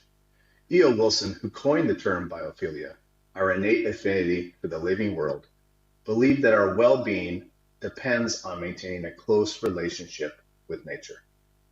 He also reminded us that biodiversity holds the world steady. That's the idea at the heart of our work, understanding and protecting the rich diversity of life that sustains us. At the current extinction rate, half of all species could be lost before the end of the century. At the E.O. Wilson Biodiversity Foundation, our mission is to reimagine the way we care for our planet, to advance global biodiversity science, and inspire the protection of half the planet for nature, a vision E.O. Wilson called Half Earth. This inspired our core program, the Half Earth Project, with the ambitious goal of setting aside half the land and seas to safeguard the bulk of biodiversity. We collaborate with scientists, communities, and policymakers around the world to map and inspire informed, collective action to preserve the biosphere. In many ways, our work is about cultivating a global sense of biophilia, helping people see that caring for nature is really caring for ourselves. One of the ways we do this is through the Half Earth Project map. This powerful, digital, and open access biodiversity platform reveals where species live, how well they're protected, and where conservation action is most needed. It integrates vast amounts of data to guide decision-making from local communities to national governments, showing how we can protect nature more effectively. But beyond the science, it's also a storytelling tool. It helps people visualize the living fabric of our planet, sparking curiosity, empathy, and ultimately, biophilia. Complementing the map is our storytelling series, Places for a Half Earth Future. These stories bring the data to life, highlighting communities and landscapes where conservation action is making a difference in places where species are in the greatest need. From the swamps of the Mobile Tensile Delta here in the United States to the forests of Indonesia and Colombia, each story shines a light on the research, education, and conservation activity inspiring successful stewardship of these priority areas, drawing strength, identity, and purpose from the natural world. Through these voices and places, we see biophilia in action, a reminder that our connection to nature is both emotional and essential, a source of resilience and hope. That connection is where our work and biophilic design meet. Both recognize that humans are part of nature, not separate from it. Design that embraces biodiversity in landscapes, cities, and buildings helps heal the very divide that E.O. Wilson warned us about. Biodiversity is also one of the greatest sources of creativity. The colors of a rainforest, the architecture of a coral reef, the interdependence of ecosystems all remind us that nature has long been our best teacher. By designing with life in mind, we nurture both ecological health and human well-being. Our mission is simple but urgent: to ensure that diversity of life that sustains us all continues to thrive. Through science, design, and a shared sense of biophilia, we can move closer to a half-Earth future, one where people and the planet flourish together. Thank you.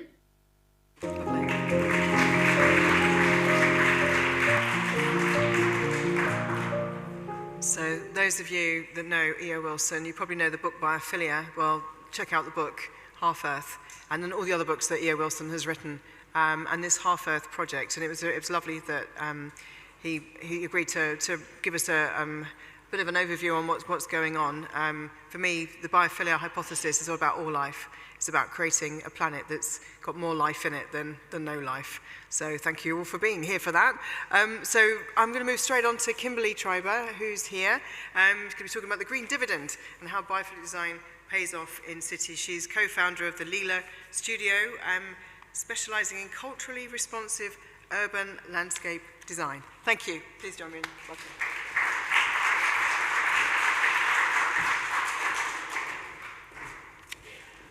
Good afternoon. As Ness said, I'm Kimberly Treiber. Thank you very much for that introduction, and thank you for having me here today. My background's in marketing, and I tend to wax poetic, so I'm sticking to a script today to keep it to 10, so bear with me. Okay. As Ness mentioned, I'm Kimberly Treiber, co-founder and managing member of Lila Studio. There we go. An international landscape urban design practice. We're based in New York City, and we're dedicated to creating resilient, life-centered landscapes that connect ecology, community, and craft. Our studio's work spans public realm design, urban greening, strategy, stewardship planning. We bridge landscape architecture, policy, and storytelling to cultivate places where people and nature thrive together. Part of my background in being in marketing is that in order to have somebody do something you want them to do or position yourself in the right places, you have to understand the language. You have to know how to speak to the person that you're trying to sell your services to. So my transition from marketing really wasn't a transition, even though I'm fairly new to landscape. And I had a boss once who told me, if you want somebody to do something, don't just tell them what you want done, really explain why. So what I hope to show you today is a bit of some of the economics, or some of the reasons I give, and with some examples. So by definition, I know you all know this already, biophilia in the urban realm refers to human tendency to seek connection with nature and the deliberate use of landscape, ecology, and sensory experience in cities to satisfy that innate need. In urban environments, biophilia becomes both a design philosophy and a public health strategy. It's not just decorative, and I think that's where one of the biggest missteps happens. People think of plants, they think of them being pretty, but we need to get beyond that. This is not just greenwashing, right? And we're guilty of it too in landscape, I'm going to tell you that. It's infrastructure, public life, and well-being strategy wrapped into one. It connects people back to natural systems and places where nature has been historically fragmented or paved over, and it yields measurable outcomes: healthier citizens, more resilient streets, stronger economies. In dense cities, nature isn't a nice to have. It's economic infrastructure that lifts spending, stabilizes small businesses, reduces risk, and attracts investment. My goal today is to quickly review how policy, design, and operations intersect to make greening a viable investment strategy, regardless of individual project scale.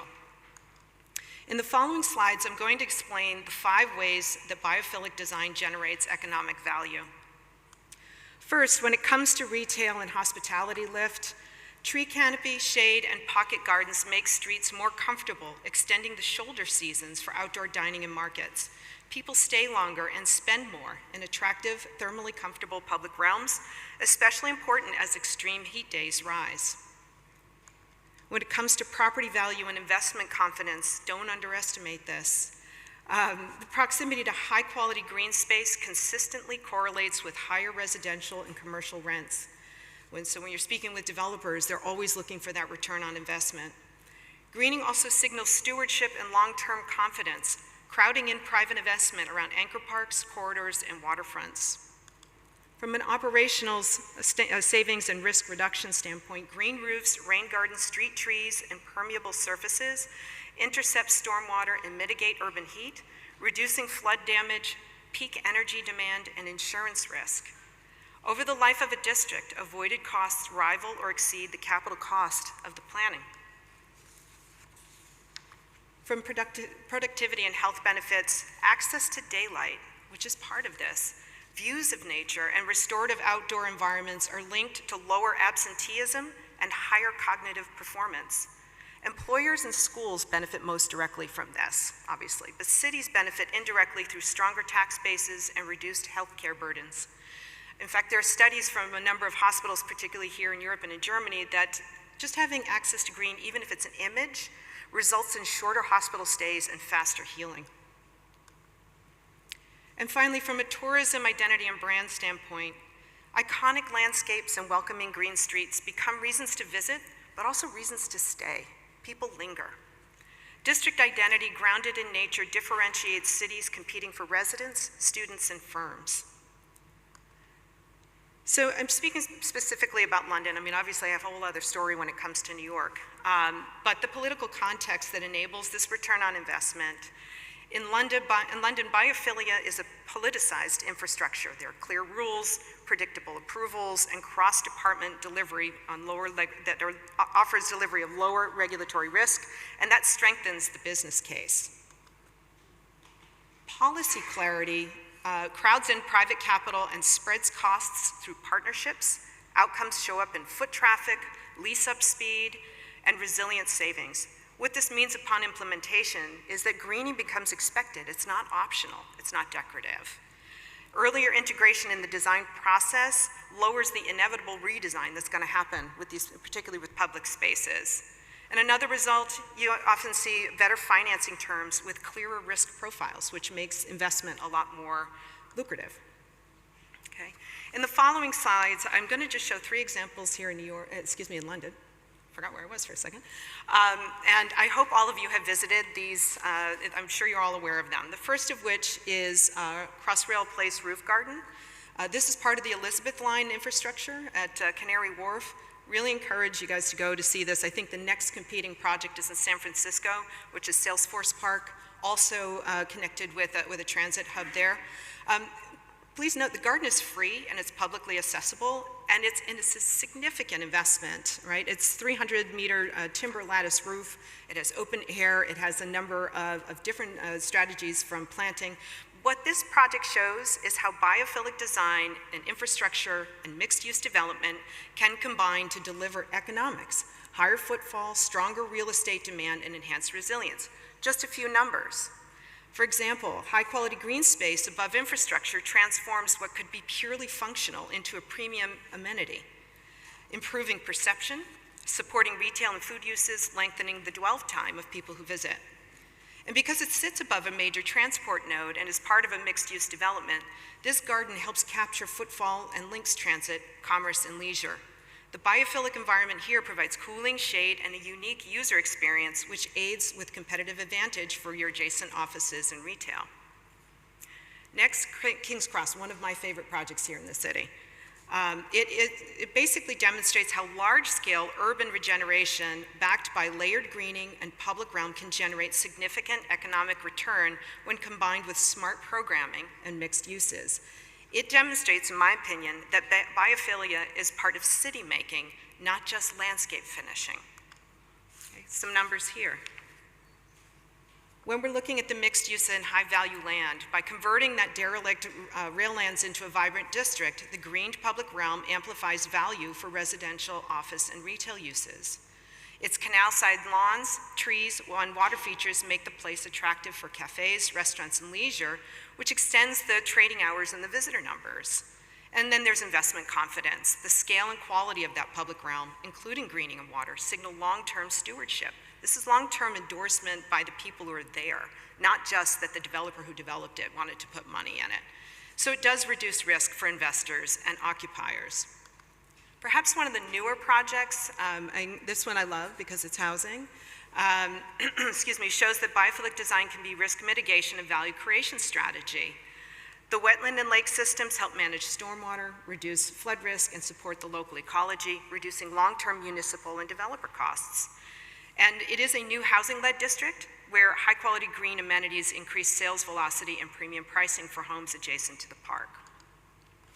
So what London shows us, basically across all of these case studies, there are 4 consistent themes. One is policy-driven frameworks that make biophilic design predictable and investable. They're mixed-use environments where landscape amplifies retail, residential, and commercial value. And the infrastructure-adjacent interventions turn transit, streets, and waterfronts into economic engines. And there's a clear shift towards treating nature not only as an amenity, but as an asset, performing work, reducing risk, and generating long-term returns for cities and communities. And this is just in London. There are plenty of international. I'm going to go real quick through here. In Seoul, where they daylit a stream that was a former highway, created a public realm, and also bolstered retail and tourism. In Singapore, healing is taken to a new level. In Australia, a citywide urban forest approach addresses heat risk management and improved urban realm opportunities. And then in Copenhagen, addressing stormwater through public space converts directly to flood savings and community enrichment. These are different geographies, it's the same pattern. Biophilia improves comfort, safety, and identity, and unlocks spending and protecting assets. I have just a few more slides here. As I begin to wrap up, I encourage you to treat green like a high-performing asset through the following moves. Build networks. Don't think of projects as one-offs. Quantify the shade so that you have metrics. Numbers are the things that people can't debate, right? You might like something, but if you can actually back it up with numbers.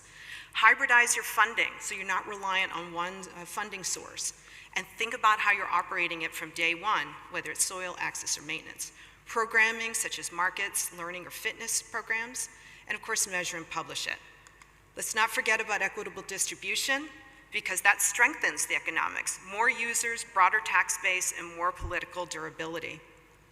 There are also a number of quick wins and scale moves. I'm not going to go through all of these, but my advice would be pilot where your returns are going to be clearest. Look at retail corridors, schools, or stations, and then scale them through standards and finance. And finally, in closing, I encourage you to consider greening as a growth strategy and treat nature as infrastructure. Fund it like infrastructure, manage it like an asset, and publish the green dividend annually. Thank you.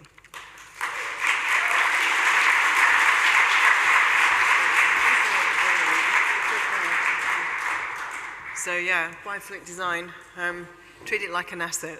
Honestly, we need to have a different mindset. I think that's one of the consistent messages that's coming through here. Looking at the economics, but treating it like an asset, like it's got life, you know, like it has value. So Claire, please come up. Sorry, I know Claire. I'm just assuming everyone else knows Claire.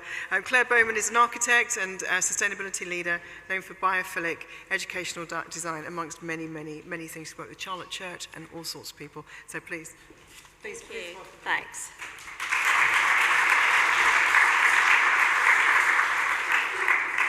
I'm just going to take a breath because we just learnt an awful lot, and I'm really going to bounce off of your words, hopefully.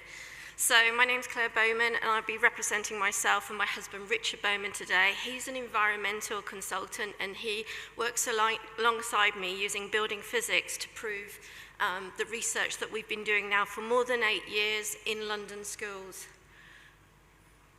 And so our work began, and really I want to take the opportunity to share our research on nature-based solutions for schools with the aim, through a series of case studies, with the aim of raising the awareness of the value of investing in environmental estate strategies for existing schools, not just new ones, and improve access to nature like we've heard today. So the first case study is Putney High School, which Bill Browning and Katie kindly mentioned earlier. We were really lucky. We were at this school already working on a sustainable master plan vision, which was based on, the vision of the school was to increase access to nature. The school actually opened in 1893, and it's filled with a mature landscape of trees. But over time, Putney's become known for poor air quality. Therefore, core to our research was, can we use nature to quite simply grow fresh air? And at the same time, the SIBSI CIBSE launched the Green Infrastructure Challenge with the aim to improve air quality by 10 to 20%. How could we do that? And it took us a year, but we actually did prove that we could improve air quality by 23%, and I'm going to show you how we did it. But the first step was that we looked at how children get to school. And at the time, there was this lovely website called Tranquil Cities, and you could look up where you were going across London and work out your way. And my whole work is based on this little girl. How does she get to school? And also the fact that she's the same height as the cars on the busy Putney Hill. But today what's great is that Tranquil City is now an app. We can all download it and we can all navigate London and find a much healthier way to get across. And I see that as lovely progress. When we were studying for a new building, we got the opportunity to have arboricultural surveys and ecology surveys, and it really woke us up to the beauty of this site. These 64 original trees, over 100 years old, and what they could actually support in terms of biodiversity, and what that could bring to the children. I take no credit for these 2 pages. This was my husband's work. He studied every aspect as the environmental consultant, but he looked at how we could not use mechanical solutions, because that's what we were being faced with at the time at the school. Build a new building, close it down, not hear birdsong, not breathe. And so he set out to prove that we could do the opposite. And he set out this challenge, and the school loved the ideas that he presented so much, they gave us a year's funding to see if we could prove that this would work.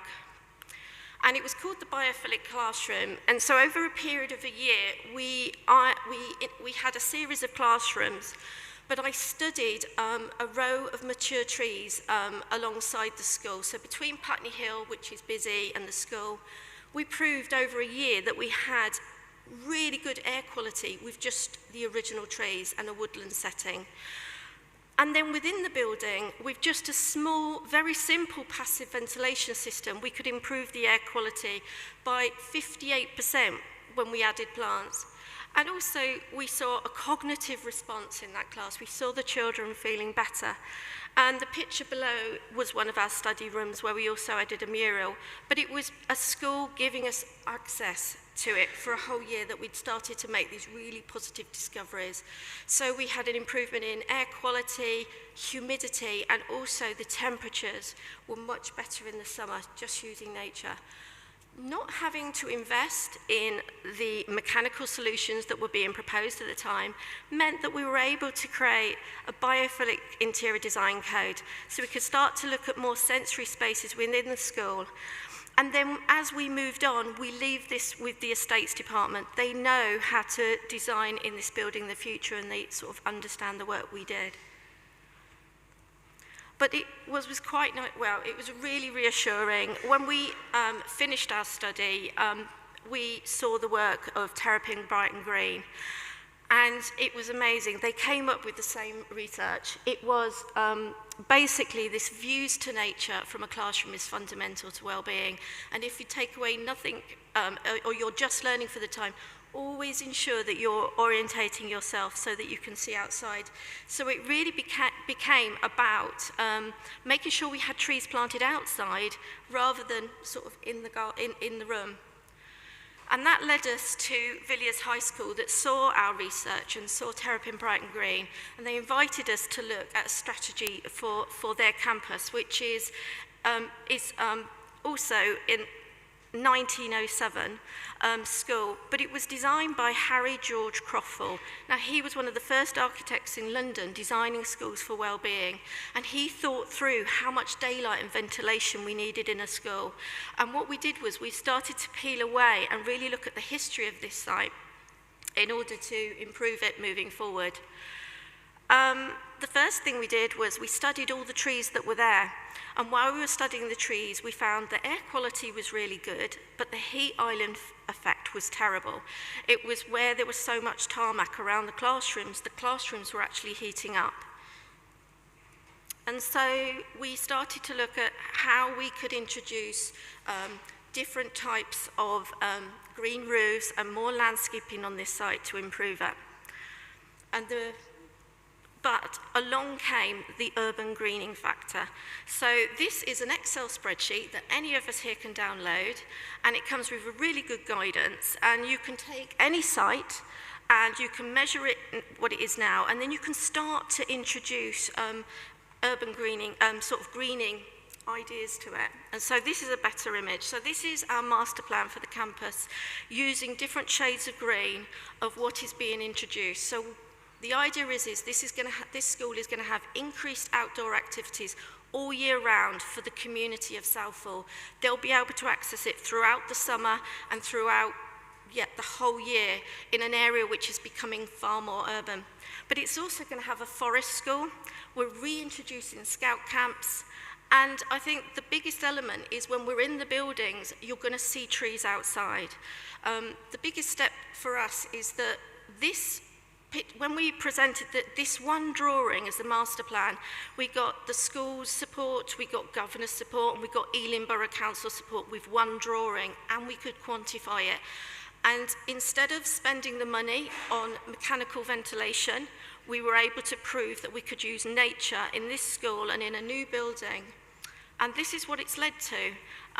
It's actually the commission of the next speakers, actually. Andre and Adam and Eric Anderson have been commissioned to design a forest school at the school. All children will enter and leave through this school. It's a completely different approach. So many children are struggling just to get into the playground. And so what we're doing at Villiers is creating this sort of nurturing landscape, and the children can enter through the forest. And if they've had a bad day, if they've had a bad weekend, they will know that there's a teacher sitting on a bench and they could go and have a chat with them.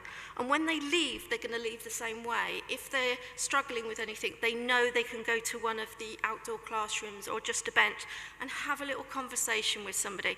I actually learnt this from a conversation with Terry and Murray about this idea of children needing to sit with someone at the end of the day. They might have had a bad day, and so we've got the microforest, and it's fully funded because we've planned it, and it's planned for 5 years, and it's quantified and it's supported. So we hope to show you it in a few years. Thank you.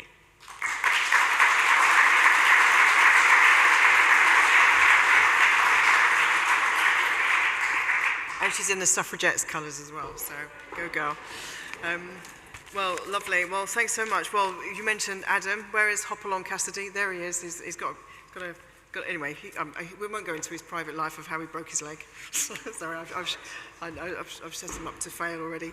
Adam White is the fellow of the Landscape Institute and leader in nature play landscape design.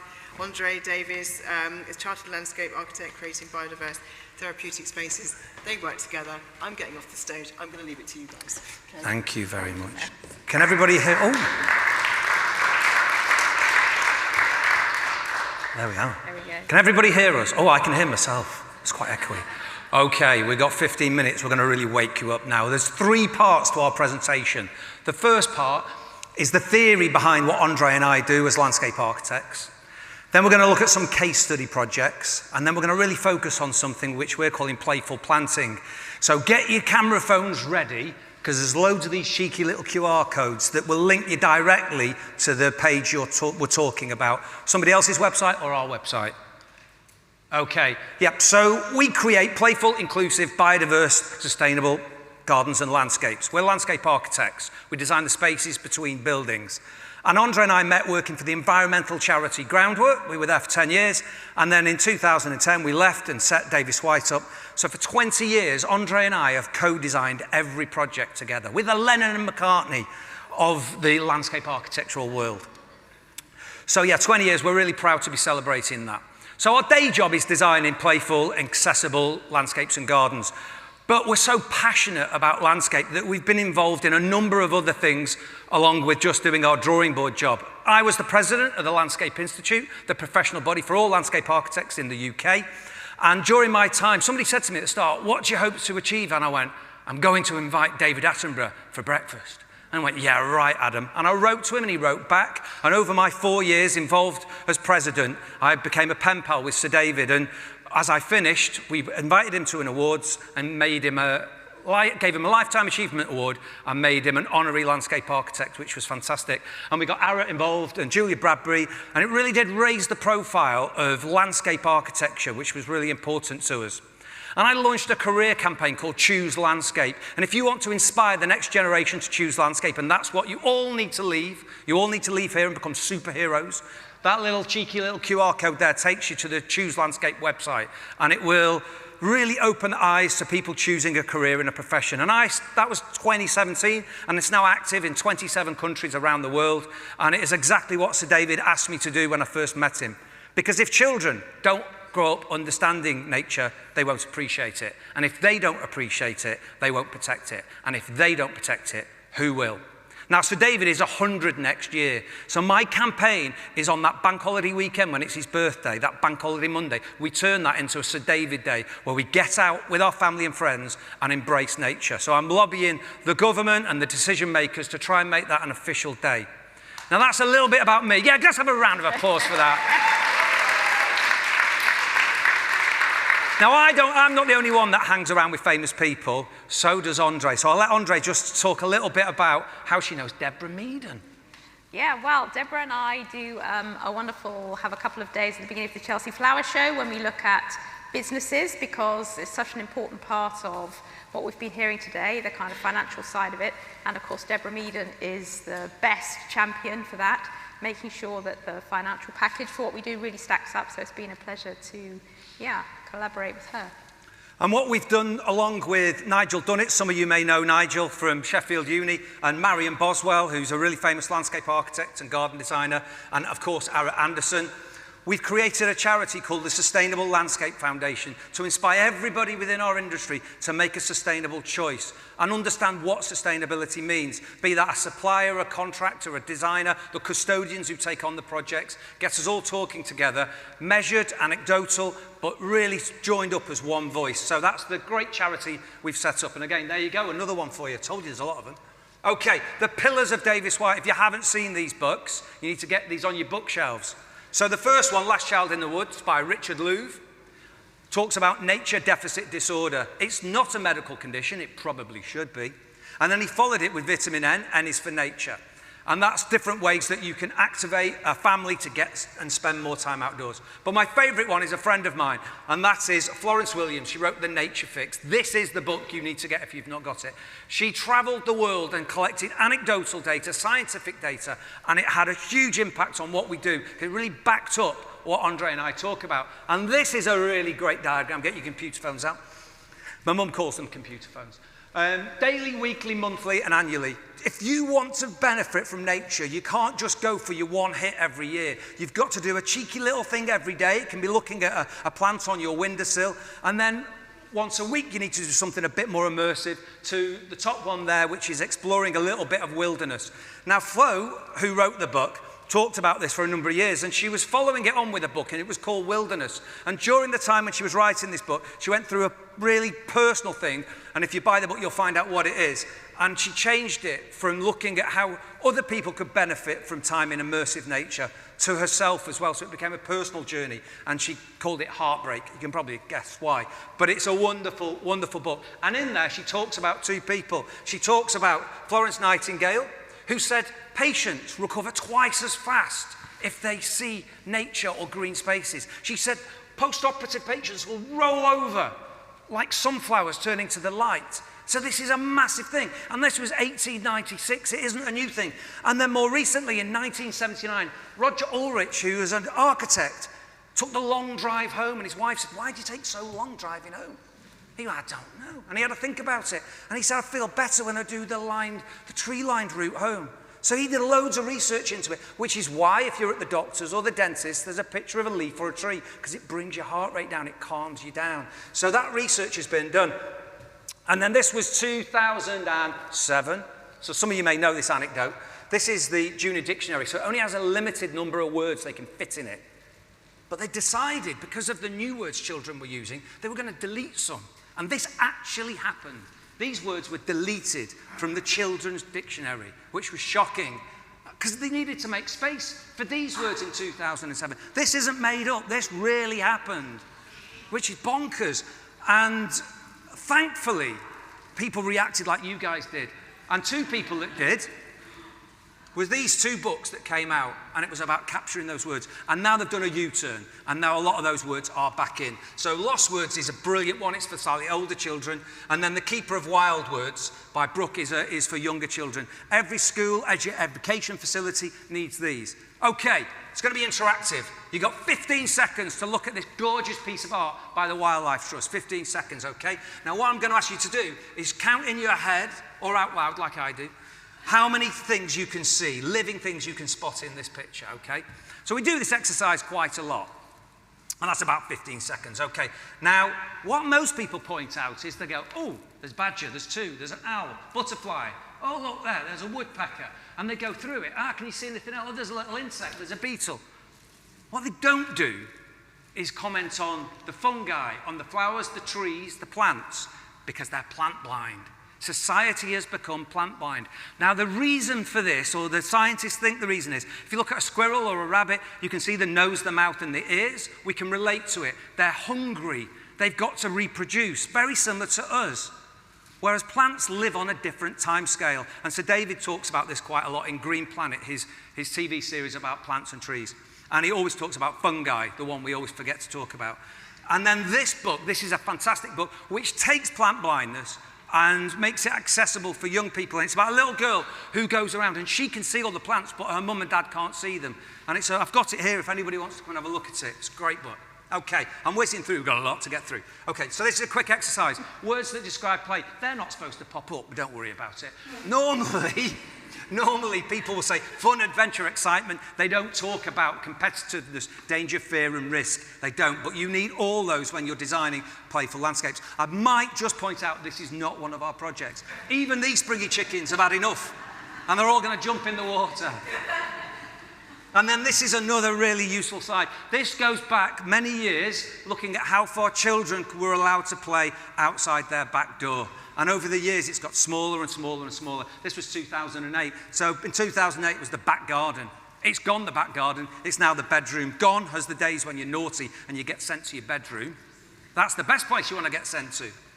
So let's bring it up right up to modern day. This is a great publication. If you scan that, you can put your details in and we'll send you a copy of it. It's just come out and it's everything to play for. It's about giving children the right to roam and the freedom to play.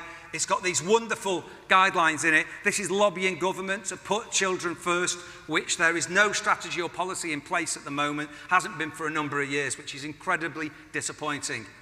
Now, it's always good with before photographs to put them in grayscale because they always look a bit sadder. Because then when you do that, they look much better. This is what Andre and I inherit these projects. This is what we deliver when we work on them. Let me show you another one. That's the before, that's the after. The same space. And what that project did was increase biodiversity value, play value, property value went up. Cabe did a bit of a paper on it and it improved massively. So this is the other one, Design for Play again, if you have a look at that. At the end of our website's there, you can contact us through that. This is really useful if you're involved in setting a brief for any green space or open space that you want families to connect to. And then these two supporting documents are really good. The last one's the best because we wrote it. Okay. So here's a great thing you can do. You can put ground level trampolines in, or you can put living willow pods, air conditioning units that you can climb inside. Children that have panic attacks, or if they suffer from conditions such as autism, they may well do, they can climb inside these little green bubbles and the heart rate comes down. They're not expensive and they can go in anywhere. And then this is what we do to foster ownership of our project, is hands-on engagement, old school. But recently we've embraced digital technology, but the children make the VR goggle, as you can see there. And then they can fly through the space that they've helped us design. It's a wonderful thing to do. We've just worked with the Imperial War Museum, a project at Duxford, and that's exactly what we did with them there. And then we've done this. We were very creative. We created a cartoon. This is Hampton, the autistic butterfly. And again, if you use the QR code, you can watch the whole cartoon. It's about engaging young people and getting them involved in designing with nature. They might not be interested in plants and trees, but they might enjoy designing, graphics, gaming. This is how you can get them involved. So there's lots of different ways to get them involved in the process, not just give them a space at the end. Okay, I'm going to take a drink now, and I'm going to let Andre talk through something. I'd normally be dancing at this point. We're going to look at some of our projects where those theories have been implemented. Thank you, Adam. Yes, I can't speak quite as fast as Adam does, but yeah, we're going to show you a few of our projects and the process we go through to get to those end results. You know, when you see a before and an after, it makes it look easy. It's just started like that and it's ended up like this. But we do a lot of engagement with our end users because we are very particular about making sure our projects are specific to the schools or the communities that we're working with. And this is a school in Wimbledon we worked with. So we got the children to be designers. So we asked them, how do they use their outdoor space? And we got them to draw on plans and explain where they arrived, where they left, and how they felt, their kind of emotional connection to the outdoor space during the day. And then we took that information and started to develop a scheme. We went back to them halfway through and said, is this what you had in mind? You know, how can we improve it? And one of the students had been to the Eden Project in Cornwall and said, oh, can't we have the Eden Project in our playground? And we were like, well, maybe we can. So we put this geodesic dome in for them to grow plants in. So there were lots of plants that were edible. We're always thinking about the senses when we design outside, and how important it is that children feel a connection to actual plants and nature. Because when we talk about nature, we're really talking about plants and living plant communities. Now, this is the school actually that Claire was just talking about a moment ago, and we have been wrapping the whole of the new building in plants and planting, and we're making this microforest that will wrap the building to do all of the things that we've been talking about today. But also when we're working with educational settings, it's so important that we are offering teachers some help with delivering the curriculum, because teachers are some of the busiest people. Their days are crammed with agendas that they have to fill, boxes they've got to tick, standards they've got to meet. So if you're talking to them about adding green space and nature in the playground, it's got to help them deliver their curriculum.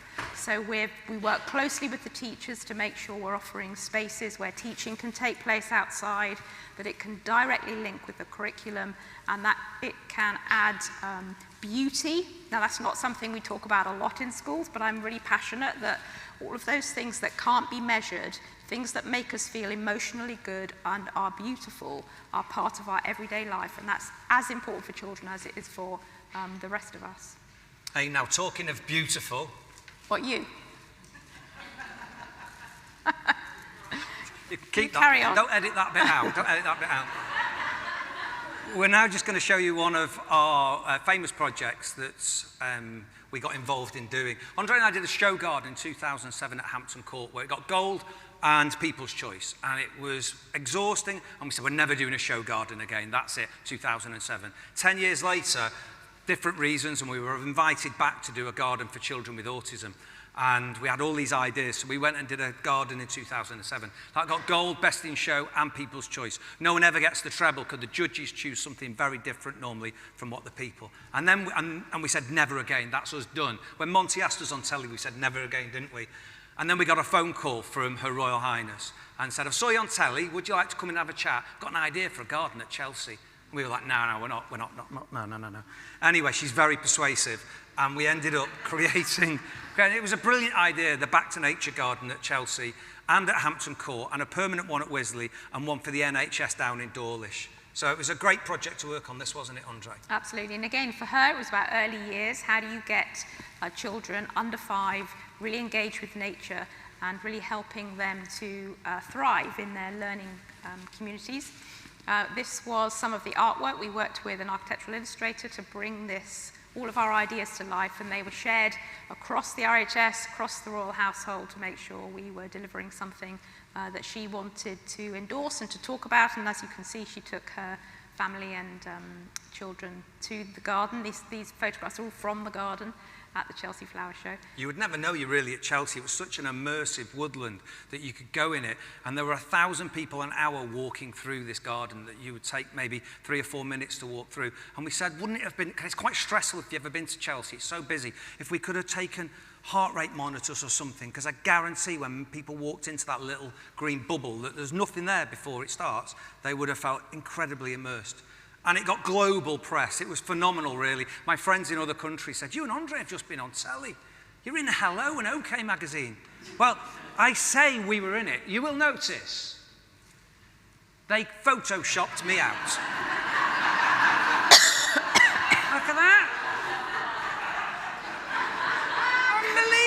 no. They said, we're using this picture. I said, it's not the greatest of me, but I'll go with it. So there you go. And what was funny at Chelsea, when there were loads of people downstairs, we were in our treehouse with Catherine designing the Hampton Garden. Everybody was walking around and had no idea that she was up there. And then this was quite a special moment, is that Her Majesty came along. She said, it's the tidiest woodland she's ever seen. And we said, we knew you were coming. And she'd asked for carrot and beetroot to go in the garden. And we had to point out, it was a woodland garden. Can we have wild garlic? No, carrot and beetroot, they're my two favourites. So Andre had to design in this little woodland glade to get carrot and beetroot in. But yeah, she was lovely and really, really interested in it. Actually, William wanted forget-me-nots because that was Princess Diana's favourites. George wanted a dragon in it or a dinosaur. So they all got involved. And rarely do we work with lighting designers, but on this one, because it was Chelsea, we got to, and it was really nice to bring the garden to life at night. And as I say, it then went to Hampton and then several projects afterwards. After that, we went right back to reality. Crappy playground. This is in Peterborough. And then this is one of our designs to transform it. As you can see, this is what we do. Now, you've seen a couple of other projects tonight. I just want to quickly today show you. These are really worth looking at as well. This is South Gardens, Elephant Park by Churchman's and Thornhill and Finch, as they're now known. It's a housing development with a beautiful, playful communal garden. And then this one that popped up a bit earlier, this is Kidbrook Village. This is by HTA Landscape Architects. So it's really great to see that there is a shift in designing playgrounds. It isn't the KFC, kit, fence, carpet, and springy chickens that we can't be doing with. And then this is our projects at Imperial War Museum, Duxford. This is, we managed to get some plants into this because it was really tricky because it's an active airfield. I'm going to whiz through this because I've just been told there's 2 minutes left. So this you can see on our website. This is the Blossom Garden over in the Olympic Park. This is the COVID Memorial Garden that we designed, and it's got a fantastic roly-poly hill. But I'm just going to finish off now, allow Andre to take over again. We're going to talk through some playful planting, because if you want them for your own garden, your community garden, there's some great ideas here that are safe, playful, and good fun. Yeah, I think people are always asking us what are our kind of top 10 tips for plants, what plants could we use, and what are they, what plants are good and safe to use in settings for children. And we find that these are some of the plants that we use over and over again.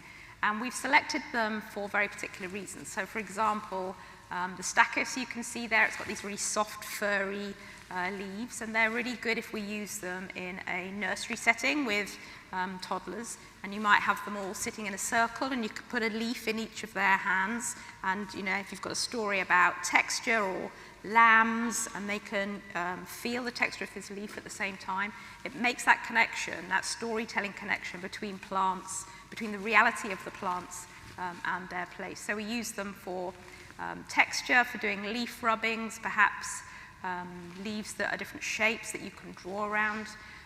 Scent, of course, is a really important part of our planting palette. But we're always thinking about craft as well. What can you do with these plants? So we do a lot of pressing of leaves. Can you use them, model them? This is an epimedium where you can manipulate the leaves and make this little catamaran that you can float in water. So we're always thinking about what connection will that child make with that plant, and how can it be an important part of their environment. Not just kind of any plants and green fuzz. We really like to be specific about what we choose and why. So that often means plants that are quite resilient because children walk on them. And we don't say don't pick them, because that's an important part of understanding what plants are like, what they feel like, what the texture's like in your hands, whether it's rough or smooth, and what they smell like when you crush the leaves. So, you know, that's, yeah, a quick sort of whistle-stop tour through the kind of plants that we use and why. And just to finish off, this is a great tree. This is a weeping beech, and you can make a den inside it. It's wonderful. They're the willow pods that we talked about. That's its lockdown haircut when no one touched it. And then this one, this is 10 years old. This is in Wokingham, a great one. Bit of den building. You won't get me off stage now. And then there's Andre when she had longer hair. And there's one of my favourites, Lady's Mantle. This is Alchemilla mollis. Dry the leaves, crush them up. You can make tea out of it. Wonderful. And now my favourite, this is our favourite, Pelargonium cola bottle. Guess what it smells of when you rub it? Yeah, you're right, lilt. No, Coca-Cola. Wild strawberries. just going to go through. There's loads. Candy floss, film. If you drop us an email, we can send you a link and we'll give you this list of playful plants, which you might find really useful. And when we connect children to them, we get them to think about mint, for example, or lemon, or, you know, you go to the rugby or the football and you smell that wintergreen or the sportsman's rub. That's from wintergreen. It's the plant which the native Red Indians used to rub on their back to carry heavy loads. And that is, ignore them, that's our latest project with the Imperial War Museum. Hand drawing, we're very analogue. This is a wonderful project, Belsize Tube Station, where in the empty little paying offices are now greenhouses. How great's that, these little greenhouses? And we just want to finish with this, we want to give you this. These are the 6 core types of play. And this is to stop you running down the path of designing the space, is to just think about what the play objectives are first. That will then inform what the design might look like. And then we've applied that in partnership with a great organisation we've been working with called Community Playthings. And that's this project for nursery and early years. So again, use the barcode or take a photograph, and do stay in touch with us, and we'll share anything we've got and any more information that you might want to know. Here's a gorgeous picture of us in Nigel Dunnett's garden last year. Thank you very much. Thank you so much, Gary. Sorry, I went over, didn't I? I always do. I think that's just another example of just the generosity of the spirit in this room, sharing references and just, the different plants and things that we can use. So thank you for that. And very completely entertaining as well, as we knew it would be. So thank you. And staying in the garden kind of theme, where is she? I can't find her. Oh, you're over there. Sorry, I've got my glasses on my head now. Puna Yazdampana. She's an amazing woman. I met her about a year ago, I think. But you're a sustainability consultant and you integrate biophilic design with cultural and ecological insights. I think you're going to find this one really interesting. So please welcome to the stage.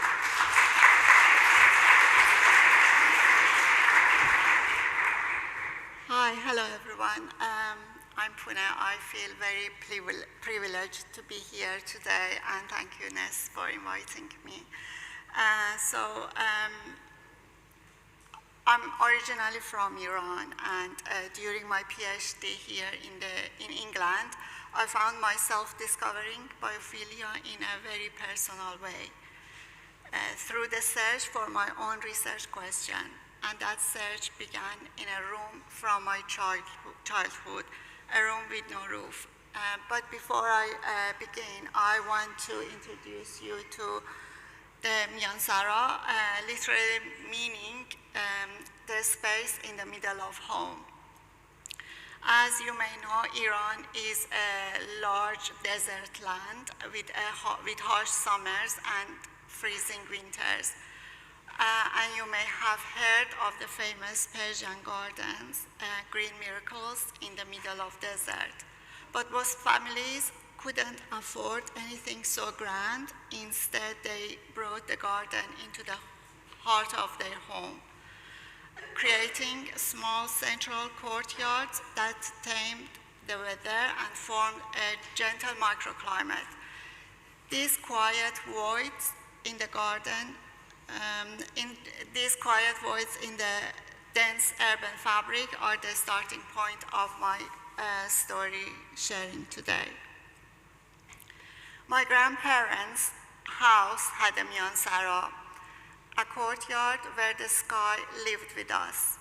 In summer afternoons, the adobe floor was warm. Small pool mirrored the clouds.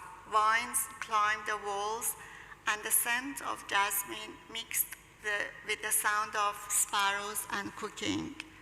We didn't call it architecture. It was simply the way a home breathed. In that courtyard, life moved with the sun.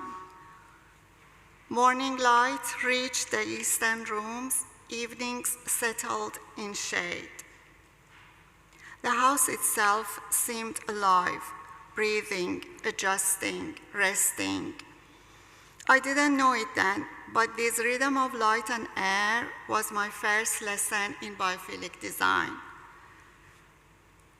Later, new buildings appeared, scaled, efficient, bright. But the more glass and technology they had, the less alive they felt. Comfort replaced connection.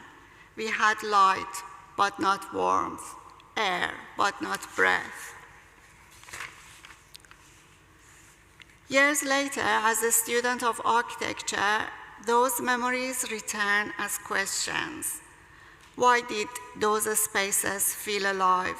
What wisdom had we lost when we closed the roof? So I began to search for the intelligence of place, not only through drawings, but by walking, talking, and listening. Through my research, I studied how the Miansara moves with the climate and time. In winter, sunlight enters deep into the rooms. In summer, the same walls create shade. Water cools the air, trees soften the glare. It is design that breathes, opening and closing with the rhythm of sun and wind. Technology advanced, but our wisdom thinned. Why did we abandon a system that was adaptive, local, and beautiful? We replaced participation with control, climate with air conditioning, and the living rhythm with a static one.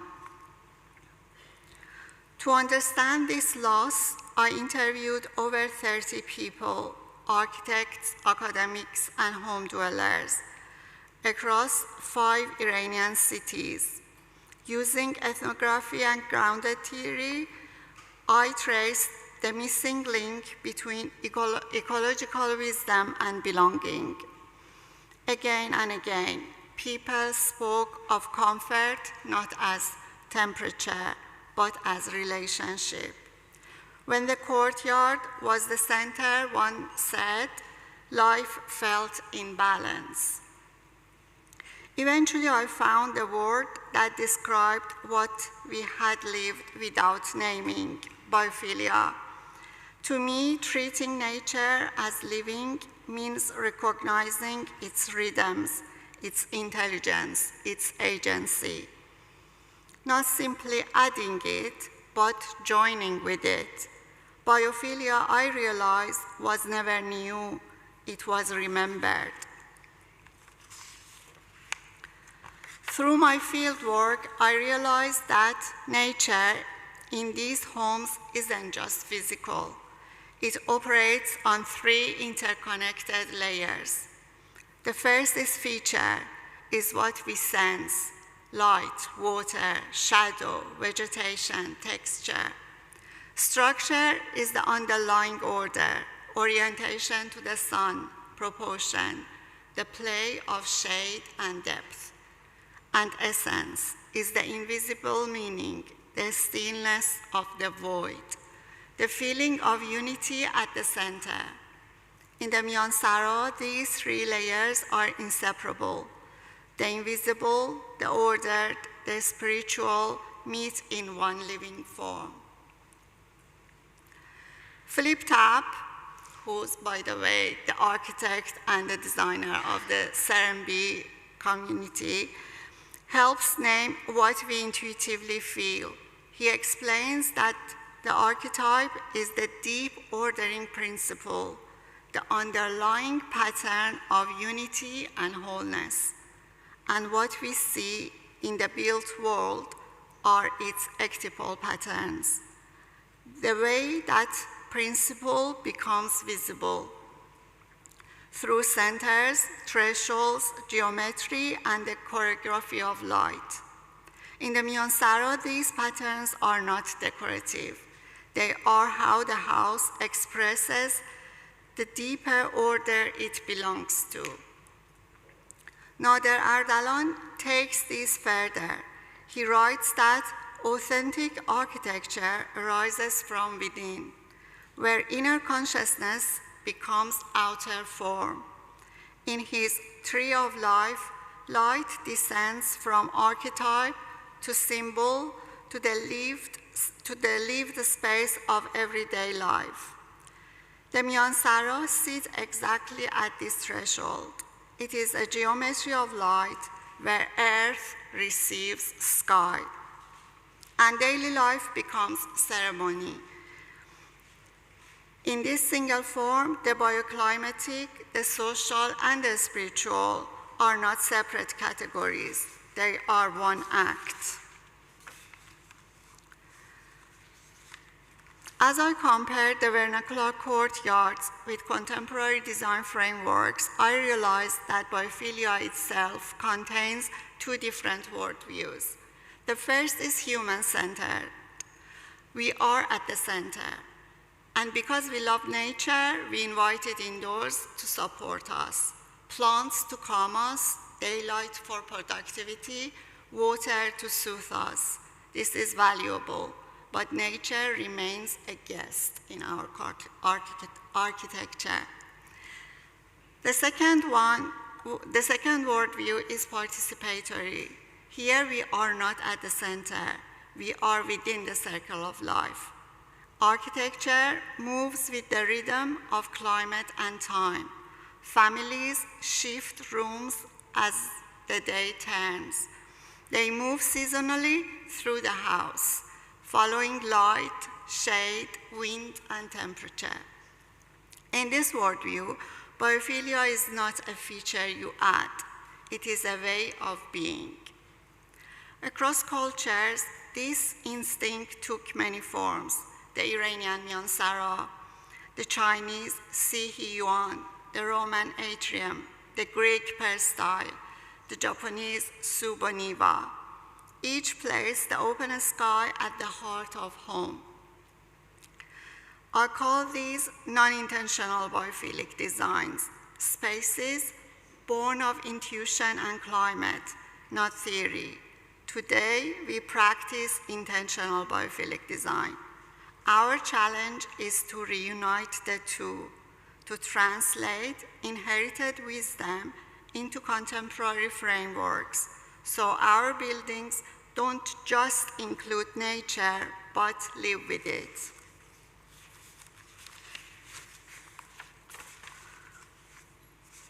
Even now, people long for a private, green, open centers in their homes. A courtyard isn't nostalgia, it is a regenerative model. Small ecosystem of shade, reflection, and belonging. The Myansara teaches that sustainability is not only performance, it's relationship. It is how we belong to the living world. When Pharrell Williams sings, "Clap along if you feel like a room without a roof," I smile, because I know exactly that feeling. A room without a roof is joy, but it is also balance. It reminds us that what we now call sustainability was once simply life lived in rhythm with nature, a memory held in our bodies, our cultures, and our homes. The Myansara shows us this memory, a home that breathes, where walls protect and the sky remains open. Thank you.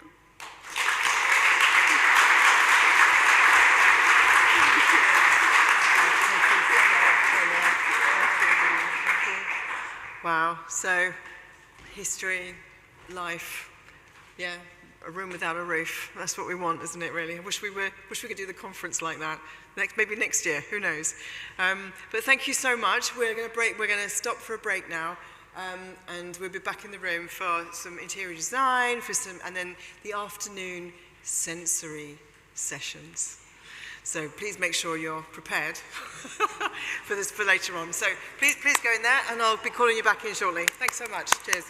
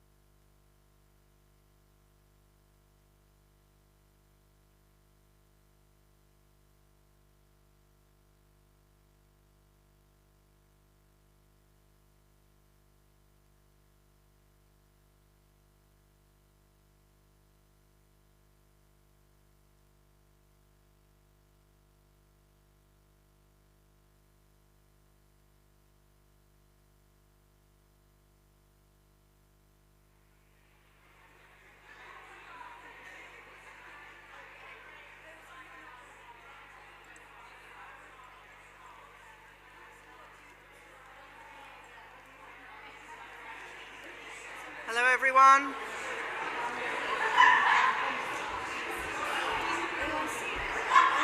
Hello, everyone. Shh. Are we all seated? Are we all seated? No, nearly we are all nearly all seated.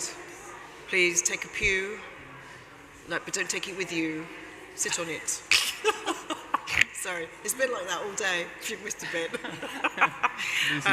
Well, thanks so much for this is the final few sessions. We're going to kick off with the British Institute of Interior Designers, which I am so thrilled that they have joined us again. They joined us last year, had a great debate about design. This year, we're going to be talking about the Anna Whitehead Prize. I'm going to leave it to you guys to talk about what the Anna Whitehead Prize is. Thanks. But we've got Matthew Freeman here. He's a BID registered interior designer. Obviously, focusing on sustainable and health supportive interiors, amongst other things. But I'm going to, over to you in your capable hands. Thank you very much. So, good afternoon, everyone. I hope you're all caffeinated and full of cake. I'm delighted to be here. So, my name is Matthew Freeman. I'm the former president of the British Institute of Interior Design.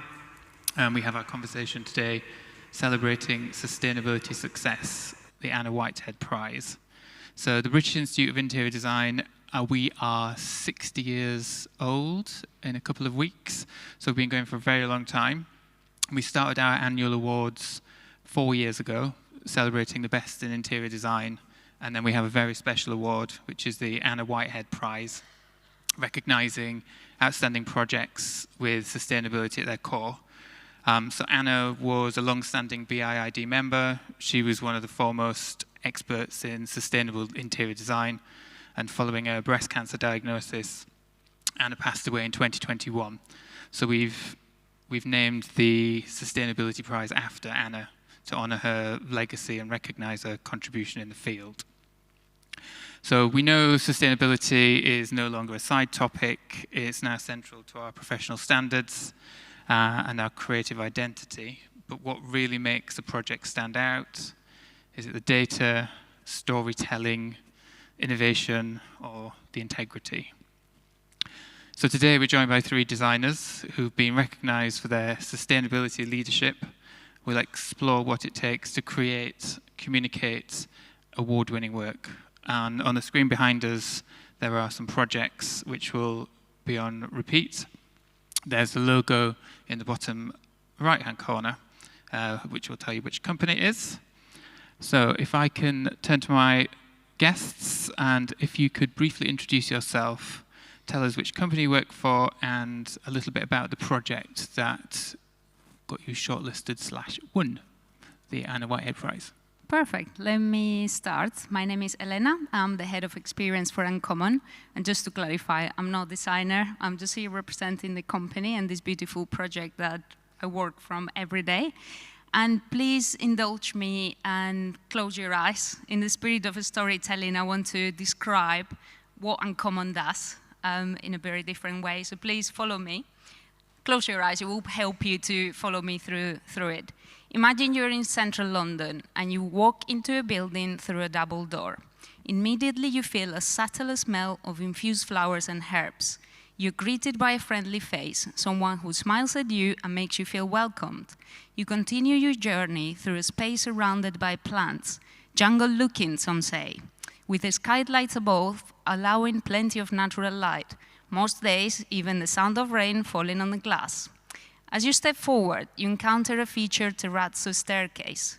From the top, you can see a stunning triple-height atrium, a cafe in the center, seating tables surrounded by plants and 4 trees, reaching towards a massive skylight.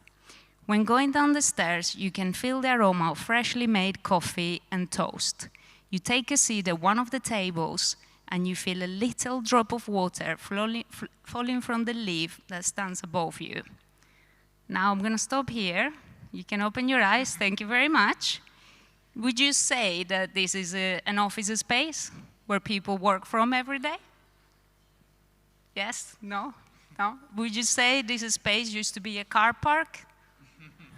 No? So this is what we do at Uncommon. We own and operate workspaces and we create the spaces with a human-centric and biophilic design at the root of it. And we create the spaces where people want to come and spend the day and work there. And they feel proud to say this is their office and where they work from every day. So my role is to keep that living, just make our members engage with Uncommon, with the community, and just keep the company evolving with the working space and needs that keep arising on a daily basis. Thank you. Thank you.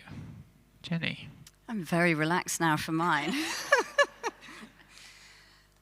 I'm Jennifer Hamilton. I'm the founder and director at the Vaudrey House, and we are architects and interior designers, and we approach projects from the outside in and the inside out, really, on every project. The particular project that has won the Anna Whitehead Prize, we were lucky enough to have the most incredibly inspired and well-informed client who, a bit like Anna Whitehead, had had breast cancer. She was lucky enough to have survived, however, and she commissioned us soon after to build her dream sustainable home with a really specific brief as well to have the cleanest possible air quality internally and to avoid all VOCs and toxins within the house as well, so that she could continue her recovery from cancer without the toxins of everyday life. So we've got the absolute highest indoor air quality in the project as well. Fantastic. She also wanted it to be beautiful, and that was the main thing, is she didn't want to go down a very, very sort of grand designs route, I suppose would have been the way she put it to me. She said, you know, I don't necessarily need it to be, I want to still live in Wimbledon, and I want to still live in London, and I want this to be realistic, and I want it to be beautiful. So it was a lot of criteria all meeting together. Nina. Thank you. I'm Nina. My company's Nina & Co. And we are material-driven designers working on mostly commercial projects with some residential. We were shortlisted for My House, which is a deep retrofit in Tottenham, which is clad in 100 mil of cork. So we prioritized the use of biomaterials and avoided petrochemical insulations as far as possible, and used local timbers, British timbers, wherever we could inside, and natural finishes. Yeah. Cool, thank you. And Jenny, you just mentioned that the client was after a sustainable property, but a beautiful property. What do you think caught the judge's attention on your project? Do you think it was the sort of technical side or the beautiful side of the project? Well, I hope both. But as I say, because we do architecture and interiors, we were able to approach it from both sides. Fabric first, it is a retrofit passive house. So the first decision was not to demolish it, but to retrofit and refurbish the house. But she did want a passive house. She wanted to go to the full certification standard. So we've got an NFIT certification on the project. And internally, we, you know, like you, did a lot of sort of selection process and careful sourcing all the way along, looking at each product, every decision along the way, from lighting to finishes to furniture to insulation, and taking those choices and assessing them against certain criteria, looking at the circularity of the product, what will happen at the end of its life, looking at how far it's traveled, looking at the sustainability in manufacture, and also the effects on the environment in manufacture and on the people in the manufacturing process. So she wanted to avoid silicates in the worktops. She wanted to avoid petrochemical-derived products generally throughout. And then we needed to look at the VOCs on everything in use and within the project, and obviously design that out in the fixings and the adhesives and everything as well. So it went right down from the build to the final choices of wool cushions, wool duvets, and you know, bedding, and avoiding plastic-backed blackout blinds, for example. You know, everything like that, looking at alternatives to all of these things as we went through. And how much of that did you have to research, and how much did you know already? I'm intrigued by the sort of educational journey of that sort of project. I think it was really part of the journey. I think if we were doing it even 5 years ago, I think it would have been much harder. You know, we began this journey actually probably about 3 or 4 years ago. If we were doing it a long time before that, I think we'd have really struggled. But it was really interesting talking to all the suppliers each time because, you know, some people you would contact and they would have this information at their fingertips and be able to tell you everything about what went into it, how it was made. Others were still going, oh, I'm not really sure I can give you that answer. Let me have a look. And some of them could never give it to us, actually. So everything was approached on a case-by-case basis. And sometimes we did have to go further afield to get the right product. So we were sometimes bringing things in from Europe rather than always being UK-based. But yeah, it was each one you sort of took upon merit and compared which criteria seemed to be the most important in this case, really, yeah. Okay. And Elena, you took us on a nice journey when we started. But how do you bring the sustainability story to life in your projects? So at Uncommon Holborn, our starting point was a building that was ready to be knocked down. And Uncommon bought it and decided to bring it to life. So we transformed what it was a car park and a traditional office block into the place I just described. And you can see in there. So the story begins by just taking them on the journey I just took you earlier, and then implementing also the elements of biophilia. So the place is literally full of plants. We've got around 300 plants and 6 trees. So the story just goes from telling them what this place used to be, an old car park, and what it is today. And you can see that through some of the features. So we retain the original terrazzo. You can see through the staircases also the old dry risers that the firefighters might have used back on the day. Now it's just a beautiful feature of it. We replicated, we incorporated the design on the existing materials, the same timber that was used in the building before.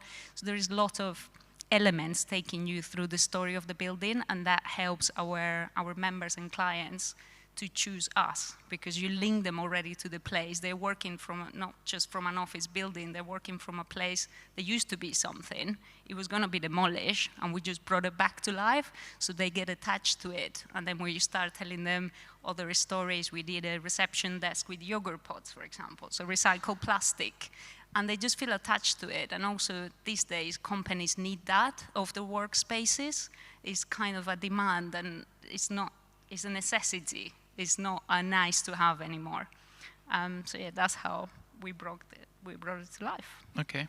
And then since we had our sort of preparation call for today, I've sort of been thinking about how you measure good design, and its sort of beauty is in the eye of the beholder. But in terms of sustainability, you can measure it. There's criteria to meet technical requirements and assessments. And Nina, did you use any particular sort of measurements to measure the success on your project? I did do carbon calculations for the sake of the AJ Retrofit Awards, and as a self-taught interior designer, that is not something I'd ever attempted before, and was very daunting. It took me a whole week, many tears, and I did have to use ChatGPT and burn some carbon to help me with the maths, which was very tricky. But I did have the figures checked as well by an expert and validated. And the whole process, I'm very glad I did, and it was very validating because it showed that through the use of biomaterials predominantly, and especially in particular the cork, which is a super regenerative material, we actually sequestered twice as much carbon as we emitted through the works. So it was worth doing in the end, and what it showed is that although all of those design decisions were made by instinct, just leaning towards natural materials, biomaterials, avoiding the petrochemical ones, was objectively the right thing to do. And that must set you apart then for other awards that you might enter, if you've got that bit of information that you can then supply and get people excited about. Very handy to have, yes. Yeah. And Jenny, how do you frame the sort of sustainability discussion with clients? How do you, because when I talk about climate crisis, the clients just look at me startled. So I usually talk about health and well-being, and that sort of eases them into it, and how to look after themselves? Yeah, I think it's, obviously it's important to bring it up at the start of a project, but actually it can be such a broad brief, and it can be such a wide-ranging set of criteria, and it can also be really overwhelming for clients. You know, the whole project generally can be overwhelming for clients, that you actually have to keep addressing it all the way through. I think you can't just ask at the beginning, do you want to be sustainable, tick the box, or cross it and move on.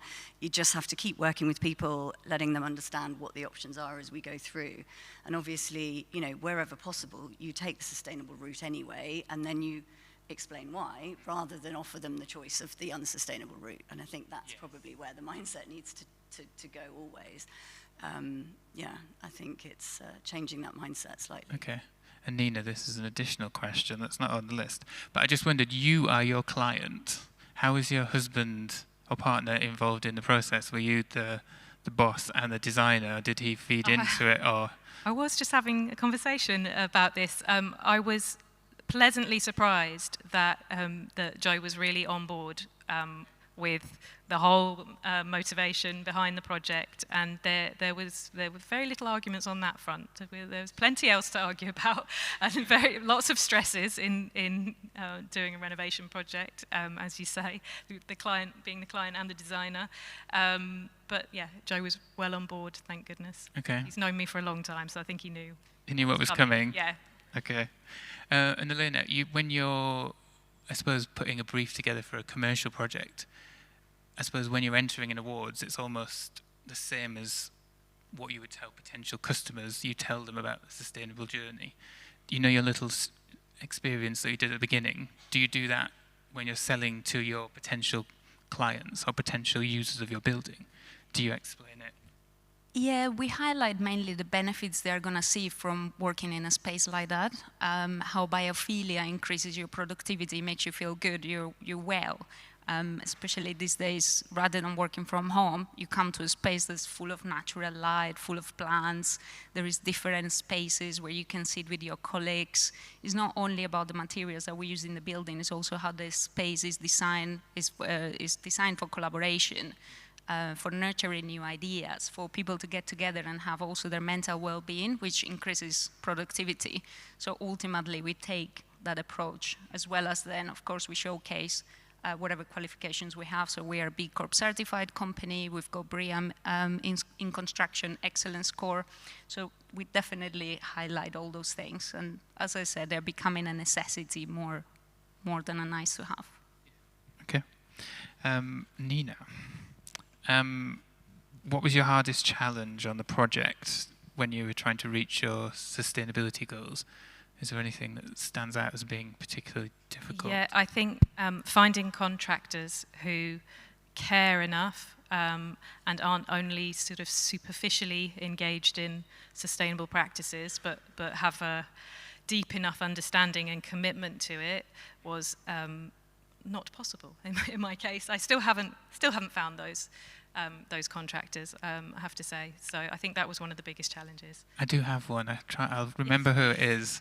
But I was judging on the BIID awards a couple of years ago, and the contractor was doing a store in Edinburgh, and in between their working hours, if there was a couple of hours where they were free, they went to a women's refuge and they were hanging curtains and putting shelves up. Wow. So I'll remember what they were called later. Yes, please. Yes, share when I remember. Yeah. And do you have Jenny, any particular difficulties with sustainability goals? Anything that was particularly hard? I think, again, along the sort of process of the research, there was a lot of paradoxes, and we had to, again, make choices as to which route to go, because I think it isn't just the case of pick an option and push a button, and, yet. Maybe we'll get to that. But you mentioned insulation, and I think that was one of our big things. Of course, we would have liked to have used a more sustainable option like sheep's wool or recycled newspaper, but actually you have to get incredible thicknesses to achieve the levels for a passive house using those. And it's not suitable for below ground. And also within the restrictions of planning, we had a very, very tight space at roof levels. We couldn't get that kind of thickness in either. So we had to use, in certain instances, we had to use the PIR installations, and actually, again, it was about choosing the right thing in order to achieve the passive house. we had to do things, yeah. Yeah, but that's like a technical requirement, isn't it? I suppose those things come first. The benefit of the passive house outweighs that. But we also found that, when you're looking at sort of environmentally friendly products, it's a very tricky one, because we also had the brief of the low VOCs internally and the no toxins. And actually recycled materials often don't have a provenance of exactly where they've come from sometimes, And so our client was a little bit nervous about using a recycled glass product that we found, because she had heard it could have cathode ray tubes within the recycled glass. I remember you saying this. So then she was worried that would have a cadmium and mercury lost in there, and didn't want that in the house. So, we sort of, every angle, it wasn't a straight through process at all. So yeah, it was really interesting, and it was definitely a learning process for all of us on that sort of level of knowledge, yeah. And was there anything that was particularly expensive or budget related that was high? Because I don't know of anything that stands out as being like the most expensive element of it. Generally, I would say the sort of fit-out work of the house internally was not really any more expensive than it would be on any of our projects of that sort of level. And, actually making the switch to formaldehyde-free MDF across the board for anything, and using low VOC adhesives and choosing that kind of thing. Once you've found the right product and you've made sure everybody on the project was on board with it, that wasn't too difficult, and it may have raised the price ever so slightly, but it wasn't a massive difference. But the cost of producing a passive house over a regular build is higher, and you do need the right contractors, and you do need everyone to understand what you're doing and to be involved in that. And there definitely is an increased cost in the amount of specialists and cross-checking that you do along the process as well. So I'd say the design process is longer and more complex as well. Yeah. And Nina, this is another extra question. I'm just wondering, I suppose, if you're designing, and your house has lots of joinery, but you're designing to sort of dismantle and reuse from the beginning, so you can sort of conceive it in a circular way. That is very true of most of my commercial projects. I can't say that I've designed my kitchen and my built-in joinery for disassembly necessarily. I mean, it can come apart, but it won't fit another space. It's very bespoke to the sizes of those walls, and not particularly modular, but it is all built from biomaterials. I made sure that I was picking materials that, once they do come out of that space, if they cannot be reused anywhere else, they're not going to cause any harm. Yeah. But in all my commercial projects, particularly retail and restaurants, everything is modular, everything is built to either be reused and repurposed within that same space, or to move to a different tenancy, retain its value as a piece in itself, or come apart and with all the individual materials being reused or recycled. Okay. And Elena, how do you balance creative ambition for a project with meeting sustainability outcomes? So you mentioned BREEAM. How much did you have to put pressure on the contractor to do that, or did that come from them, or did they have lots of experience in meeting those sort of qualifications?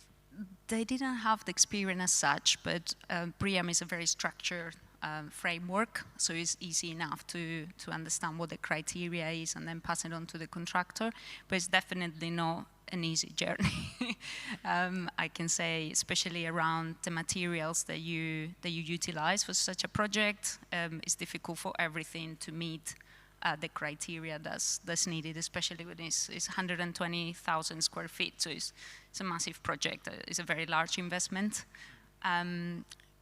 But yeah, you still try to manage, like I said, utilizing the elements that are already in the building, and then design around them to meet our creativity goals, whilst utilizing the framework in terms of the waste, the materials used, and all the other elements. Energy for BREEAM also is an easy one, because you're designing all your plan room, you're building system managements from scratch. So those are easy wins that you can implement. Okay. And Jenny, I suppose the client that you had to do lots of research into achieving her goals. Has that changed how your team look at interior design and I suppose, the sustainable side of it? I suppose, did you share the knowledge between everybody, or did everybody work on it? Yeah, I think everybody got involved at certain points, and it's been really, really, really beneficial to the practice to have everybody so interested and so engaged in that. And I definitely feel, you know, we've already got lots of projects going forwards with a similar outlook. Not quite the exact same brief, which was very, as I say, sort of complex. But yeah, and we've had a number of clients come to us for specifically, a sustainable brief, which is great as well. Oh, fantastic. Nina, has winning the award made a difference in terms of sort of client confidence, press visibility, or team morale? Yeah, it also builds up the pressure to win more. I find it quite high pressure. But yes, it's definitely boosts morale. It's definitely nice to see your work recognised because and in books, because it's certain and featuring in books because it certainly is more effort and more time. You know, you have to dig deeper, and you do. Yeah, it's definitely more effort. But I'd say it's all worthwhile, and I'd say that it is sort of akin to a low price point PR in entering awards. So I've found that very useful. So I've never paid a PR company, but people are getting to know me as a sustainable interior designer, and that's because of the awards. So it's useful on that front. Yeah, that's a very good idea. Yeah. Have you found that as well? Have you found that you're getting a lot more inquiries since the awards, and it's... I mean, it was only a couple of weeks ago, so there's still time. That was yeah. Okay, so how many years in a row have you won an award at the BIID? 3. 3 years. Yeah. Yes, congratulations. Yeah, no, yeah. It obviously does. It does give clients confidence to see that your work is recognised by the industry. I think for sure. Yeah. Okay, and Elena, I suppose biophilia is an innovation, and do you see any other sort of sustainable innovations within interior design, or that you've seen that you want to try and get into your next project? Definitely circularity is something that we're focusing on as a company. As you know, we need to be extremely flexible for our members. So some companies might expand and need more desks. Some others might downsize and require less. So in the co-working spaces, we tend to buy the furniture, and then you need to put it to storage if you don't use it, or then it gets disposed of. So we started to work with a company called Norm, that their business model is on a subscription basis. So you would just pay a subscription for X amount of furniture, and then when you don't need it, they take it away. And each piece of furniture has a circularity passport. So we know where things have been, where they're going. So as well as circularity, supporting circularity, again, back to the storytelling, it's really good to tell our members, this is how we operate, we care, so you don't have to worry that things are going of your carbon impact, basically. Okay. And my last question, Nina, if you could change one thing about how sustainability is judged or rewarded, what would it be? I do think that there should be a baseline of sustainable criteria that all projects meet before they're judged on anything else, any other category. And I've seen or heard of that starting to sort of creep into some awards, but then seemingly disappearing. You know, I'll give an example of there's beautiful resin furniture that's quite trendy on the market. And in beautiful award-winning projects for the product or the interior. And I agree, they're stunning, but they're filled with a material that cannot be recycled, that is just end of the line there, you know? And I find that frustrating, so I think there should just be a baseline. Of course, it's great to also have a supreme award like the Anna Whitehead that is awarding all of that extra effort. But I think for all across all categories, I wish that all of the projects fulfilled a fairly high baseline of sustainable criteria first. Yeah, we do across the board do sustainable impact of projects, and then there's the specific Anna Whitehead if you think you've done something that's above and beyond and kind of best in class. Yeah, I think we have to remember we are in a climate and biodiversity crisis. I think we all know that in this room, but we need to remember that. So that should be the starting point and for awarding and rewarding any projects. Yeah.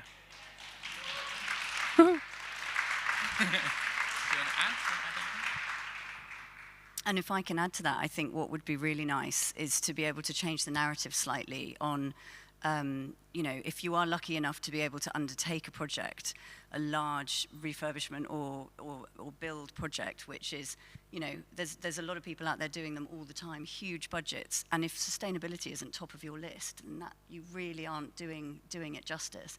It needs to become the aspirational brief of not how big is your cinema room, but how large is your air source heat pump and how low are your energy energy expenditure. It needs to become top of that wish list, I think. Yes, in the run-up to the BIID Awards, I did a big article about how you meet the criteria and what you can do, but there is an educational bit to it as well, because, again, we had the roundtable at the BIID, and people were just, I said, oh, how do you approach sustainability? And a lot of them were like, we don't really do it, because we're not sure how to do it, and we don't want to fail at doing it, so we just don't do it. And it's, it's like, just do a small thing and then that's fine.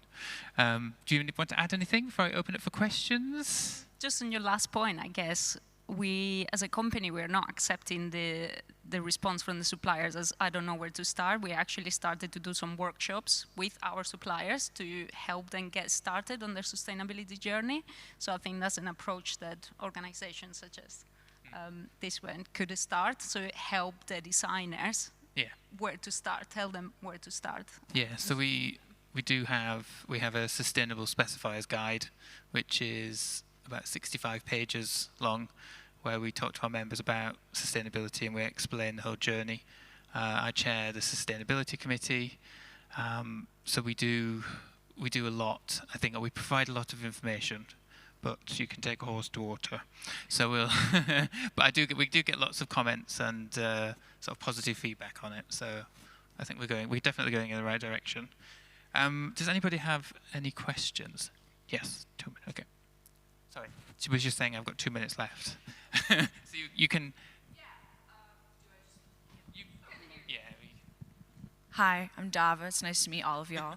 I guess my question would be, I'm very young, I'm 22, I'm still in school, and I was wondering, for you guys who have been doing this, what would you say to someone who wants to do this but has no idea where to start? No, it's fine. We've got another one. I think training and training for design is of paramount importance still. I think experience is also something which you can't sort of manage without, but it will come in time. And I think getting actual work experience is the best thing you can do while you're training. Go out, literally offer to sit in an office for a month if you can, just to see it unfold around you and see what everyone's doing and what the issues are and what people are talking about. And you can't beat that. You really can't, from actually seeing it there, I think, yeah. I completely agree, but just a completely different angle. I learn so much from the makers I work with. They've gone out, they've invented a material or just experimented and explored, gone down a rabbit hole, and taught themselves so much along the way that I then get totally inspired by and pick up on. And it's not, they're not just learning about that one material, they are just starting, they understand through that development, they're understanding how we are all so connected with our surroundings and with nature and why everything has an impact. And I think, maybe, sometimes just getting your hands dirty and maybe making something and really understanding how all of that comes together and the impact that all of your little decisions along the way has, I think can be a good learning experience too. Yeah, lovely. I will share somehow a link. There, I was at an event, the World Design Conference, and one of the people speaking there, they're organising visits to recycling centres. for people to random different types of recycling centres, so furniture, glass, fabrics, so that you can actually see what happens to products at the end of life. Because I think that would help you understand your decisions about what you're putting into furniture, curtains, within walls, what happens to it at the end of its life. Because if you understand from the beginning, you'll be more apprehensive, or you'll want to put better in the first place. I suppose it's a bit like eating. So you eat amazing foods, you feel amazing. You use, crappy chemicals, and then don't feel so good. Anyway, any more questions? Any other questions? Are we finished? Done. Okay. Thank you very much, my panelists. Thank you very much.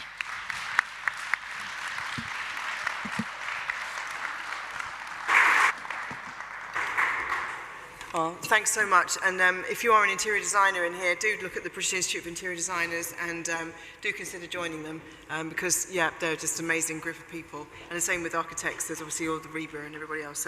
So bless you. Thanks so much. Yes, great. Well, I am really excited now to... so this is the final sessions. We have all survived. I can't believe it. But now we are entering the sensory experience. Ooh.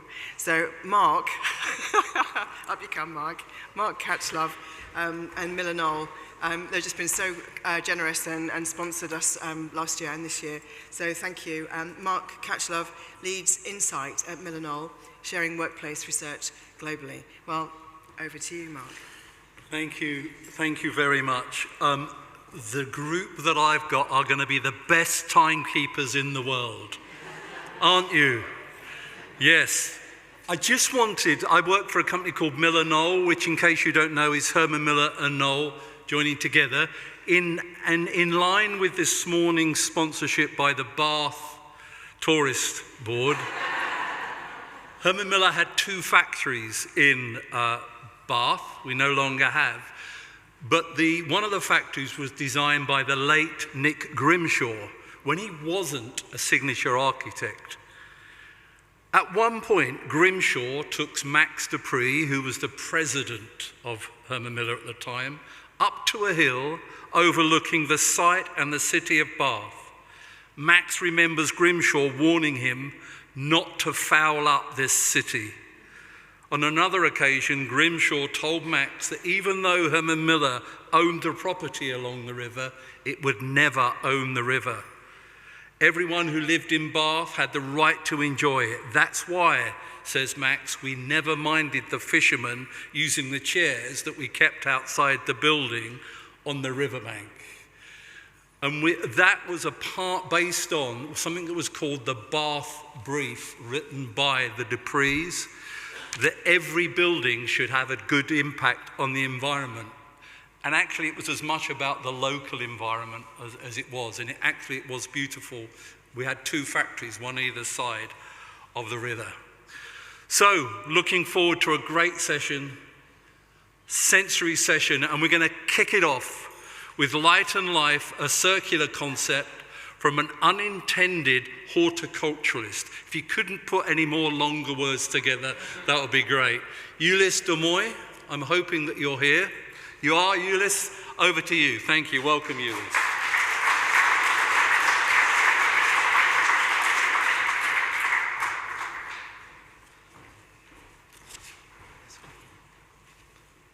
Sorry, let me just flick this through.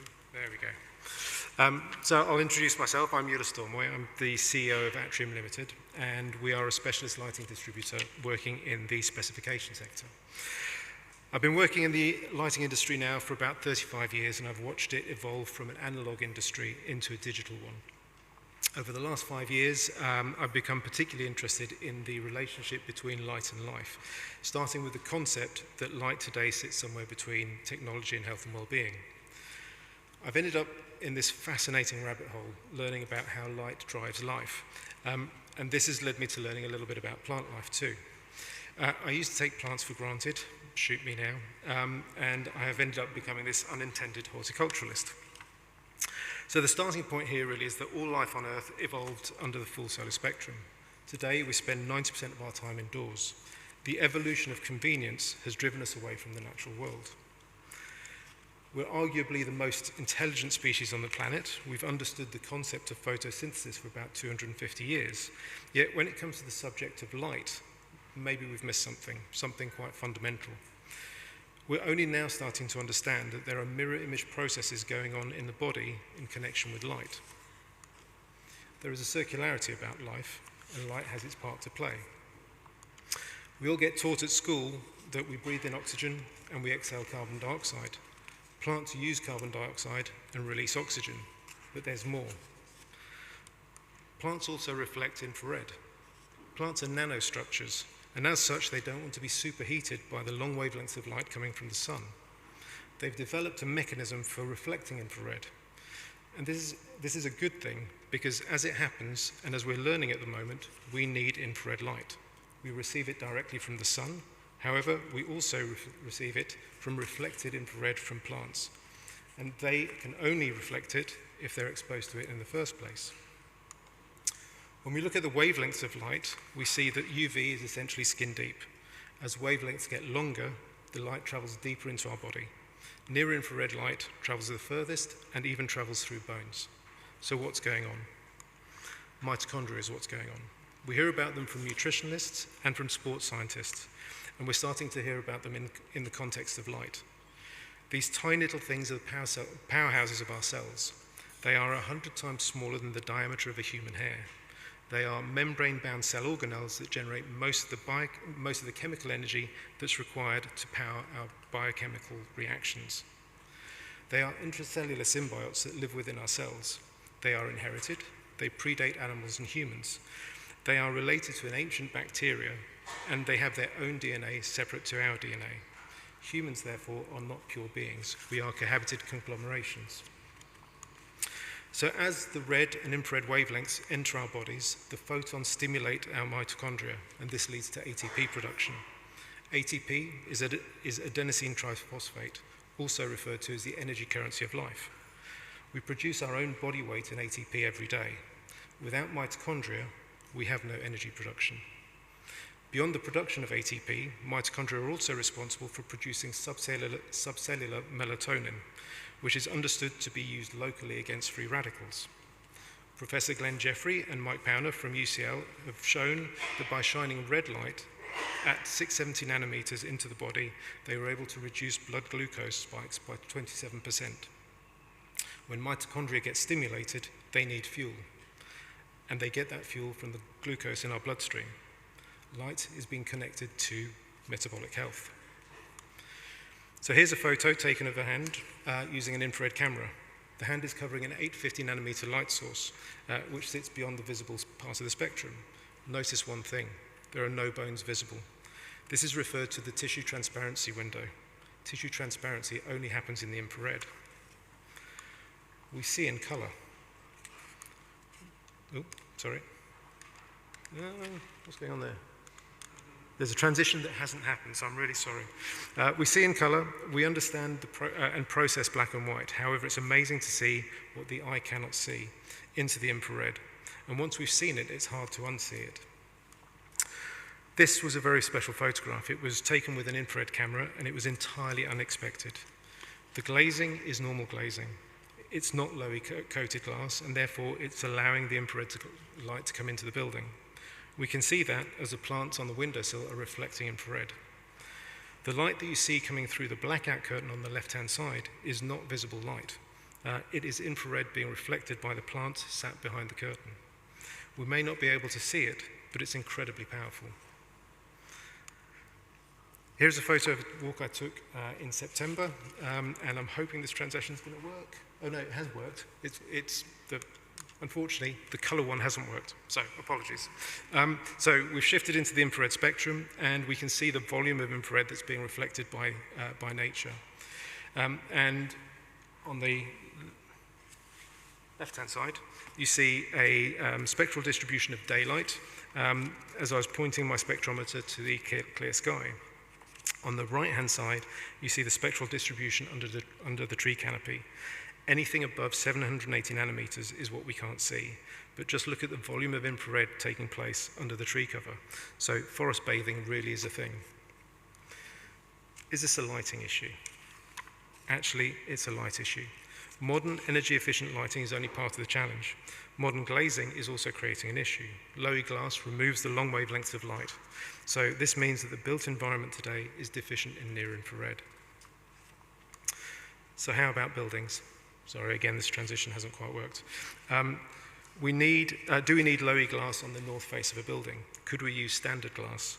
Yeah, and then strategically placing trees and greenery outside to reflect infrared into the building uninhibited by the glazing and without the heat gain.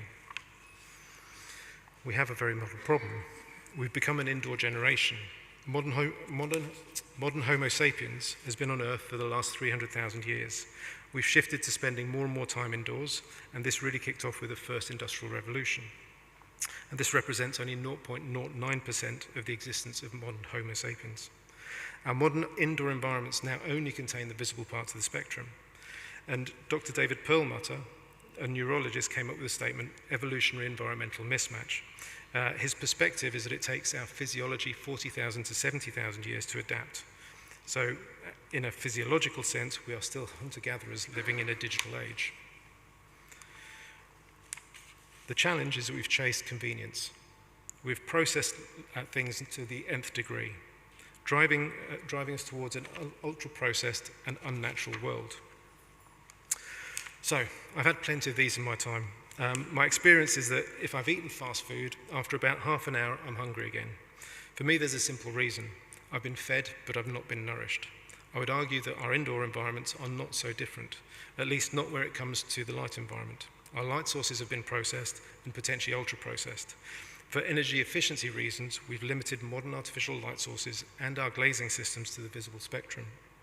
But we need more. And just as with food, we've processed light to the point where some of the vital bits have been taken out. We've reduced our understanding of light, and we've forgotten how awesome it actually is. Today, we've reduced it to a visual aid. The metrics we give light for humans are related to vision. The crazy thing is that when we light plants, we give them an energetic value.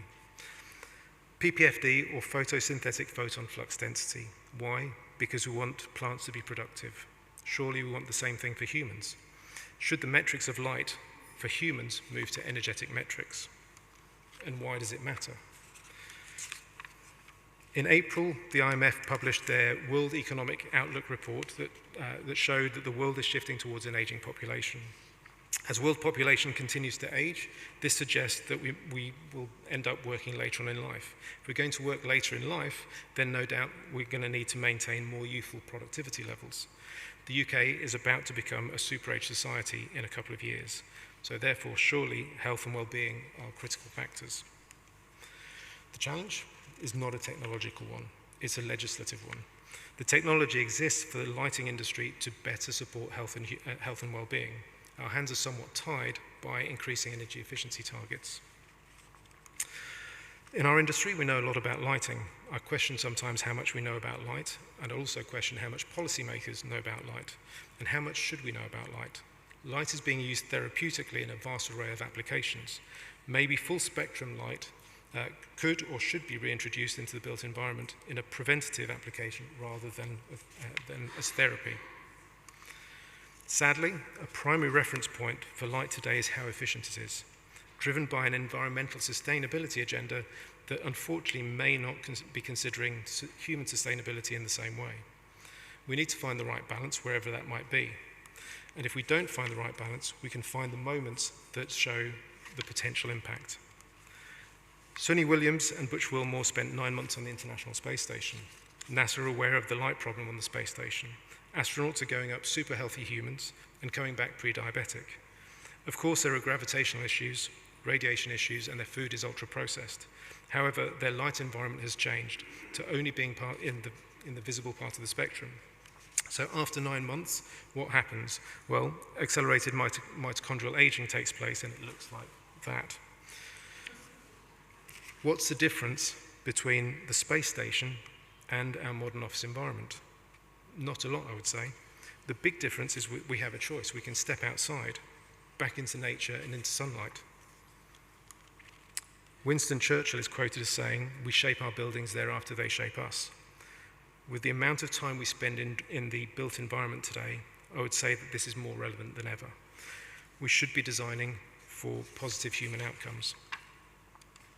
And I believe that architecture and design will play a major part in the health of nations. Biophilic and salutogenic concepts should become the norm. And maybe they're not a nice to have, but they're a must have. The great philosopher Yoda is quoted as saying, "Luminous beings are we, not this crude matter." Light is not just for vision, it is for health and human sustainability. Thank you.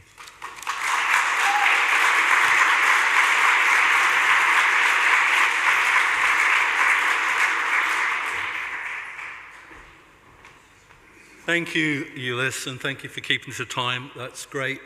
Our next speaker is Frankie Boyle, The Subconscious Language of Light, How Environments Speak to Human Behavior. Experiential artist, Frankie, over to you.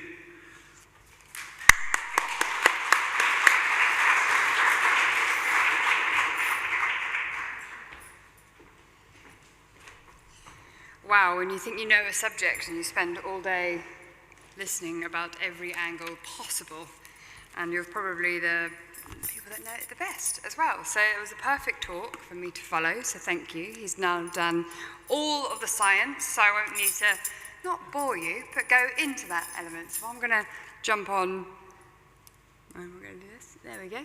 So I am Frankie Boyle. Unfortunately, I'm not the comedian. I will try and keep it as light as possible.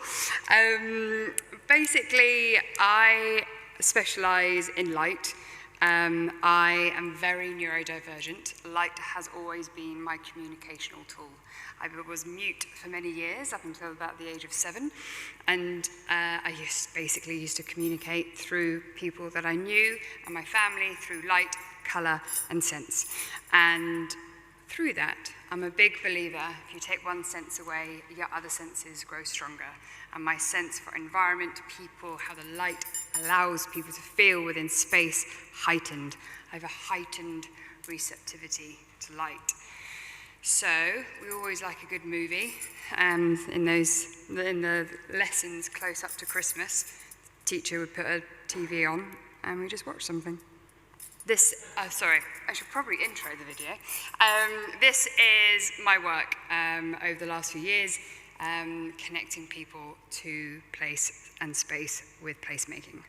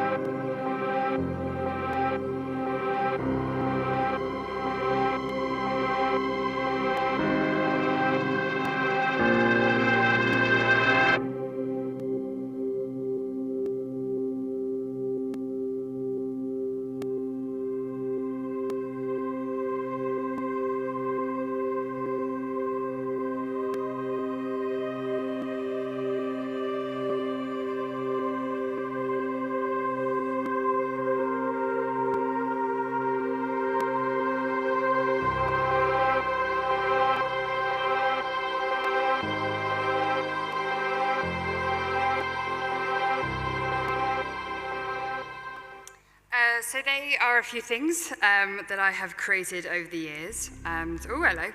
Oh, hello. Okay, there we go.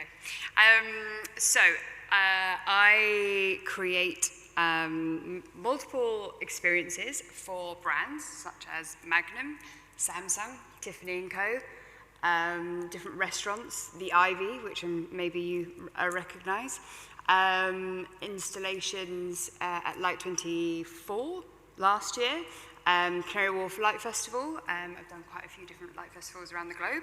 The Living Lantern is a sculpture that I created, which is about a 5-meter kinetic wind response sculpture. That's globally touring at the moment, currently showing in Washington. And everything that I do is about the subconscious. How do we subconsciously connect your nervous system? We're all here to talk about biophilic design.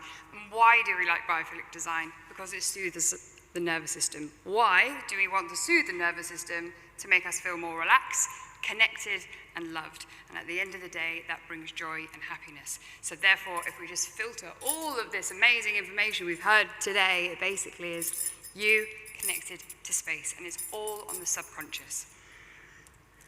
So, with that in mind, I've decided to go down being able to, a lot of what we've spoken about today has been about light in architecture, outside, green environments. Now that's beautiful, and don't we just love nature? Yes, we do, unless it's a really friggin' miserable day and it's pissing down with rain and we don't want to be outside. So how do we problem solve that one?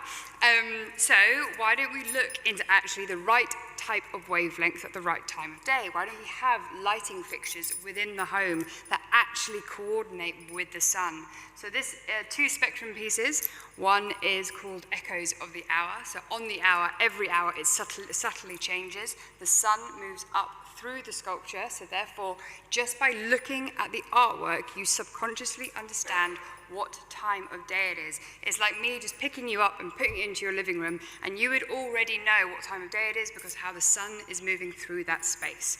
So therefore, it's literally bringing that biophilic inside and connecting us to wavelength and color. And obviously, into the evening, we need to be able to have as much red wavelength in the evening as per previous talk. Then we have the cotton candy sky, so therefore this is all based around the beautiful evidence of Baker-Miller pink. Now Baker-Miller pink is a specific wavelength of light that makes us, or believed to make us, 20% less aggressive. So it was just interesting when all of these studies were being done.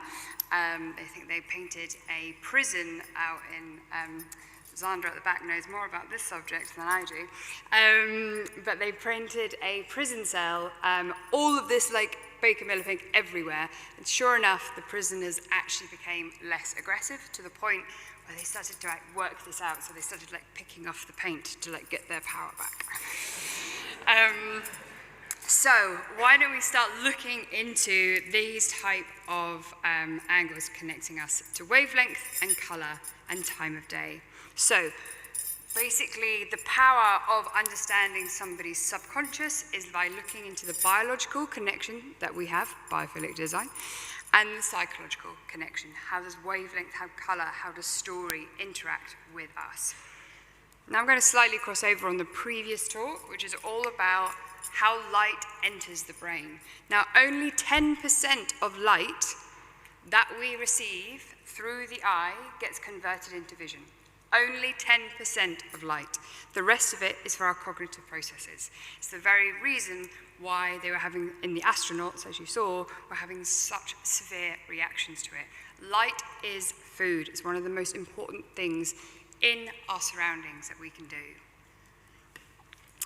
Taking on that, we then look into the neuroaesthetics. So how do you tap into somebody's subconscious? We understand the neuroaesthetics into things. Now, the neuroaesthetic is all about this idea of the neuroscience in our brains looking at how we feel subconsciously relaxed. Now, 4 billion years of evolution, we have evolved to the two moving sources of light. May that be the sun in the sky and the fire into the evening. So that fire into the evening, biologically, there's not one person in this room that doesn't get transfixed when they look into a flame. And that is because centuries and centuries and centuries, fire has meant safety, food, warmth, comfort, family, together, creativity, song, connection, survival. So that is where you're tapping into how you're getting into those worlds. So we start to understand, so when we are looking into interior design, how we are looking to make this space feel as comfortable as possible, understand how Mother Earth, Mother Nature, that's the one. Mother Nature used her tools, literally the sun. So in the morning, we get sunrise, all the way up to bright white, blue light in us, but therefore it allows us to be the most productive and energized within a space. Seeing direct blue light is like a double espresso to the brain. And then when we come back down into the evening, understand evening light needs to be candescent. It needs to be that sunset. So therefore we look into the oranges and red tones and bring it to eye level. Any light from above signifies to our brain that it's still daytime. So understanding just the basics of how Mother Nature actually used her tools, and then we can start bringing that into the elements within the home. This is a sculpture of mine, which I think you may have seen some of it on the video previously. So it's all tiny little petals, and it's about a 5-meter sculpture, currently in Washington. I think I've already done this bit, but anyway, we have put it in, when we put it into Athens, it was in this beautiful park, and it moved very animalistic. And then as soon as we took that sculpture and we put it into Times Square, it really reflected the energy of this like crazy kind of animal. And it was really interesting just by how the wind was moving through it. It allowed you to understand how the energy was within that space. Now this is a sculpture of mine called Biophilia. Now biophilia is all about, obviously, biophilic design, which I don't need to tell you about. So therefore, it's all about the movement, the curves, the curiosity, literally wrapping around trees. This was for Canary Wharf Light Festival, and it was about the flow of light and energy moving through our ecosystem. Not only that, we then wrapped the LED with the wool, which therefore allowed the nervous system to feel connected to the light.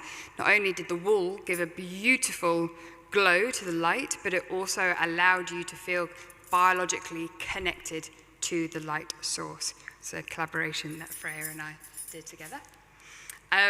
This sculpture has changed its form globally, so I've installed it in Utrecht last year, into many hotels in London as well.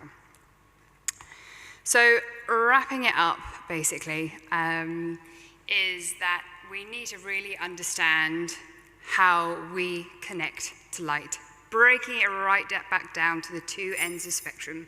Blue light, cortisol, intense, motivating. We need to use that when we need to create productivity, motivation. Most light to the brain is best.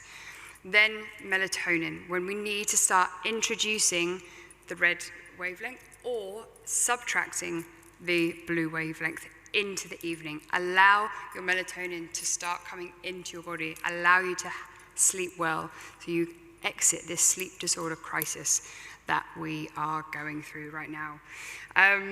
And that's it from me. So thank you so much.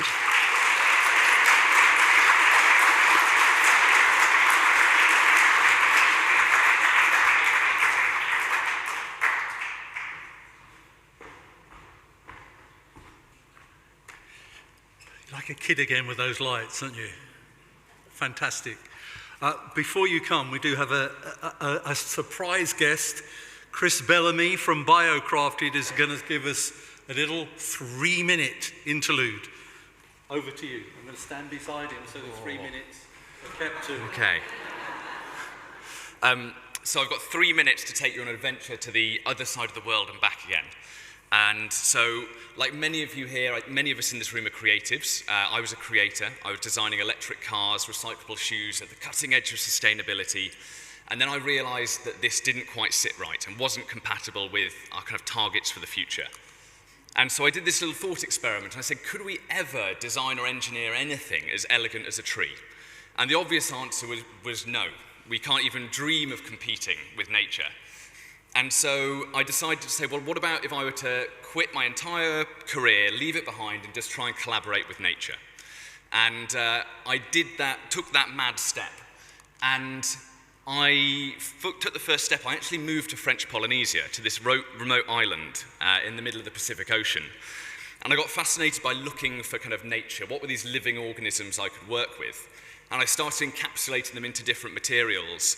but realized that I was being incredibly colonial, arriving on this remote island, trying to extract biology and see how I could use it. So instead I went and kind of worked with the local community, and I met all of these indigenous creatives and people on the island, and they said to me, well, what about if we could be symbiotic like a coral? What about if we could have this algae in connection with us? So I came back to the Francis Crick Institute in London, like you saw, and we managed to bring to life this bioluminescent material and took it back to French Polynesia and brought to life this dream of the local indigenous people of creating this bioluminescent textile, a bit like they were a coral, symbiotically living with an organism in a garment. And yeah, you saw the results there back on the coral reef. And then something even wilder happened. Dutch fashion designer Iris van Herpen, a very renowned designer, contacted me and said, Chris, do you think we could create a fully bioluminescent garment that could walk down the runway at Paris Haute Couture Week? And I dropped everything, moved to Amsterdam, and we collaborated together for 3 months, and we managed to find a way to create this fully bioluminescent garment that you saw in the images there. This video here shows the garment illuminating to touch. And the wonderful thing was, 2 days before the show, we finally managed to get it working. And then we suddenly had to work out how to keep it alive. And so all of the, the climate chambers, all of the equipment was all developed in essentially this act of care as we brought to life this new material. And this material's got a circadian rhythm. When I took the material on the plane, it gets jet lagged. And we have to develop this completely new way of thinking and talking about material and connecting to a material when we're working with these other organisms. And I can tell you about some of the ways we did that. But this was the end result, was that this image was plastered all over the internet, and people were talking and saying, this dress contains 125 million bioluminescent algae. And then people got wind of that, and they said, well, actually, could you put this into our museum? And so in September, I was back in the Netherlands, and we found a way to put this living, breathing garment into the Kunsthal Museum in Rotterdam, alongside all of the other archival pieces of artwork which are being preserved there. And it's on show there till April, and then it's going to be moved to New York. And it was this wonderful kind of act of education as I was getting phone calls from security guards at 1 a.m. in the morning saying, the lights have gone out, is it going to be okay, is it all right? And moving from this kind of indifference towards an object to suddenly this real passion and care to keeping this garment alive. And so these investigations have taken on this long exploration of what is life. And while this isn't the most scientifically correct definition of what is life, it's the one that resonated with me most. And it's actually what Schrödinger, the physicist of cat-in-a-box fame, it's what he defined as life, which is it's anything that defies equilibrium. And in this entropic world where everything is slowly degrading, the buildings around us are slowly falling apart and we try and preserve them, life is the only thing that pushes against that. Life is the only thing that will create structure and order and beauty from the disorder which is around it. And I found that both incredibly inspiring as a process, but also inspiring for us as living things ourselves, to say as a living thing, what am I going to go and challenge? What equilibrium am I going to go and push? What beauty can I go and create? And this is the last slide. And so it really builds into this philosophy of livingness. And I think my encouragement here today would be for everyone here who's thinking about biophilia, would be not thinking about how can we use nature or take nature or associate with nature, is much more to say, okay, how can we be part of an ecosystem? We are living things, they are living things. How can we interact with them? How can we connect with them?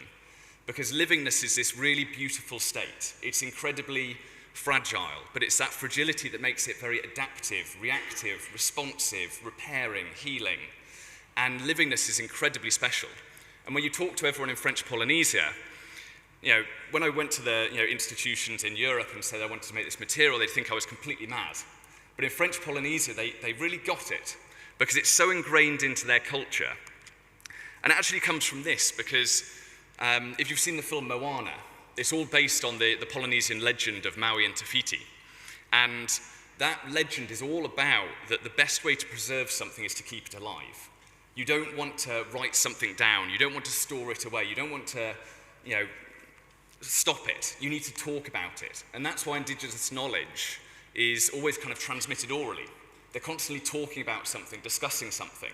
And while for us it's terrifying to think that some knowledge might be lost when someone dies, for them it's versatile and it's agile. So that's my practice, and hopefully that was only just over 3 minutes. Thank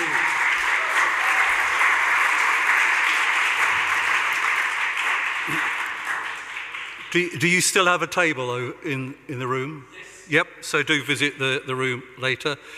Sorry to delay you. We're moving from light to sound, from ideas to action, biophilic soundscaping in practice. Please welcome to the stage Fran Board.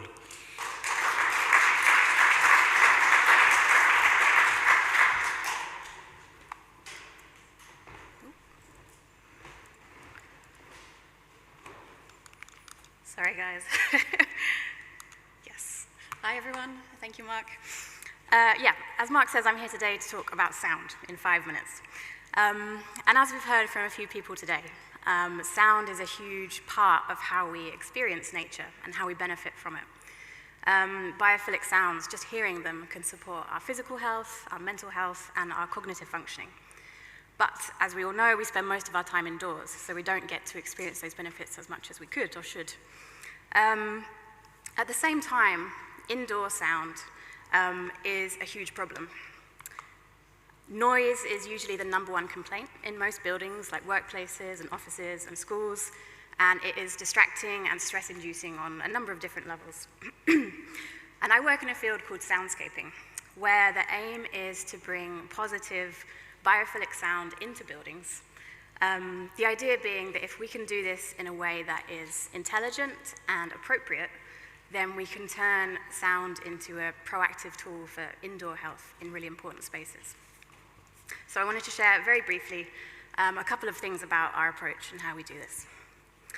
So when we first started testing the concept of soundscaping, many years ago, we were trialing some week-long loops of nature sound in an office, and we very quickly realized that that's just not possible to do good soundscaping with static audio or looping sound. Even these week-long loops, people noticed, particularly people who are more sensitive to their surroundings.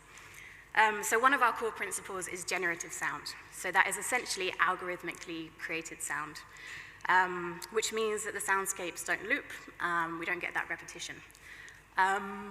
But once we move into generative sound, it opens up a whole other host of possibilities indoors. The sounds can evolve throughout the course of a day, so we can orientate people in time, and we can support circadian rhythms.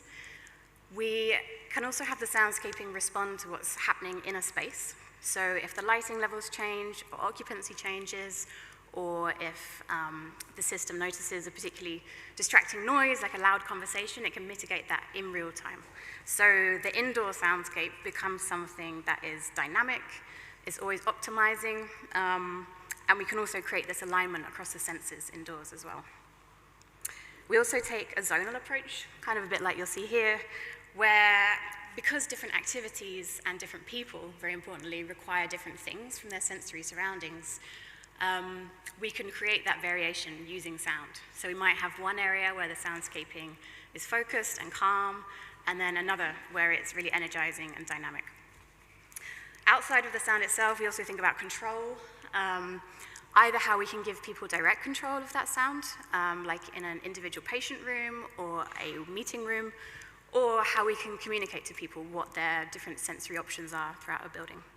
And then at the heart of all of this is research. This underpins everything that we do.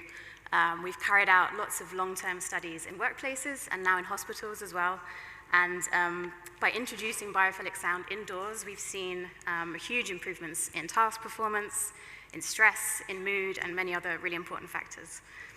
And in healthcare as well, we've seen staff use the biophilic sound in a really proactive way to try and encourage certain activities and certain states in their patients to help them recover quicker. So very briefly, in 2 minutes, I'm going to just run through a couple of really quick projects that we've been involved in most recently.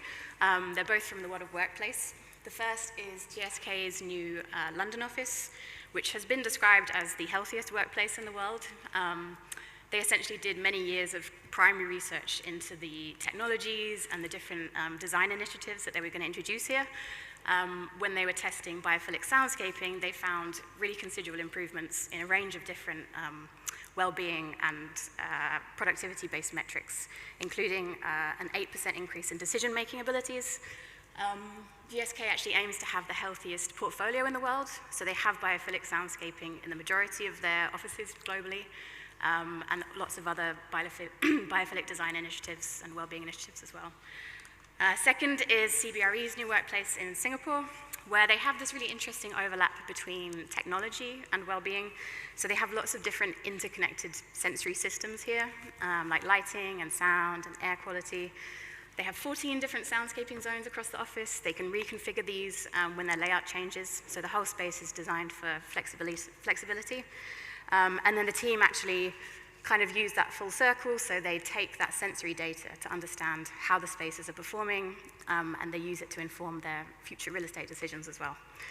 So we have seen some really positive change in the last couple of years related to biophilic sound indoors and multisensory design in indoor environments. There's more research, there's more tools, and we're seeing organizations really consider biophilic design across all the senses. And because historically buildings haven't necessarily supported people particularly well when it comes to sound, it's good to be able to start bringing in some of those biophilic benefits into buildings, really important buildings, and bringing them to lots of different people. So thank you very much for listening. Thank you.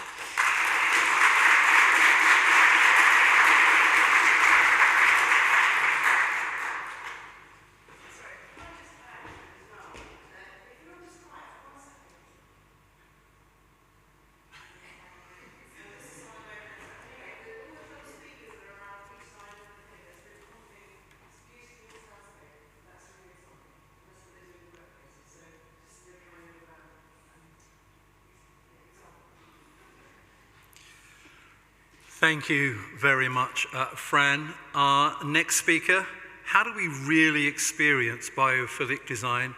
Welcome to the stage, Tatsuya Matsuoka.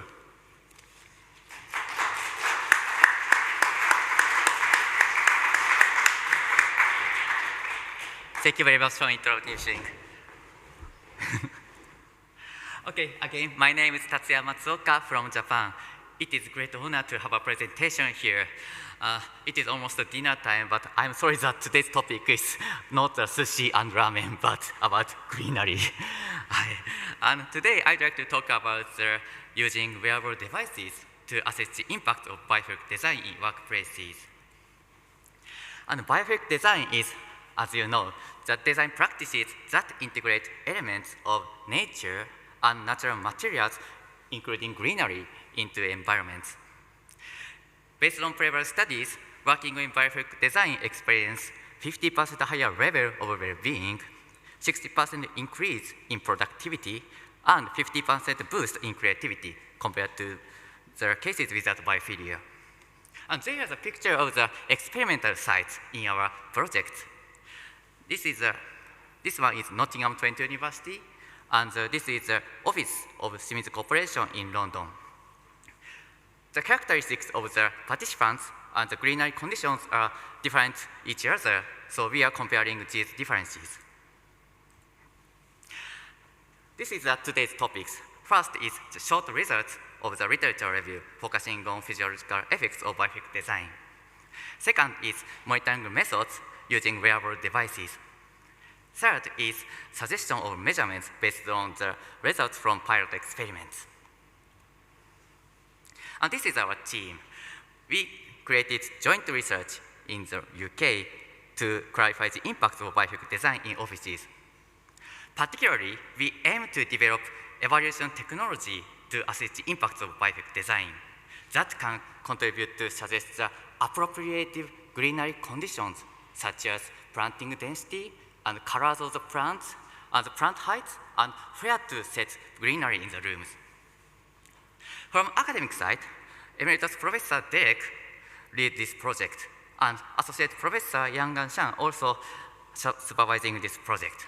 And I am a visiting scholar at Nottingham Trent University. From industrial side, Actually, I'm a researcher at Shimizu Corporation. This is a Japanese company. And Adrian is attending this project from Benholm Group. This is landscape and designing company, and providing the greenery for the experiments. And Shimizu Corporation is a general constructing firm in Japan. We created architectural cases such as Expo 2025, this year's case, and Azabudai Hills. And we also created civil engineering cases such as Malaysia-Singapore second link. Regarding biophilic design, the effects of it in both academic research and practical applications are not yet fully understood. There are the cases of the biophilic design from my company. We created biophilic design in offices such as Novare, Hokurik Shimizu, and Mebux. And we also created biophilic design in overseas cases such as Maple Tree Business City 2 in Singapore. Although we created biophilic design in cases, but the ongoing effects and the effects after introducing biophilic design are not so fully investigated. This is because I came here and started this project. And this is a series of the biophilic design. First is attention restoration theory. This is that we can concentrate on work after staying in the nature or looking at nature. Second is stress reduction and recovery theory. This is that we can recover from stress in the natural spaces. Third is provision of refuge and prospect. This is a theory that the people, without being by seeing everyone, can feel safety. Biophilic design can provide freshness and aesthetic appeal and can improve health and well-being. Eventually, it can enhance creativity and productivity in workspaces. And there are the key physiological indicators of biophilic design. It is based on 28 researches. And first is reduction of electrodermal activity and skin conductance level. This is the nervous systems that reflect the degree of stress acceptance. Second is increasing of oxygen saturation in blood and electroencephalogram, we call EEG. This is based on brain waves. And third is reduction of blood pressure and heart rate and increasing of heart rate variability. However, in these studies, exposure duration to biophilia in the experiments were different from each other. And the characteristics of the participants and the granular density are also different. So when we apply these studies, we have to check the effects of biophilic design in each case. Additionally, dynamic system characterized by interactive processes can affect 24 hours energy trend, and it may influence biophilic design impact. Therefore, we propose to use wearable devices that can support understanding of the relationship between people and biophilic surroundings. This is an example using Google Fit with Charge 6 I am wearing. So, for example, sleep stats like REM, non-REM, deep and light sleeps, and heart rate variability can be monitored automatically during sleep. These values can be downloaded by app. And these devices also have EDA scan mode, and that can measure electrodermal activity. This is EDA and heart rate. And these values are shown on device directly, so we can check them in offices. And this is an example of experiment.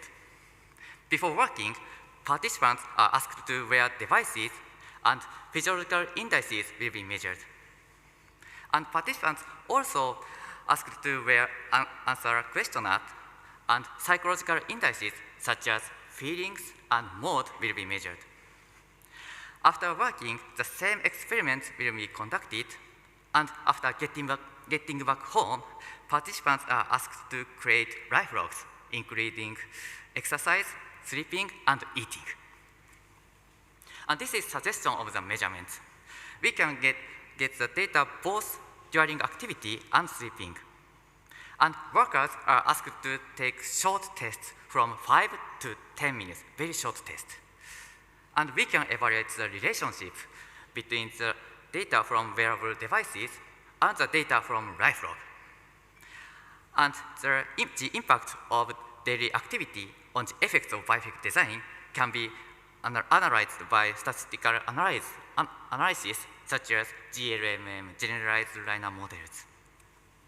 And this is an example of the test at the Nottingham Trent University. The results indicated that electrodermal activity, EDA, and heart rate were decreased significantly in the cases in biophilic spaces compared to the cases without biophilia. And they would be related to stress reduction. And we could get the data from wearable devices very easily. And we also could collect data related to human energy that can include sleep stats and heart rate variability. So we are very looking forward to publishing this data to the papers in future. So this is a conclusion. Firstly, people's responses to environmental stimuli varies physiologically, and focusing on human energy would be important. Secondly, using advanced wearables can probe more deeply the relationship between people and their biophilic surroundings. Thirdly, using wearable devices in offices can assess the ongoing effects of biophilic design. I'd like to express my strong gratitude to my supervisor. Thank you very much. ありがとうございました。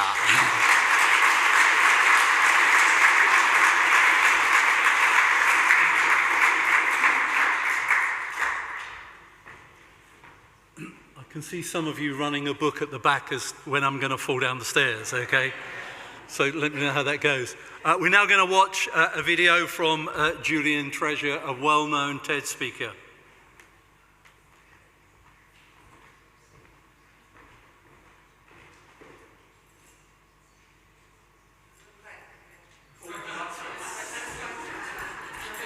It's fine, go play it.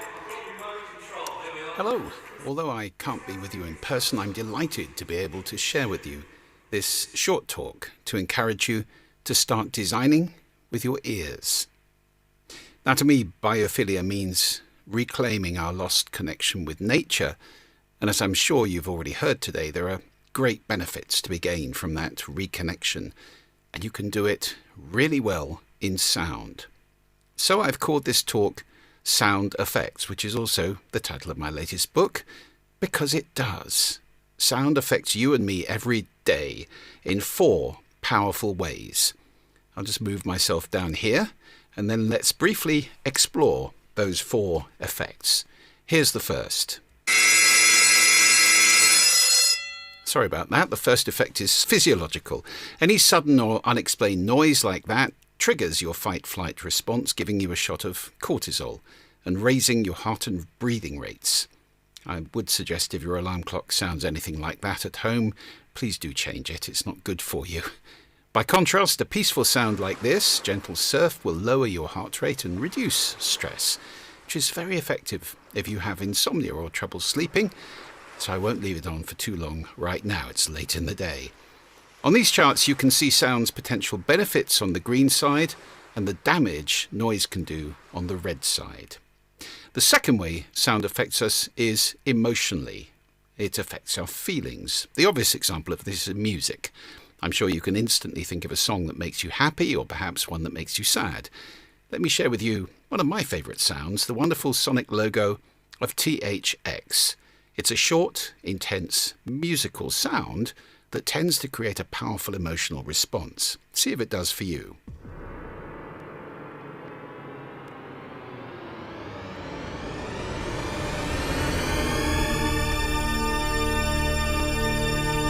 Gives me goosebumps every time. I hope you felt something too. Of course, music's not the only kind of sound that can change our feelings.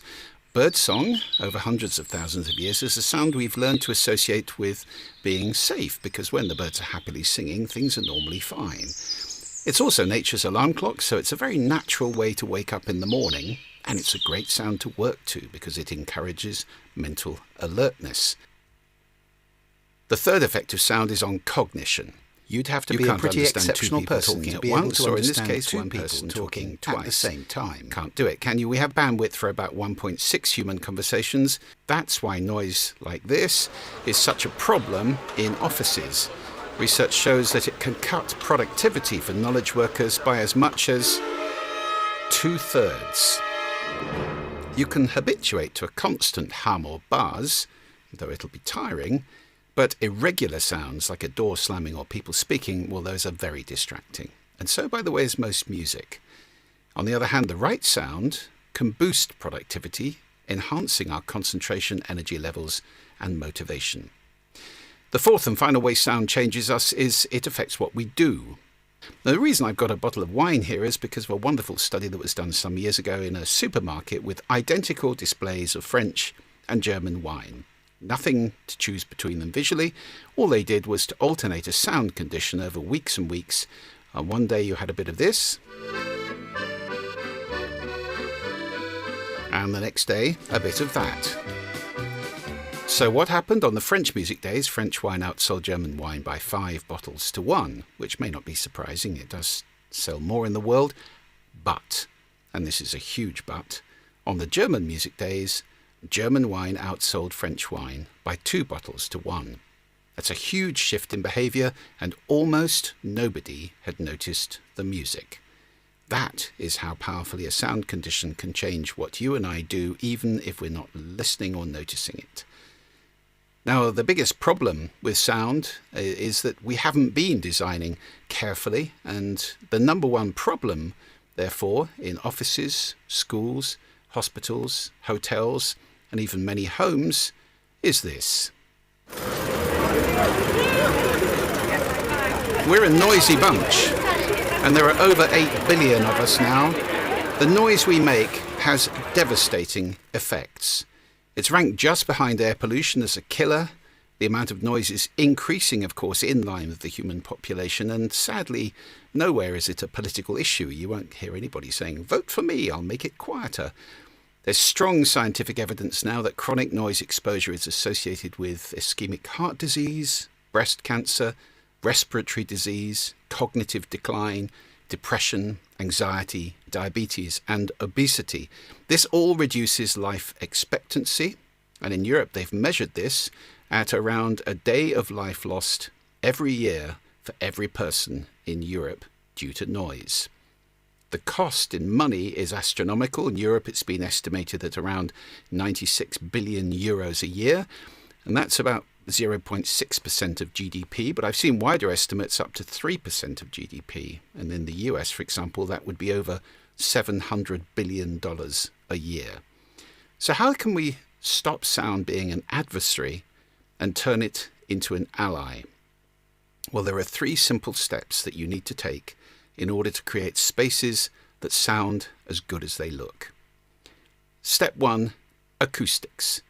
It's very difficult to create good sound in a space with poor acoustics, so do involve an acoustician at the very start of your project. And as a rule of thumb, make sure that reverberation times are appropriate. I would say under a second for most working spaces and under half a second for classrooms or meeting rooms. Simple rule of thumb, easy to remember. Step 2, control the noise from M&E, mechanical electrical equipment. We specify noise output for domestic appliances. Well, let's start doing that when we commission HVAC, another plant. Of course, good acoustics will also help to reduce any noise by stopping sound from bouncing around. Now, there's something important to remember. A change of 10 decibels is a doubling of perceived volume. So 80 decibels is 4 times as loud as 60 decibels. That's something that's widely misunderstood. 65 decibels is now the average noise level in many classrooms. Sadly, it's also the level at which chronic exposure increases the risk of heart attack. So teachers may well be shortening their lives by working in this environment day after day. Well, once we've got the acoustics and noise control right, we can start to get creative and biophilic. Soundscaping is what I call designing and deploying sound that can boost people's happiness, effectiveness, and well-being. Any guesses what that sound might be? I would start with WWB. I'm sure you can guess what those initials stand for. The sounds of wind, water, and, of course, birds have been our constant companions, marking the passage of time and connecting us with the rhythms of our planet for millennia. Biophilic soundscapes can be very effective in workplaces. There's a massive research now to show that the pleasing sounds of WWB, as well as many other natural sounds, are good for us, as well as productive. They measurably reduce stress, improve mood, and aid recovery. Benefits confirmed across offices, schools, hospitals, and homes. Biophilic sound can also do an excellent job in masking unwanted conversation. Water is particularly effective there because it masks the same frequencies as the consonants we use that make our speech intelligible. Well, if you combine the senses to deliver consistent messaging, you achieve an effect known as super additivity. That means that a biophilic picture, video, or planting can be many times as powerful when you pair it with appropriate biophilic sound. And of course, we can now print acoustic panels with anything, including lovely biophilic imagery. Guys, you are the superheroes we all need. You can undo the damage that noise is doing today by designing with your ears as well as your eyes. I've prepared a comprehensive document with many references to help you to go deeper into these subjects, whether you're designing offices, schools, hospitals, homes, whatever. Go to this link or capture this QR code and you can give me some feedback and also download a copy of the report. I've also sent this link to the conference organizer for distribution afterwards. And one more resource I can offer you is an Aladdin's cave of information about sound and the largely forgotten skill of listening, which for some reason we don't teach our children. You can find masses of documents, videos and sound files in the Listening Society, and membership is completely free. Just visit thelisteningsociety.community and click the Join button. It just remains for me to say thank you for your attention today. If I can serve you in any way, please do connect with me on any of these links. Thank you very much and enjoy the rest of the conference.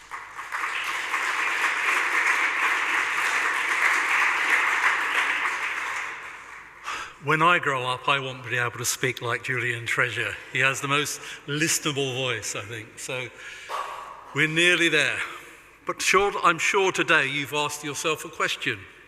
What is a healthy product? Simon Corby is going to tell us. Simon, welcome to the stage.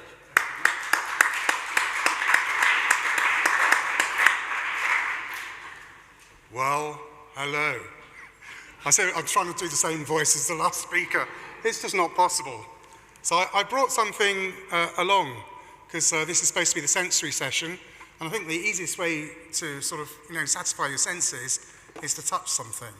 So I've got here a whole box full of tricks, sort of biophilic products, all made from nature and all available, on the market today, here and now.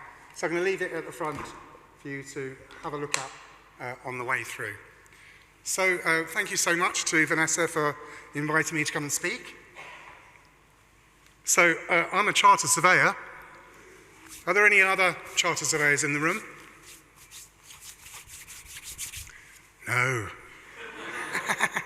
Well, it sort of doesn't surprise me, but it does disappoint me. I go to sort of quite a few events like this, and I just don't see the guys who are supposed to be responsible for our built environment in events like this. So next time, I think I'd like to invite one or two sort of senior RICS folks along to such a conference. It's been such a great day. So I work for the Alliance for Sustainable Building Products. We're a not-for-profit, mission-led sustainability organisation. We're a partner organisation to the Passive House Trust, that's been mentioned earlier. And there are a range of other organisations within our umbrella organisation, which I won't sort of go into. So we're mission-led, and that's our mission. So we ask our members to sign up to that mission, and we work across a whole range of different pillars. So we do lots of webinars, events, registrations, and we have a range of research and communities of practice. So we've brought together all of the natural fibre insulation guys in the UK, and we brought them all together to collaborate. So competitors collaborating is a thing, isn't it, these days? So if you're looking for natural fibre insulation, then look no further. These guys are the ones that sell it. So the insulation market in the UK is worth $1 billion, thereabouts. So the natural fibre insulation guys have less than 1% of that market, whereas if you go over to France or to Germany, that's about 10%. So it tells me that we're sort of lagging behind. We sort of know that, don't we?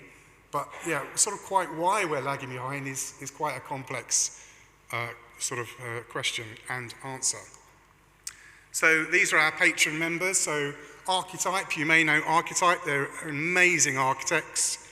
They've done some amazing buildings through the years. And then we've got a whole range of different other products. So Thermofleece, sheep's wool insulation, I'm sure you know those. And there are a range of other members as well. So what is a healthy product? Well, it's a simple question, but of course it's a pretty complex answer. So I was natural finishes specialist in a place called Construction Resources, which was London's first green builders merchants, all the way back in 1997 in Southwark. So I don't know if anybody remembers that place, but it was an amazing place, like the design museum for natural products. But sadly shut, but I've been working in this sort of area ever since. And when I was working at Construction Resources, the phone would ring and someone would say, oh, I've had a real problem, I've had a major reaction to this, whatever it might be, carpet, paint, a whole range of sort of issues, including hospitalisation. So I was introduced to the world of the fact that actually products can have such a major impact upon your health. So of course, ultimately a healthy product is good for you and it's good for the planet, so it needs to sort of satisfy all of those things really. And so I suppose one key takeaway I'd like you to take away from this is this environmental product declaration. I deliberately missed out a word there just to keep you on your toes. So environmental product declaration, an EPD, really is that manufacturer trying to say, look, I'm trying to be transparent about my product, I'm trying to tell you all about that product, I know everything there is to know about that product. And so if you ask for an EPD for a product that you're looking at, I think that's a great first step. I mean, it's not the only step, but it's a great first step. So of course, biophilic design basically means you selecting a whole range of products. So you can't get the design without the selection of the product. So, that sort of crucial link's got to be made. So the best buildings are life-enhancing, and of course, great design and healthy products will assist with, a healthy internal environment. So I'm just convening our Healthy Buildings Conference. So Oliver Heath, who's still here, I think, was a keynote speaker at this, and our keynote speaker this time around is Professor Stephen Holgate. I don't know if that's a name that you know, but if you don't, look him up, because he's an incredible communicator about internal environment, and particularly air quality. So he worked with Rosamund Kissy Deborah, who you may know, whose daughter sadly died of asthma, and he helped her through the courts and sort of create groundbreaking legislation. He's an amazing chap. So, okay, so from the good news to the not so good news, PFAS, scary old shit, isn't it, really? I mean, you sort of tend to think of it about clothes, and you tend to think about sort of frying pans, but actually there's a whole sort of raft of sort of research, and it's now coming out from Henning Larsen. It's in Danish just at the moment, but the sort of basic sort of theory is that actually we need to start thinking about PFAS in building products. And so there's quite a complex wheel here of products that are associated with PFAS. I'm not going to go into it in any great detail. So there's going to be the English version published very shortly. So if you want to sign up to our newsletter or keep in touch, sign up to Henning Larsen's newsletter or get in touch with them in Denmark, then you'll understand when this comes out. So yeah, I'm not going to dwell on that, but basically, it's something for us to think about. Plastics, well, we all know there's a lot of plastics in packaging, but of course there's a lot of plastics in our buildings. So 17% of all plastics goes into our buildings, something I'm sure you guys know, but it's a pretty scary number. But what are the health effects of those plastics? Well, it's so hard to find out specific health effects with sort of specific products, isn't it? But there is some interesting research looking at flooring, for example, and looking at rhinitis. So there is this research there. We're doing a research paper on this at the minute. If anybody can contribute to that, please let me know. It's really hard to find really salient information. So paints. So Edward Bulmer makes linseed oil paints. You may know him. They have a showroom in Chelsea, I think. So he's done this sort of, well, I suppose it's soliloquy, really. It's sort of called Lifting the Lid. So well worth a read. So are paints healthy? Well, of course, some paints are, and some paints are not. So we think of water-based paints as being quite healthy, but actually 50% of those paints is plastic. So, you know, maybe, unfortunately, there's no real reason for the product manufacturer to tell you what's in their paint. There's no legal obligation for them to do that. So, of course, yeah, so paints has been found to be the largest source of microplastics. So something to think about when you're buying a next pot of paint. So this label, which I'm sure you're fairly familiar with, is actually, you know, it's self-reported. So there's no sort of, you know, there's no third-party certification that goes beneath this. I've got the 2-minute signal, so I'm going to really have to speed up. So I'm going to sort of, yeah, so what is a healthy product? So at very least it should minimize the risk to people, and then don't forget all the people that are making that product, all through that supply chain. So there is a mantra, focus on the user, and all else will follow. So needs to be, of course, it's called source control, sort of reducing the amount of impacts that your products might have. And of course, it needs to be hand in hand with effective ventilation. So loads of VOCs everywhere, so you've got to be careful, you've got to find out what's in your products, ask questions, ask the manufacturer. If they don't know, then move on to another product. There are so many chemicals that I cannot keep up with it. I'm sure you can't keep up with it either, but they are all over the place. We need to learn more about them. So we have done some monitoring whereby we've compared healthy products with conventional products, and you can see the difference in VOCs over a sort of 8-week period here. So this is German research. We'd love to have something like this in the UK, but it is coming. So Leeds University have just done an incredibly interesting lab. So if you wanted to know about indoor air quality tests, there are 8,000 this company have done. And I thought this was quite an interesting slide to put in, so you perhaps know if you're doing any testing. Formaldehyde, something we need to know more about. Some people don't really know what it is. So I'm just going to mention Nature Plus. This is an eco-label that basically means your product is healthy and low carbon. It takes a lot of that work out of the thing. I'm sure you've seen this before, but this is basically why internal humidity is so important. All of those very same reasons. I talked about natural fiber insulation. All fibers are very different. So if you look on the right-hand side, you see polyester, and on the other side, you'll see wool. And you can see why they react so differently. It can help with acoustics, help with cleaning the air. So yeah, so looking at things at a microscopic level is really important. So, okay, so our work carries on, and we are at London Build earlier, sort of this week on Wednesday and Thursday. We've got webinars coming up in November and December, and then conference next year. So we have a free newsletter. Do sign up. Get in touch with me if you've got any particular questions. If you can help with any research that we're doing, I'd love to hear from you. So thank you so much.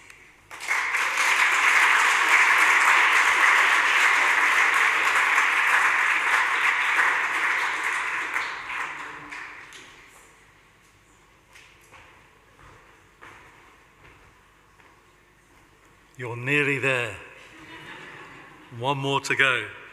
I guess I should do it in a traditional style. Let's make a noise for biomaterials, making a noise with Will Knight to close the show. Thank you very much.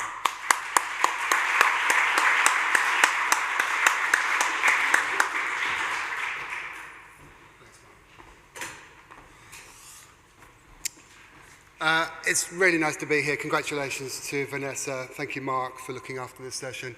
I thought I was last in the line just by virtue of the fact that my name began with a W, but it seems I'm on wrap-up. And the good news is I've just got some nice photos to show you. And generally what I'm about to tell you is a quite positive way in which I suppose my company makes a noise about materials, and biomaterials particularly. So very simply, Material Matters, for those of you that don't know, has been around for nearly 5 years. We're a media company. We produce fairs, and I'm very pleased to say there are some colleagues, exhibitors of ours in the audience. We began with a podcast, so I'm very glad to see Oliver here as one of those guests on our podcast. There are 140 episodes, basically exploring the connection between making, manufacturing, and material intelligence, which is what we've sort of coined as a way of expressing the importance of making material choices. We also have a conference which we're doing this week. There's a bookshop, which is part of our kind of general DNA to share and to be part of the process of enabling people to gather knowledge and use their own and develop their own material intelligence. We also have a newsletter, etc., etc., etc. And I think if I was just to kind of somehow summarize what Material Matters does, particularly as a kind of physical space, it's our fairs. So we do a free-to-enter, professionally focused fair. We've just done one in September as part of the London Design Festival. That was the 4th edition. And just earlier this year, we began a fair in Copenhagen. And it's the essence of visiting that fair which I kind of want to express in some ways, which is there's a positivity, there's the potential of materials, and that's what I think people generally take away. It's a kind of flash of well-being in our world. So this is really just about kind of cut through. I'm not the expert at all. I'm an organizer, and I'm someone who kind of amplifies what other people are doing, quite frankly. But I just want to give you some examples, some materials that are just kind of, I feel, have kind of got some cut through. They've gone beyond just being on show, and they've just enabled us to kind of talk about materials and the importance of them. So, anyway, without further ado. So the first 3 are really more experimental. This is Alkash Palmar. And, I mean, talk about cut through. Alkash has actually exhibited with us a couple of times in London. Last year, we put together collaborative Instagram reel. It was watched 1.8 million times. I mean, he photographs rather well, but his product photographs incredibly well. This is waste. This is orange peel. It's straight up orange peel. Tended to beautiful objects, both solid materials, but also in this instance, a beautiful pendant lamp that he creates. This image is of human hair. Often a mixed response to the prospect of working with human hair. But think about human hair. I mean, the hairdressing industry is worth billions and billions of pounds. So we're conditioned, well, literally conditioned, to spend money on making our hair look fantastic. And then we chop it off, put it on the floor, throw it away. So Sane Vissa, this is a project by a Dutch designer based in East London. Extraordinary amount of work that she's done around the prospect of completely reconfiguring systems and the approach to this as a natural resource that continues to regenerate. But it's also about craft and community as well. So she's built an incredible ecosystem. I would definitely look up Sane if you're interested in this. The next is much more kind of molecular. This is an image from Faber Futures, which is established by a woman called Natsai Chodsai. This is an extraordinary project. She spent time in lots of high-profile locations, including the Design Museum. And her work is really around molecular possibilities with materials. And her company, though I took this from her website, is the world's first biodesign native lifestyle company. So she's working at a very kind of cutting edge, using science and technology and her background as a biologist. And this is the jacket that she created, which has enzymes which change color. Okay, so this is the kind of middle section. This is the companies here are kind of moving beyond just the experimental stage. They're going into scale. The first one is a company beautifully called Material Magic, and this is a Dutch company.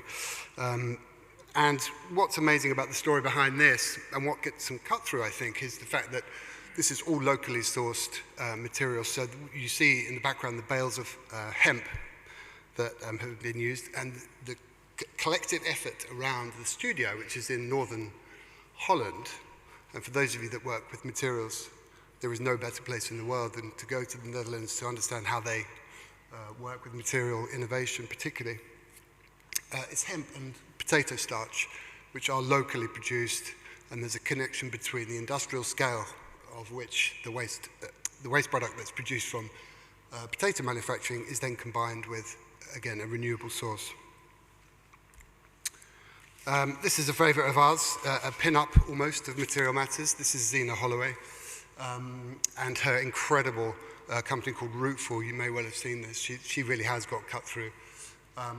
She uses a proprietary wax system to mould plant growth to create products, lighting, fashion, many of those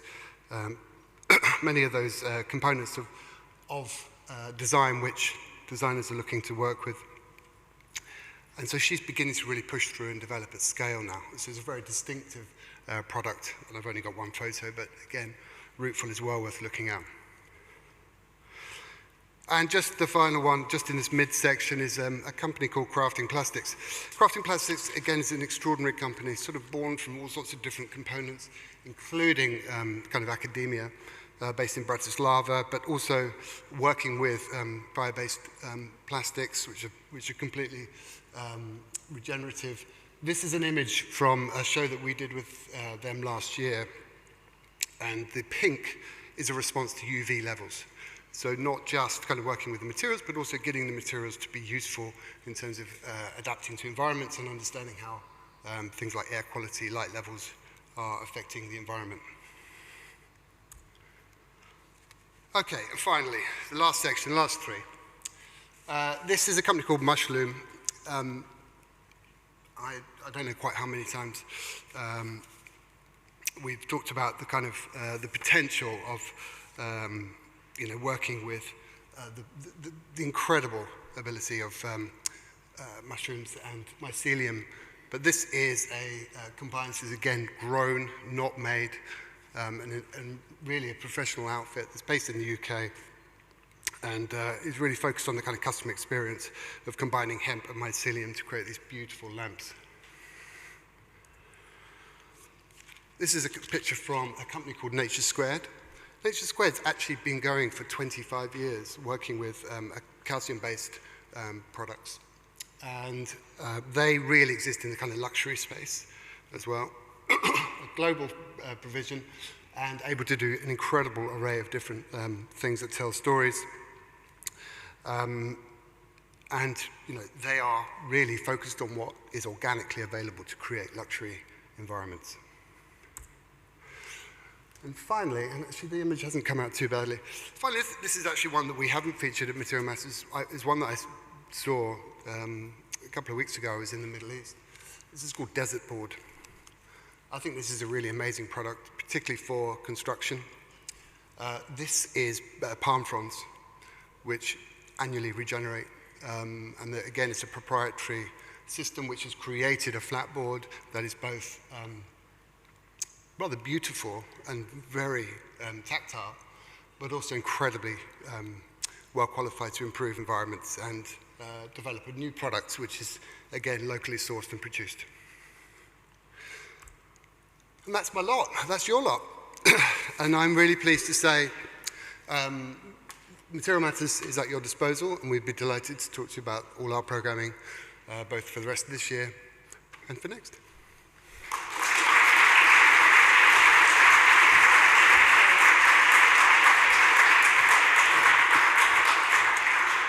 Well, thanks so much to everyone for today. And as we come to the close of this extraordinary day, I want to invite you to pause just for a moment to feel, to remember the energy that we've had in this room all day. The conversations, the ideas, the hope, the honesty, the urgency, and the possibility. What we share today is more than just inspiration, it's direction, it's clarity, and it's the beginning of a collective shift. We've heard from many visionary thinkers, courageous practitioners, researchers, designers, ecologists, policymakers, architects, psychologists, investors, and innovators who are already showing what's possible when we choose to design with nature, not against it. We have explored the frameworks, the science, the economics, the policy pathways, the lived experience, the future thinking, all pointing to one truth. Biophilic design is not just a better way, it is the way forward. And we know now, I think all of us here, we know even more deeply that we all hold the tools to regenerate our cities, to restore well-being, to build resilience, and to reconnect people with the natural systems that support all life. The question is no longer why, but how fast we can make this the norm. And that responsibility sits with us, with you, me, all of us. Before we part ways, I just want to take a moment to recognise the people who made this day possible. Thank for joining our for our sponsors, Ecofon, Millenol, GP Plantscape, Association of Sustainable Building Products. Got it right. There you go. Mood Sonic as well for doing the soundscape here. So Fran, who spoke, they soundscaped all this, which is amazing.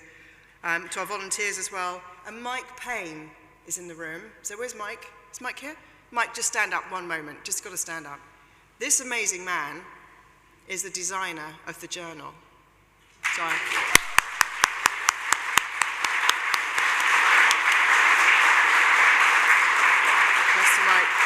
honestly, we wouldn't have a journal without you, and I can't even begin from the bottom of my heart to say how much everything. So yeah, so I'm going to get all emotional. You know what I'm like, so I'm going to turn that off. But thanks also to our volunteers, to Maria, Adil, my business partner, Caroline, I can't read my writing, Jane, Victoria, all the UCL students as well that's here. Thanks to our incredible speakers, for your bravery and insight as well. And to you, our delegates, our change makers.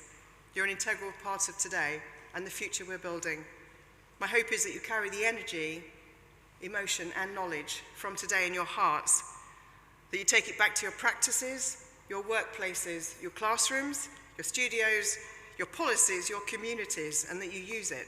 You use it to influence decisions, use it to transform spaces, and you use it to heal landscapes.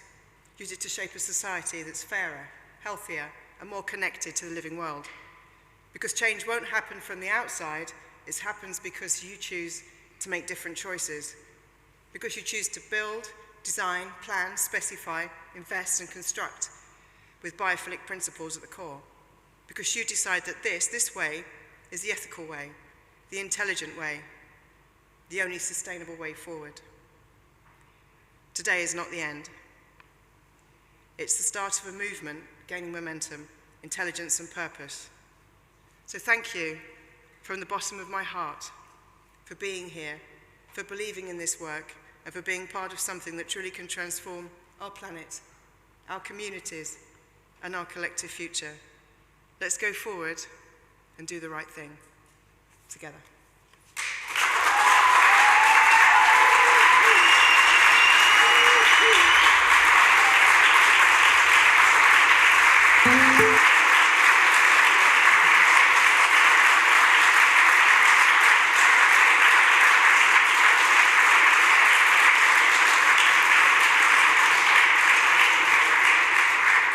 There's drinks next door.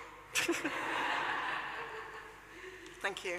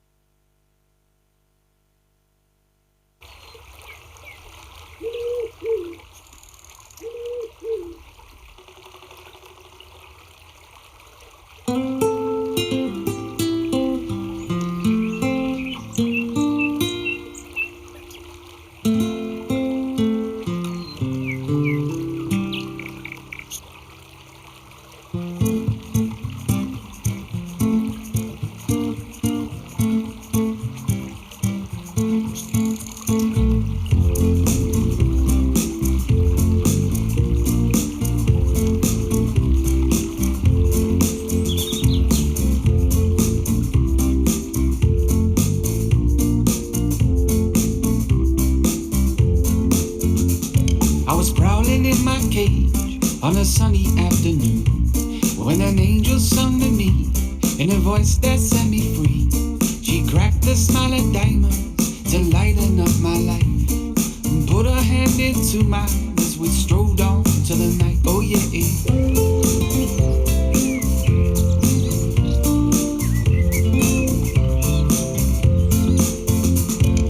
Conversation's easy and laughter is so sweet. I pull her close to me as I kiss her on the cheek. Her scent is always rusty, she's everything to me. See, I wanna hold you close, oh yeah. I wanna hold you, princess, rock you, angel, and give you my soul. I wanna feel your hand inside my hand till we get old.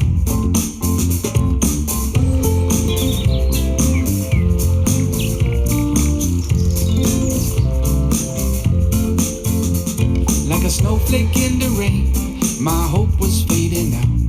I needed you behind me to rid me of my doubts. Our teardrops make an ocean, girl, to fill the world with us. See, I wanna hold you close, oh yeah. I wanna hold you, princess, rock you, angel, and give you my soul. I wanna feel your hand inside my hand as we get old.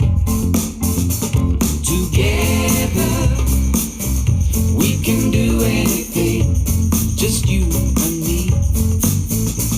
Together we can do anything, just you and me, girl. Together we can do anything, just you and me, girl. Together we can do anything, just you and me, girl. Together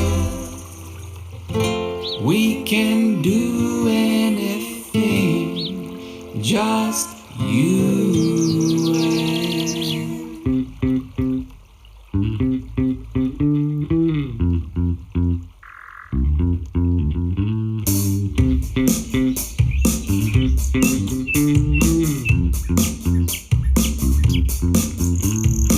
Let the light of a brand new day into your eyes.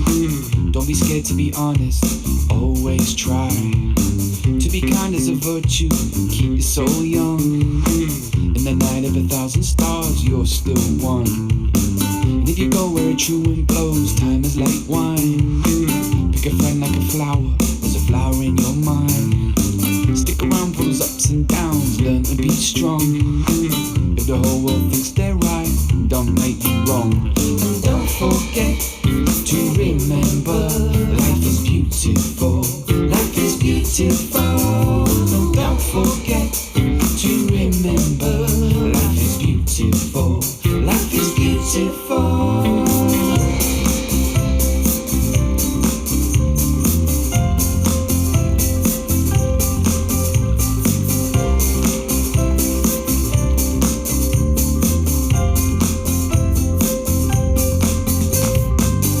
Winks and a problem.